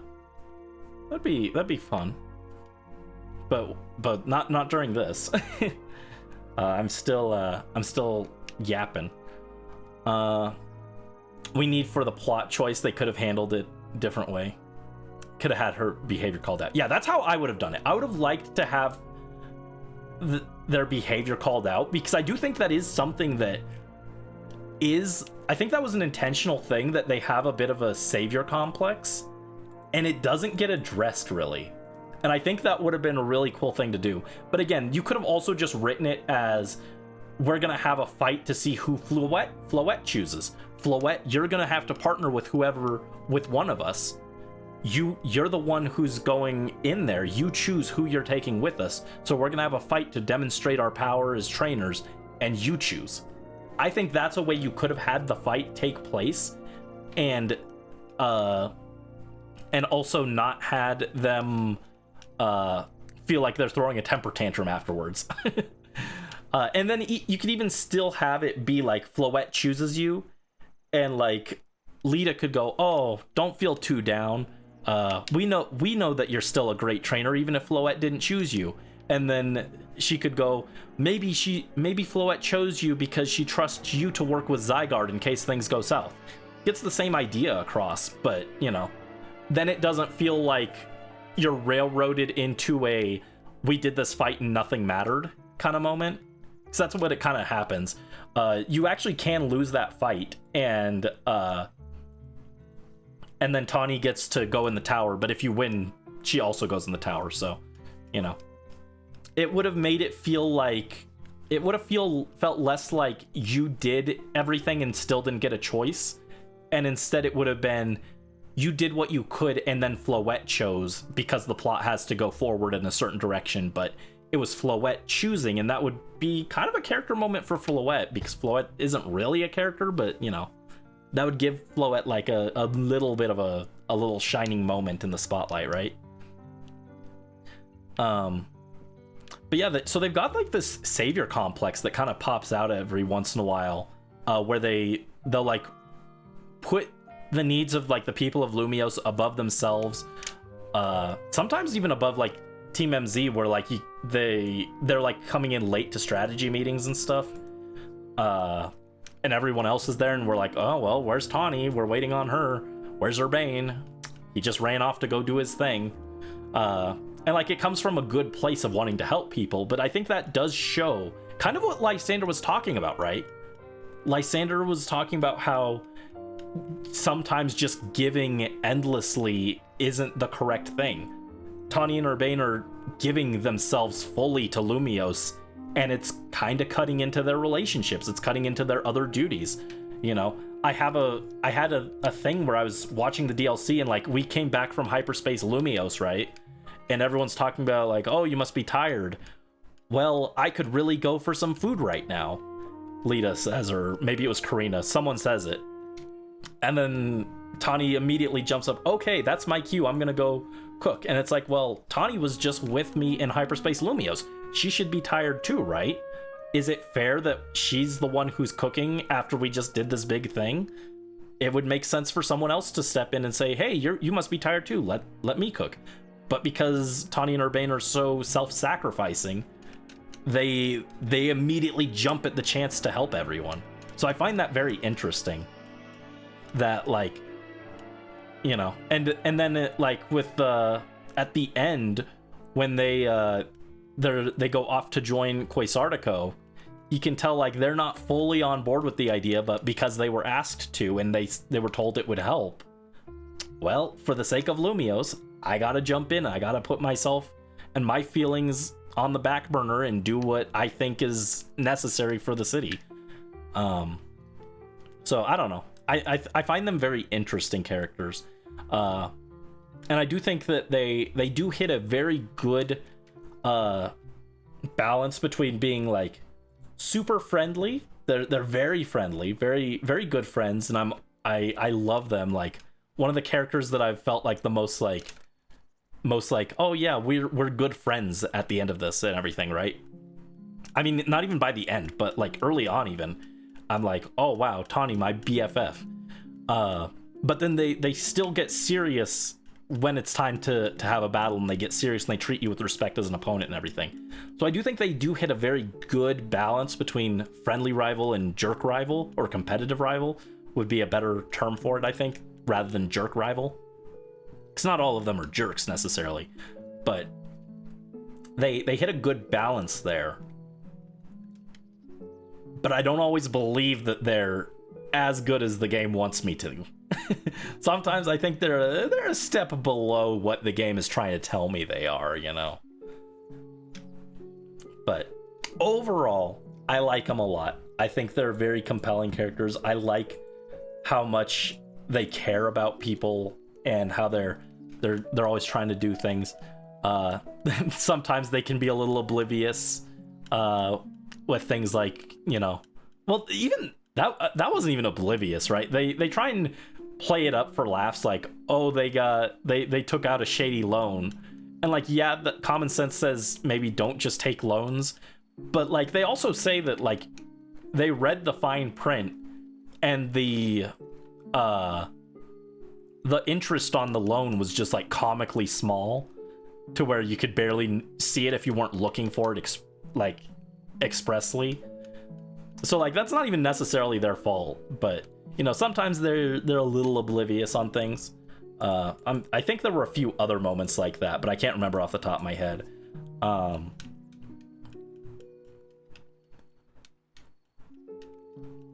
there was something else. But yeah, overall, very cool characters. Very supportive. Oh, right. And sometimes they can be a little snarky too. Usually they're like very chill, very friendly, but every once in a while they turn on the snark. Usually Lita and Naveen are more the snarky ones on the team, but every once in a while, like Tawny will snark it at Naveen about, oh, you know, after we're done, I'm gonna come down and I'm gonna feed you all my curry. And so, you know, so every once in a while they get to have their snarky moments, but overall they're like a big old ball of sunshine, and they're very adorable, and I love them.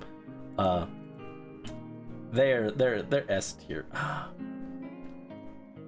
I could almost be convinced to put Jacinth above them, but I will just barely put them up top, because I do think they have a little bit more going on with their character, which makes them a little more inherently interesting than Jacinth. But Jacinth is always just a delight to have on screen. I mean, I pretty much always... Oh, hold on. I'm sliding backwards. I pretty much always enjoy having Tawny, and I would assume Urbane as well, if I played as a female character. I pretty much always enjoy having them on screen as well. With the few weird exceptions of the game trying to convince me that they're on my level. Oh, there's even the moment where...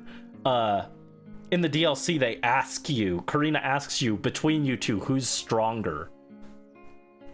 And I think both times I picked it's me, because I genuinely do think that they're just like not on my level. Oh, 600 Trapinch. I've been yapping so long. We hit 600 Trapinch. Congratulations. Wow. That's a nice milestone. No luck with actually getting a shiny, but 600 Trapinch is a lot, right? So if you add it and Gligar, we've got roughly 2,000 of them. So by 50-50 logic, the other we should have 2,000 Sandshrew, but we don't. We have 2,100, so they are still consistently 100 ahead of the Gligar and Trapinch, which is not how math should work, but that's just the unfortunate reality. Sometimes averages are just that, they're averages, and they don't actually align properly.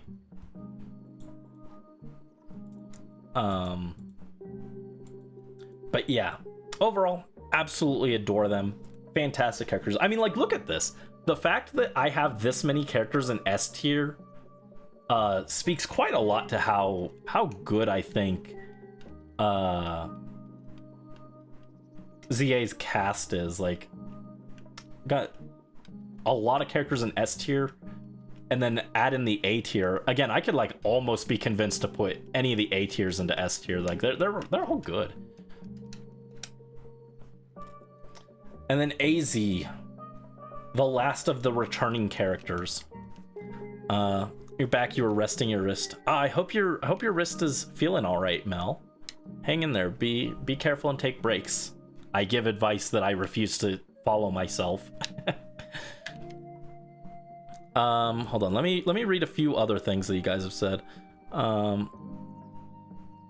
It's nice to see Naveen be honest on what he thinks. That's what a real friend would do. Yeah, Naveen isn't afraid to call things out, and I appreciate that. I know some people don't like Naveen.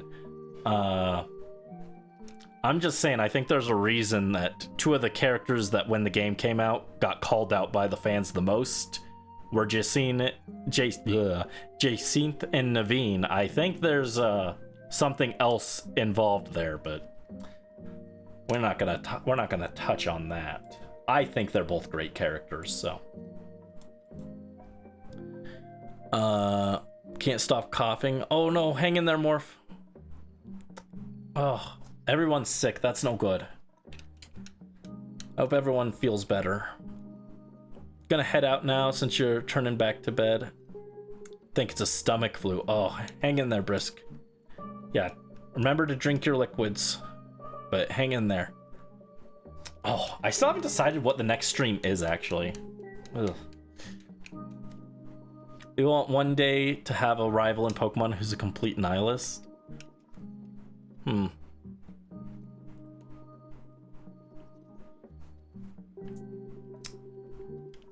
not sure what that would look like as a rival.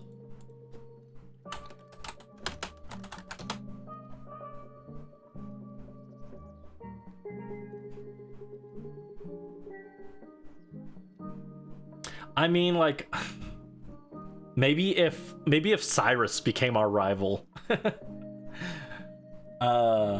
Even Cyrus, I'm not sure if he fully counts as a nihilist. He's got shades of it, but even then, it's more that he wants to make everyone nihilist than he himself fully is.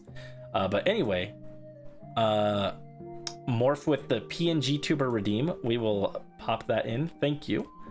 Let us get that autism creature in here. I assume you want TBH Brandy, right? Where is he? Oh, there he is. There he is. I've got too many redeems or too many PNG tubers in that folder. Boop. And boop. Where are you? There you are. Yippee! Yippee! I feel like an autism creature. I've been yapping a lot today. I thought I yapped a lot about the Mega Evolutions, but I have a lot of thoughts on the ZA cast specifically. Not even just the Pokemon cast in general. This is just the ZA cast. I have a lot of thoughts. I have many thoughts about Lysander and how he was utilized.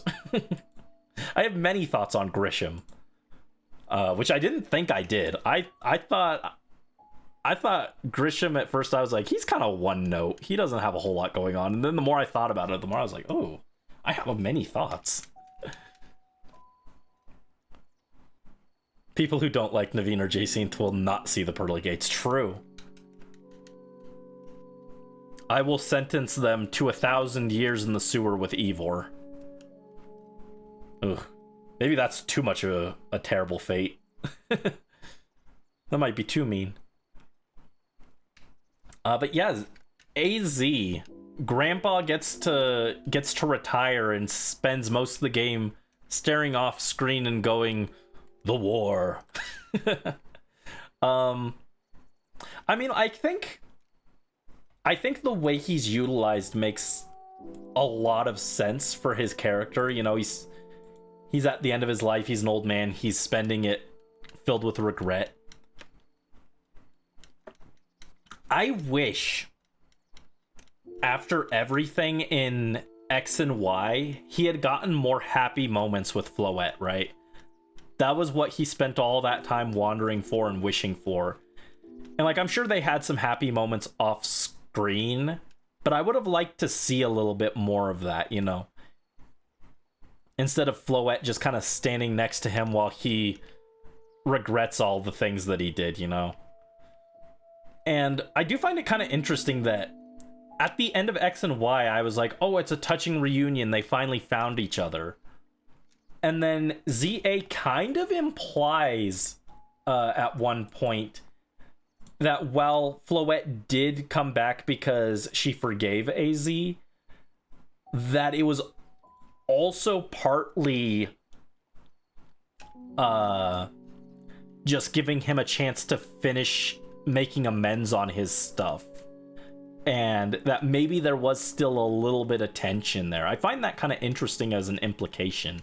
Maybe that was just me reading into it, but I remember there being a part where they kind of speculate on that, and I found that kind of interesting, that maybe Floette never fully forgave AZ, which would be kind of understandable, I guess, given everything. That, you know, AZ took all these lives to try and bring Floette back. Cursed Floette with immortality, kind of, essentially. Cursed himself with immortality. Then used the ultimate weapon to end a war and caused a lot of people to suffer. So, you know, already a lot of mistakes right there. And then, even well-intentioned, he ended up making another big ol' tower thing that had the power to bestow eternal life or whatever. And tied it specifically to Floette. So Floette is roped into this thing without her consent, being turned into a key for this weapon. Or this device, rather. And so Floette is roped into this and essentially has to clean up his mess that she didn't sign up for. So I can kind of see why Floette would be kind of having some seeds of resentment there. Like, AZ, even when he's trying to be like, share the gift of life and everything with people, maybe not going about it the right way, which is a good parallel to Lysander, where Lysander started as giving selfishly, and then became disillusioned with that and started taking instead. Taking resources, taking life, trying to reshape the world in his image. AZ started the other way, where he started on this path by taking things from people, taking all those lives to give it to him and Floette, and then coming to regret that, seeing the error of his ways, and then going the opposite direction and giving too much and missing the balance.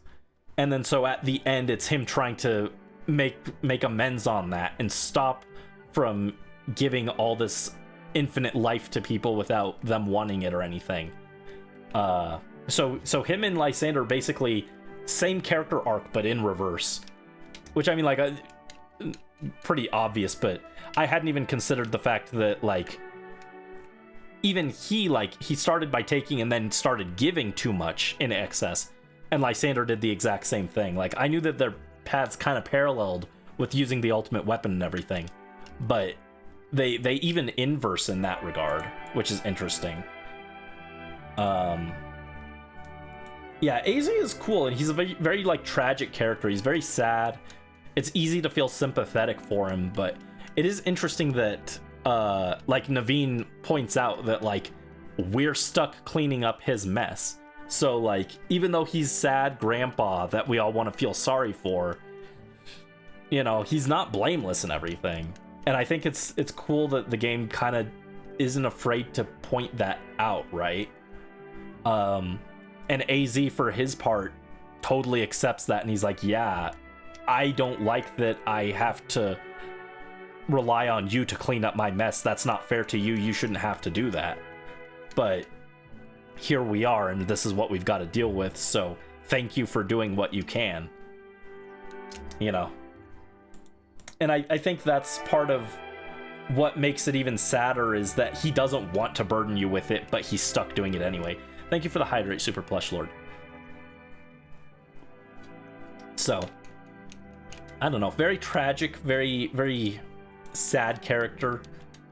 You know, very easy to feel sympathetic for as he's at the end of his life and everything. And maybe that's kind of a commentary even on, like, you know, this idea, because, you know, you get this idea that, like, don't talk back to your elders, you know, oh, don't speak ill of the dead.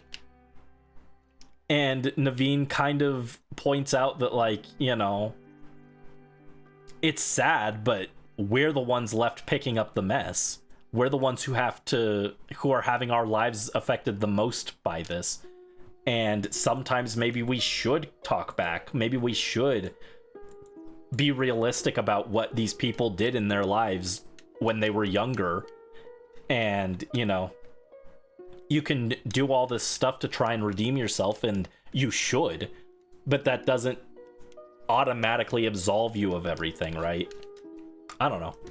AZ is interesting. He's sad, and it's very easy to feel bad for him, but, you know, it's interesting that they do take time to point out the bad things that he did, and remind you that he's not totally blameless in all this. So yeah, very, very interesting. Sad grandpa. Love AZ. And the ending in the DLC where he gets a chance to give last words to you guys is peak. It made me so emotional when I was doing that this morning. 'Cause I did that, like, just literally this morning, and I was like, oh man.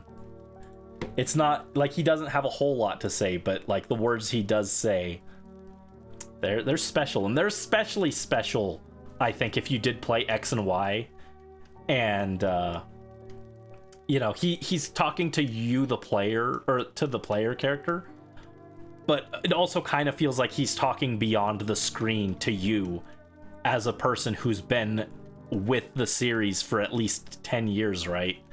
And saying, you know, the fact that we got to meet was a special thing and something to be cherished. And thank you for being here all this time, you know? It does feel like he's kind of looking beyond the screen a little bit. Maybe that's just me, but maybe it's because I always headcanon my trainer as being the same guy, just going on different journeys. But it felt like a little bit of that. But maybe that's just me. I forced them to play on Pokemon RE Dand. Oh, Red and Blue on Game Boy Vanilla. Oh, for 1,000 Years of Torture. I don't know if that would be enough torture, honestly. I've actually played Red and Blue, but, like, for as much as we complain about Kanto and how much favoritism it gets, I played it again recently when I did Fire Red Leaf Green 4 times actually, with the Switch re-release, and I'm like, man, again, this is the remake, so I don't know about the originals, but I was like, Kanto may not be the flashiest, but it's a fundamentally solid region, right? Like, it is still fun to go through. I did 4 runs in the span of like 2 weeks, and I was enjoying most of it. Like, I just had fun. In fact, it might have been in the span of 1 week. I don't know. I'd have to go back and look at how quickly I got all those Deoxyses for Morph, but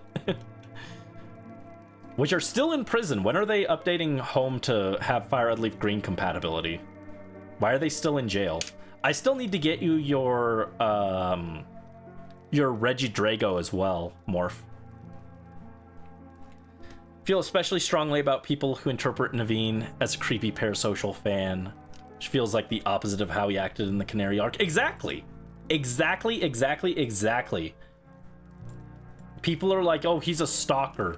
I'm like, Naveen is the exact opposite of that. He's a dedicated fan who completely and totally respects Canary's distance and personal space and privacy, to the point where, you know, he's reluctant to help us even get a meeting with her. It's not even like it's not like we ask him where Canary is and he pulls out a notepad and he's like, oh yes, I've tracked down her exact address. Let me tell you her exact address. He's like, no man, I don't even want to help you with this that much. Well, he's more like reluctant, but he's like, I'm not sure if I should help you or not. But even then, he just kind of points you to the quiz contest and he's like, this is how you can get a meeting with her. You can ask her for a meeting if you win this. But he doesn't like, it's not like he sets up the meeting and you get the meeting and then he follows you there or anything like that. He like bows out once his job is done. He's like, best of luck. You're on your own from here. He doesn't follow you to the construction site to try and get a meeting with her. He doesn't go, oh, Canary, I was the one who helped him actually win the contest, so I'm the actual winner. I was the actual winner of the Canary quiz, so can I have something too? Canary just gives him something because she recognizes him as a good, dedicated fan who also respects her boundaries. And she's like, hey, your friend helped, right? Here, give him this, He's a true fan. I appreciate him. So I actually hate that interpretation of Naveen. I think Naveen is a great character and he does not deserve that slander. I always like the part of X and Y. It was about the demonstration of taking about war and its consequences to children in a simple way without involving touch any sensitive topic. That's kind of fair. I could kind of see that. Maybe not even war necessarily specifically, but like how... And I mean, that's kind of always been a thing with Pokemon, right? How the messes of the previous generation or of those who are currently in power will ultimately be left for the future generation to pick up the pieces, right? Because that's basically what we do in most games, but in X and Y it is maybe a little more overt, especially because of how incompetent every other adult is in the room is, but I could see that. Yeah, I know original Red and Blue are like a buggy mess, but like, to be fair, most of them you probably wouldn't find just randomly. A lot of the bugs are like pretty specific glitches. There are a few though, like the badge boost glitch, like that was just the game being programmed poorly. But I think the like part of the reason Red and Blue are looked back upon fondly is that even with all their messes, they are fundamentally like fun games, right? Otherwise they wouldn't have captured so many people, so I think that having to be forced to play Red and Blue would not be the worst thing in the world. Now, Gold and Silver, on the other hand, yeah, that might be torture. There we go. There's my mandatory Johto slander. So there's our official list. I guess I can rank Paxton and Harmony as well, though. Like, I said at the beginning, like, they are player characters, but they do have a little bit more informed personality than other pro tags, who usually just get like a yes or no answer. These guys actually do have some like They get to do like cheesy one-liners. They like a lot of cheesy one-liners and stuff. Not a lot of personality, but I do like them, and I guess I can also rank their designs. Some of the better designs for pro tags.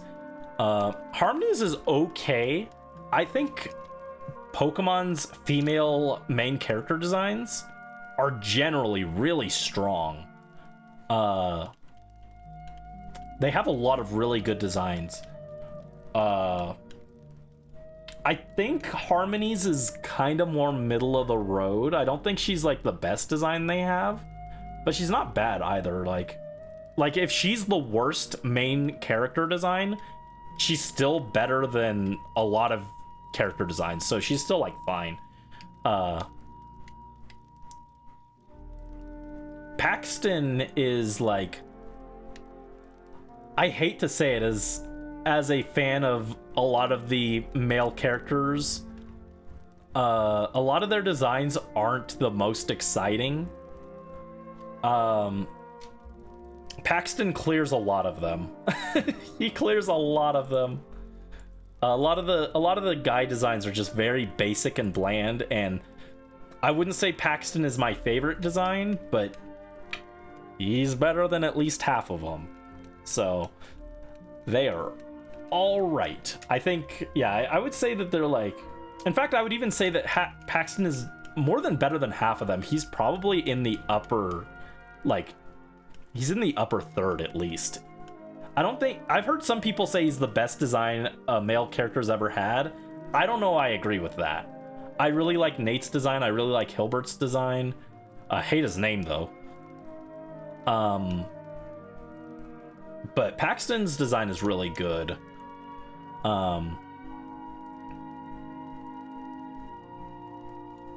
I see a lot of people who really like Callum's design, and I don't see it. I think he's very basic, and I hate his hat, and I hate his monochrome matching pants and jacket. But I like our ZA Pro tags. I think they've, if you play the whole game without changing their outfits, they've got a little bit of sauce. They're not my favorites, but they're all right. I'll put them like, they're up here, you know. Again, that's more, I'm more ranking them by design than character, because they don't have a ton of character beyond what we choose to give them, but, and they can change their designs, but I like them. They're fine. So that would be our list. I'm gonna take them off the list though. In fact, I will move them up, and we'll just put them here at the top, and we'll just change that to say MCs. There we go. So there we go. There's our complete list. You love Harmony's big pants. Yeah, she is. Is she the only female pro tag to be in pants by default? I think that might be the case.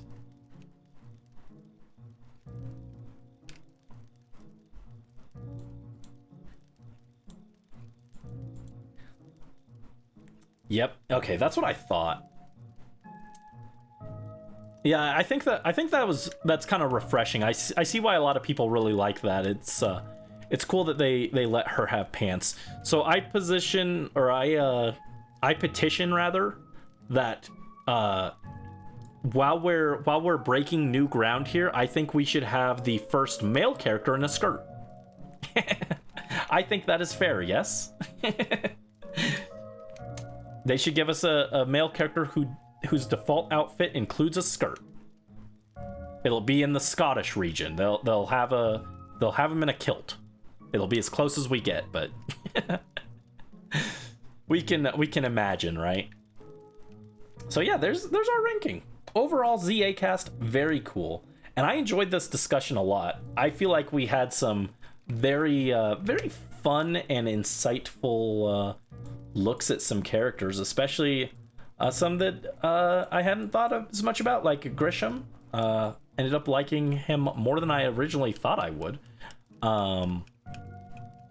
And I feel like we had a pretty productive discussion about like Lysander and even Tawny and Urbane, and getting into them and their self-sacrificing nature. This was a fun discussion. I enjoyed this. I will save my image. I'll download that for later. I'll post it in the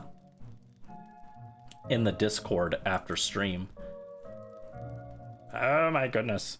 Oh my god, it's broken. The window's broken. No thank you. Let me reset that. There we go. And I'll also post the link in the server afterwards. So if you guys want to do it, you can do it too. But it was literally just the first thing that came up when I looked up Pokemon ZA tier list. So if you want to find it now, it's not hard. Oh, I can post it in here too. I should have posted this at the beginning so you could go along with me, but there you go. But I'll post it in the server as well afterwards. But yeah, speaking of the MCs, right? Yeah, I think Paxton is one of the better male designs. Harmony, not my absolute favorite, but she's okay. Again, I think the quality on the female character designs, they usually cook with the female character designs. Like, I think Juliana is maybe like the least exciting one, and she's still better than most of the male character designs. Like, that's how big the gap is. The males do not often get justice, sadly. But I feel like their designs are they're pretty good. ZA's character designs are pretty nice. And then Champions characters came out right afterwards. Right after ZA dropped, we got to see the Champions characters, and oh boy, the default character designs there are sure something. I've come around a little bit on Becky's design. That's the female default character. Her design, I think she's, if we count Champions as a mainline game, which I don't know if you would. It's not like an actual game, but like if we counted her with the other female pro tags, I think she's the weakest. But I've come around a little bit on her, and I think she's still better than some of the male designs. But what's the guy's name? See, that's how bad it is. I remember the girl's name, but I don't remember the guy's name.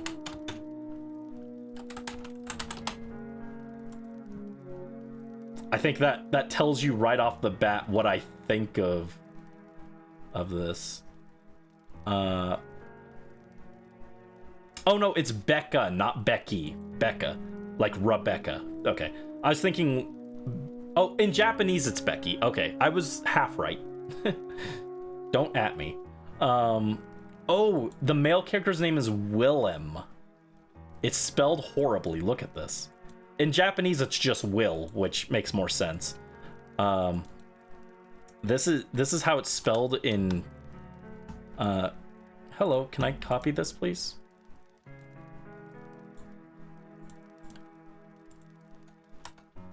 That's how it's spelled. That's the default male character's name. Even his name is weird. I think he is a train wreck.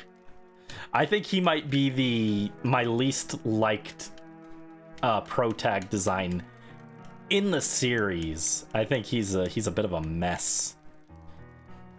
It was nice for one game having a male character that was like on par with the female character design wise. It's a shame they didn't keep that up, huh? No, that's not true. Again, I think Gen 5 has my favorite character designs in the for pro tags in the series. I absolutely adore Hilda, Hilbert, Nate, and Rosa. They all have great designs. That's just more fuel for my Gen 5 bias, but I absolutely adore them. After them, I think I should save this. I was when I was debating on what things we should discuss while we did this stream, one of the ideas I floated around was a Pokemon Pro Tag design tier list, that might be next week. I might give my hot takes next week, where I tear into Callum's outfit that makes me mad, that everyone thinks is so good. You'll get hot takes like, I think the Sun and Moon Pro Tags actually look pretty okay. Nate had the most adorable romance of the franchise. Nate with Yancey. The X Transceiver, I think it's supposed to be Cross Transceiver, but I always read it as X Transceiver because that's what they wrote. The Transceiver side quest was so cute. It's a shame that they made it very hard to find if you don't have a guide. You will not complete that quest naturally because it needs you to stand in very specific spots on the map, which is lame. But the Yancey and Curtis side quest is so adorable. I loved it. I loved it so much. I wish more people knew that. If they do Legends Black and White, I hope that it's about the past and it covers the original dragon before it split into 3 parts. But if it doesn't cover that, I really hope they bring Yancey and Curtis back if it's a game like ZA where it's set after the events of Black and White. I hope they come back and we get to see them, but my hope is for Legends QREM that it's just set in the past like Arceus was. That's the most obvious. This one needs to take place in the past that I've ever seen.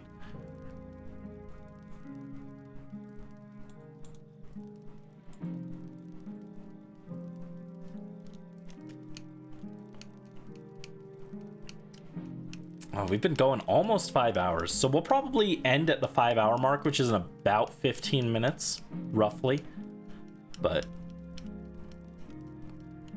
this was fun. I enjoyed our discussion a lot. I've been enjoying this. It started out as like just a thing to do on the side to distract me while we sit in Sandshrew hell forever. But since we started doing them, I've been enjoying these little tier list ranking discussions. I get to yap about things that I find interesting about Pokemon because, like, you guys see me doing these shiny hunts, right? Like, you're probably like, oh, he likes Pokemon more than I would have thought.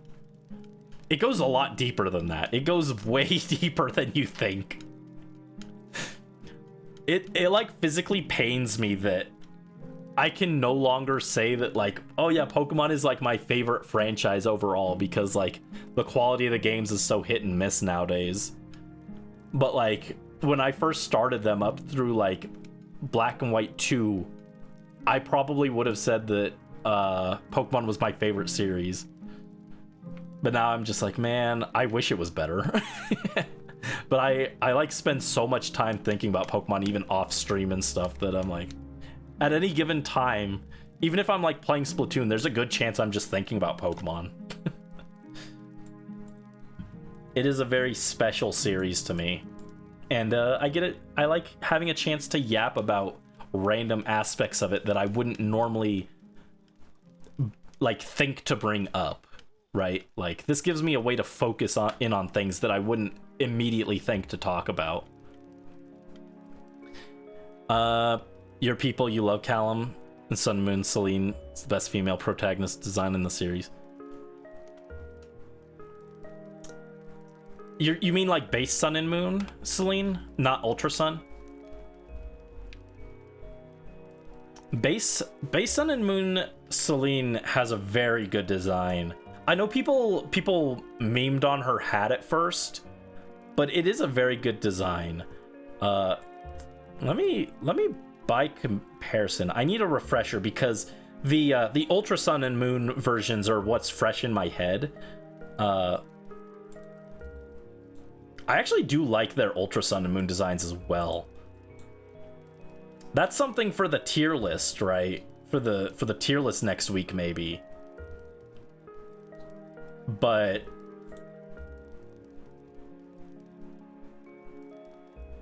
I think Sun and Moon's pro tag designs are also very solid. Unova has my heart, but as a teaser for that, I think my top 3, and this is based off default designs, so not factoring in character customization because that would be very unfair. Obviously, characters who have more options would rank higher, but based off default designs, I have a soft spot for Unova, Alola, and Hoenn. And I think those are my favorites overall, but we're gonna have an interesting time if I rank the pro tags, because it's going to look very lopsided in terms of gender representation with a few outliers.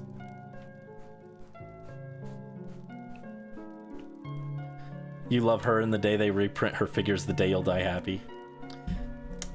Yeah, her default design is pretty good, but I actually do like her. I do like her Ultra Sun, Ultra Moon version too. Girl was just a bit of a fashionista. She had some good designs. You also really like Lyra because of the hat. Interesting. Interesting. No comment for the moment. We'll talk about it. I have thoughts. I don't want to spoil everything that I have to say for next week, because then I won't have anything to say next week.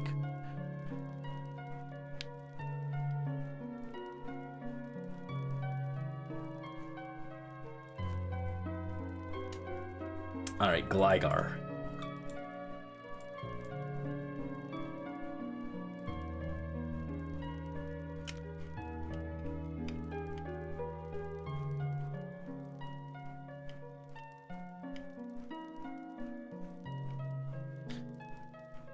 Oh, that. Funny enough, actually, I can envision.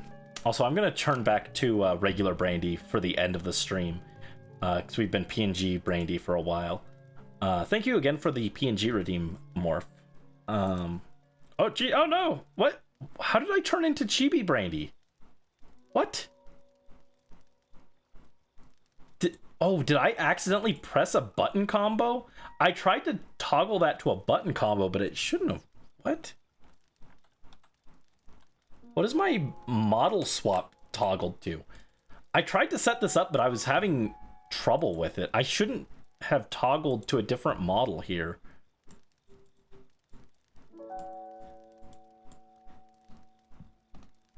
How do I fix that?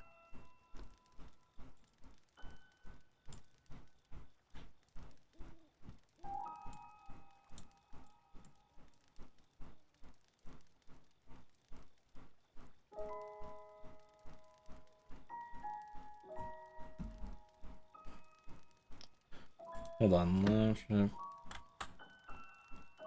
There we go. I'm back. I forgot that I had like kind of a toggle for that, but it doesn't work really well.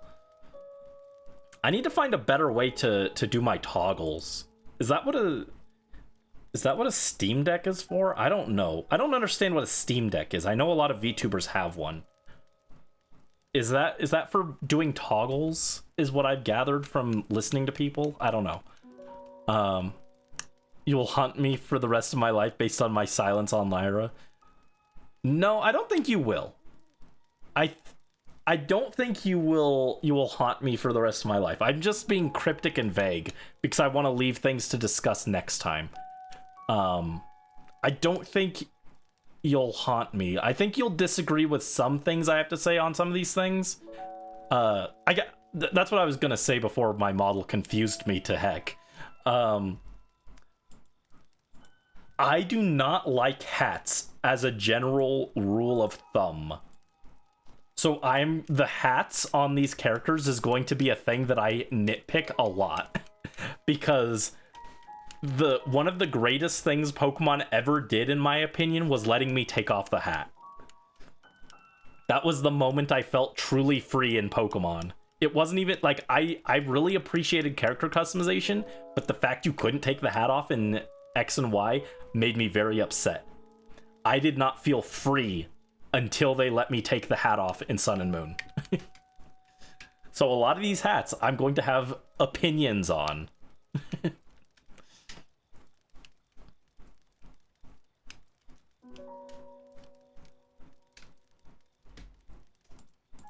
Alright, Sandshrew.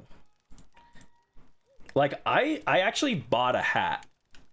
I bought a hat, like, a few, like, no, not a few, like, probably like 8 months ago at this point. And I was like, let me see if I can come around on hats. And I put it on and I looked really dumb and I was like, I don't understand the appeal of hats. When would I ever want to wear a hat? I don't understand it. Hats just perplex me. The only time I've ever wanted to wear a hat is when it's like snowing. And I'm like, okay, yeah, it's snowy. Time for for snow to keep me warm and keep the snow off me. But just wearing a hat casually, I cannot see the appeal. I don't understand it. So I will have some choice words for some of these hats in the future.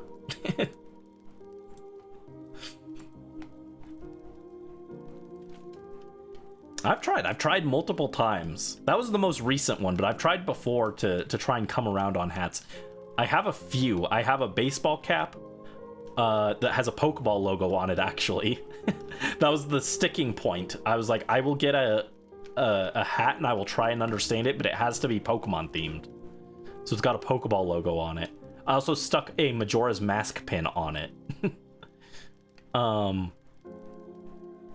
I've got my winter hat, which is the only hat I actively like. I got a second winter hat that has cat ears that I thought would be cute, but I have not worn it yet. That one's like an emergency hat more than anything. Like if I'm out and I don't have my other hat with me because I didn't bring my coat, that hat is in my bag in case I need it in emergency. And then I got the newest hat, which is actually kind of closer to Lyra's hat than anything. That one also has cat ears, though. It's like a poofy hat with cat ears. And I'm like, I don't look good in this, and I don't know when I would ever wear this, but...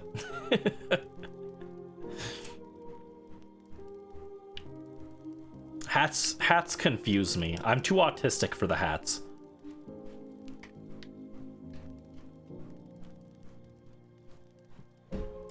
Actually, that's a thing. I'm actually like, that's one of the places where my autism actually does leap out, is because of it's in my clothing. I'm very particular on what I'm willing to wear, and I've opened up on some things over the years. I used to refuse to wear shorts because I didn't like the way my legs looked. I refused to wear tank tops because I didn't like the way my arms looked. And I'm currently wearing a tank top, so that tells you my opinions have changed. And my model also has a tank top and it has shorts. So again, I've come around on some of these things, but hats, I don't understand them.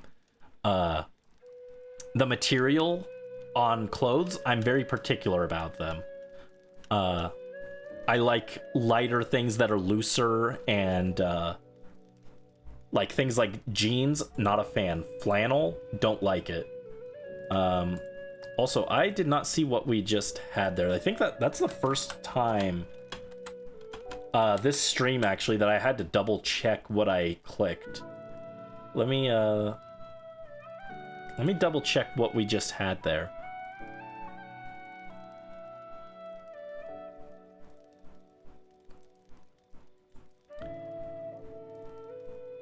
But yeah, very, very strong clothing opinions for someone who has no fashion.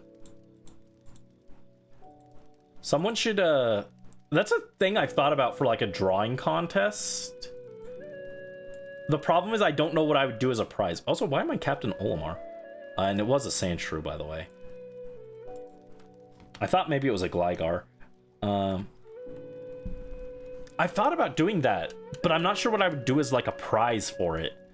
But I thought it would be cool to have like a design and outfit contest of some kind, where you put Brandy in an outfit of your choice. I just thought it would be fun. I'm not sure what I would do with that though, right? Like, I'd also feel bad too is the other thing, because I don't know fashion that well. I'd need like a second judge with me on this contest, right? This hypothetical contest. I'd need a second judge to help me with this. But it would be interesting to do a put Brandy in an outfit of your choice kind of contest and see what you guys think would look good on me. I think that'd be fun. But alas, I am lacking in fashion, unfortunately. That is something that I wish I was better with. But I have very little fashion sense. And I'm very much a comfort over anything else kind of person. Oh, geez, my neck is sore. Oh, ouchie, ouchie. Yeah, in just a few minutes, we'll go just a few minutes more. We'll call it, and then Brandy's gonna go find something to eat, I think. But thank you for being here for this fun discussion. I had a lot of fun with this, and I think we dug into some fun points about these characters and just some philosophy in general. So there's a Gligar. I think we'll call it in 3 more checks. We'll do 3 more checks for the night. And then I'll tally up our count, and then we'll end. Because I am curious just how many checks we got with how much yapping I did. Because I know there was a little time where I got distracted trying to go through the... I was trying to read the Pokopia thing, and that had me distracted for a bit. So that might have lost us some time, but... Alright, this is check 1 for the last 3. Eepy boy, understandable morph. I hope you can get some good rest, and I hope you can feel better. There's a Sandshrew, so nothing there. That's 1. 2 more.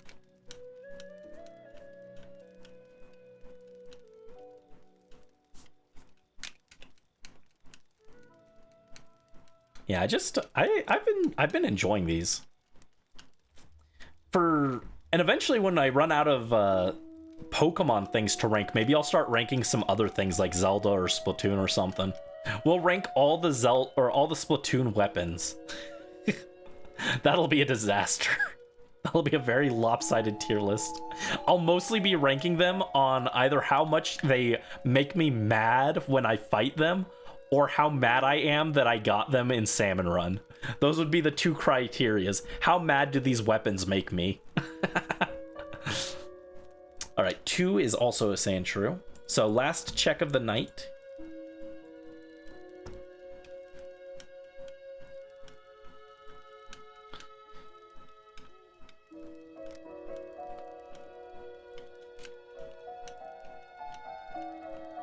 Yeah, I'll have to think about what we're gonna do this week. I'll think about it while I find dinner, maybe.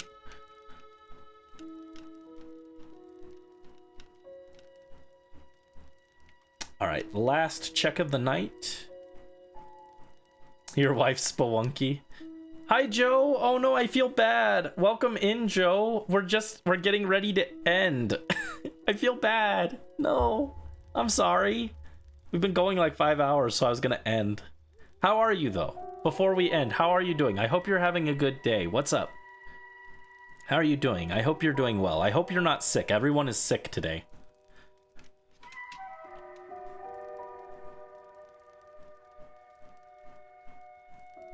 We had a very productive discussion. Just had your first gig? Oh, congrats. You were doing some music? Were you playing music? That is huge. Congratulations. I assume that's what you're referring to, but even if not, then congratulations on your first gig still. That is huge. I hope it went well. Love to hear sometime. Again, I'm assuming it's music. Singing a guitar. Nice. Made a bunch in tips. Ooh, congrats. That's awesome. Oh man, am I gonna know a superstar in the future? Es the superstar. Yeah, that is awesome. Congratulations. Yeah, I'm glad it was a good experience for you. I'm glad that it went well. Yeah, you what we did, did I just finish? I did click like art, cool. We did a ranking, we did a tier list. I'm gonna post it in the Discord server in a minute, actually, after I end stream. We ranked all the characters in Legend ZA and had big discussions about them as characters. I dug into them, I analyzed them.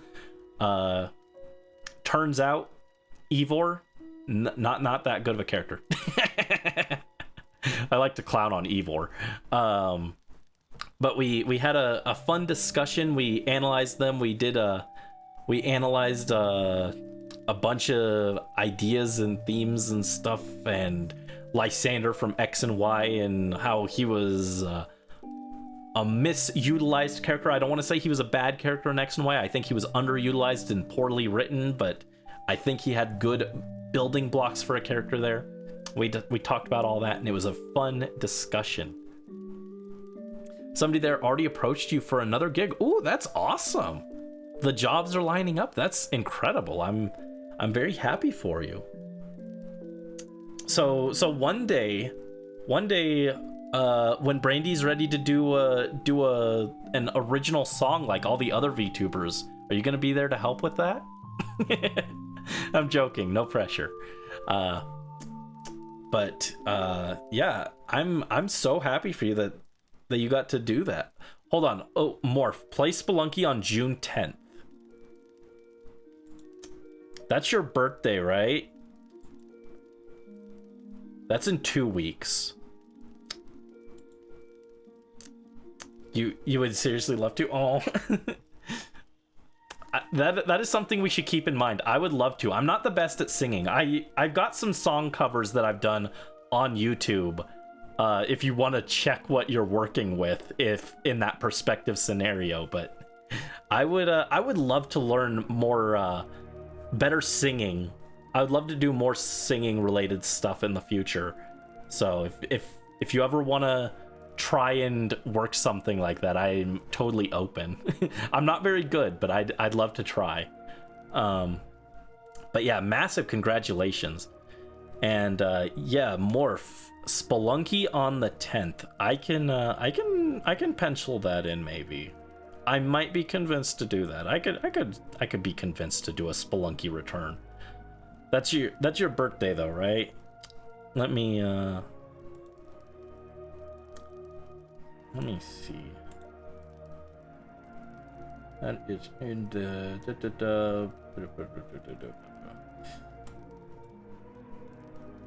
oh geez, where is it? There we go. Yeah. I can make a note of that actually. So I would be open to doing that. No promises yet, but I'll consider it. I'll go back to my abusive ex Spelunky for one day. we gotta go back. We gotta pretend the marriage is okay for the children's sake. Oh, there. Where's my pen? I have like 30 pens. How am I missing a pen? There's no pen at my desk. This is a disaster. The stream is ending in a disaster. I'm sorry, guys. All right. Well, let's tally our shinies for tonight. We got, or not shinies, but our encounters for tonight. 602 plus 1416, 2018, plus 2144 is 4162, plus 454 equals 4616. So we have passed 4500. That is a pretty nice number to pass today. So productive, despite me getting sidetracked on several tangents. That is good stuff. So yeah, we'll call it there. Thank you guys so much for joining. I hope you all have a wonderful rest of your night. Since everyone's feeling sick, I hope everyone feels better. And thank you for joining for another chill shiny hunt and a fun discussion, because it was super fun. I enjoyed this one a lot. I've been enjoying these mini discussions we've been having. Helps me cope with the insanity of seeing my 2000th Sandshrew. But I hope you guys have a wonderful rest of your evening. I'll figure out what we're doing this week and try and get a schedule up. But if not, just assume Pokemon on Sunday and Torture Chamber on Saturday, probably. I don't know. Another code? We already did another code. We could New Game Plus it. I could speedrun it. Am I going to be the #1? I'm going to become the #1 another code speedrunner. I don't think that's likely. The puzzle, quote unquote puzzle in the second half where you have to do the DAS would make me rage quit. Anyway, we're gonna call it there. Thank you guys so much and have a wonderful rest of your evening. I'll see you guys next time. Bye bye.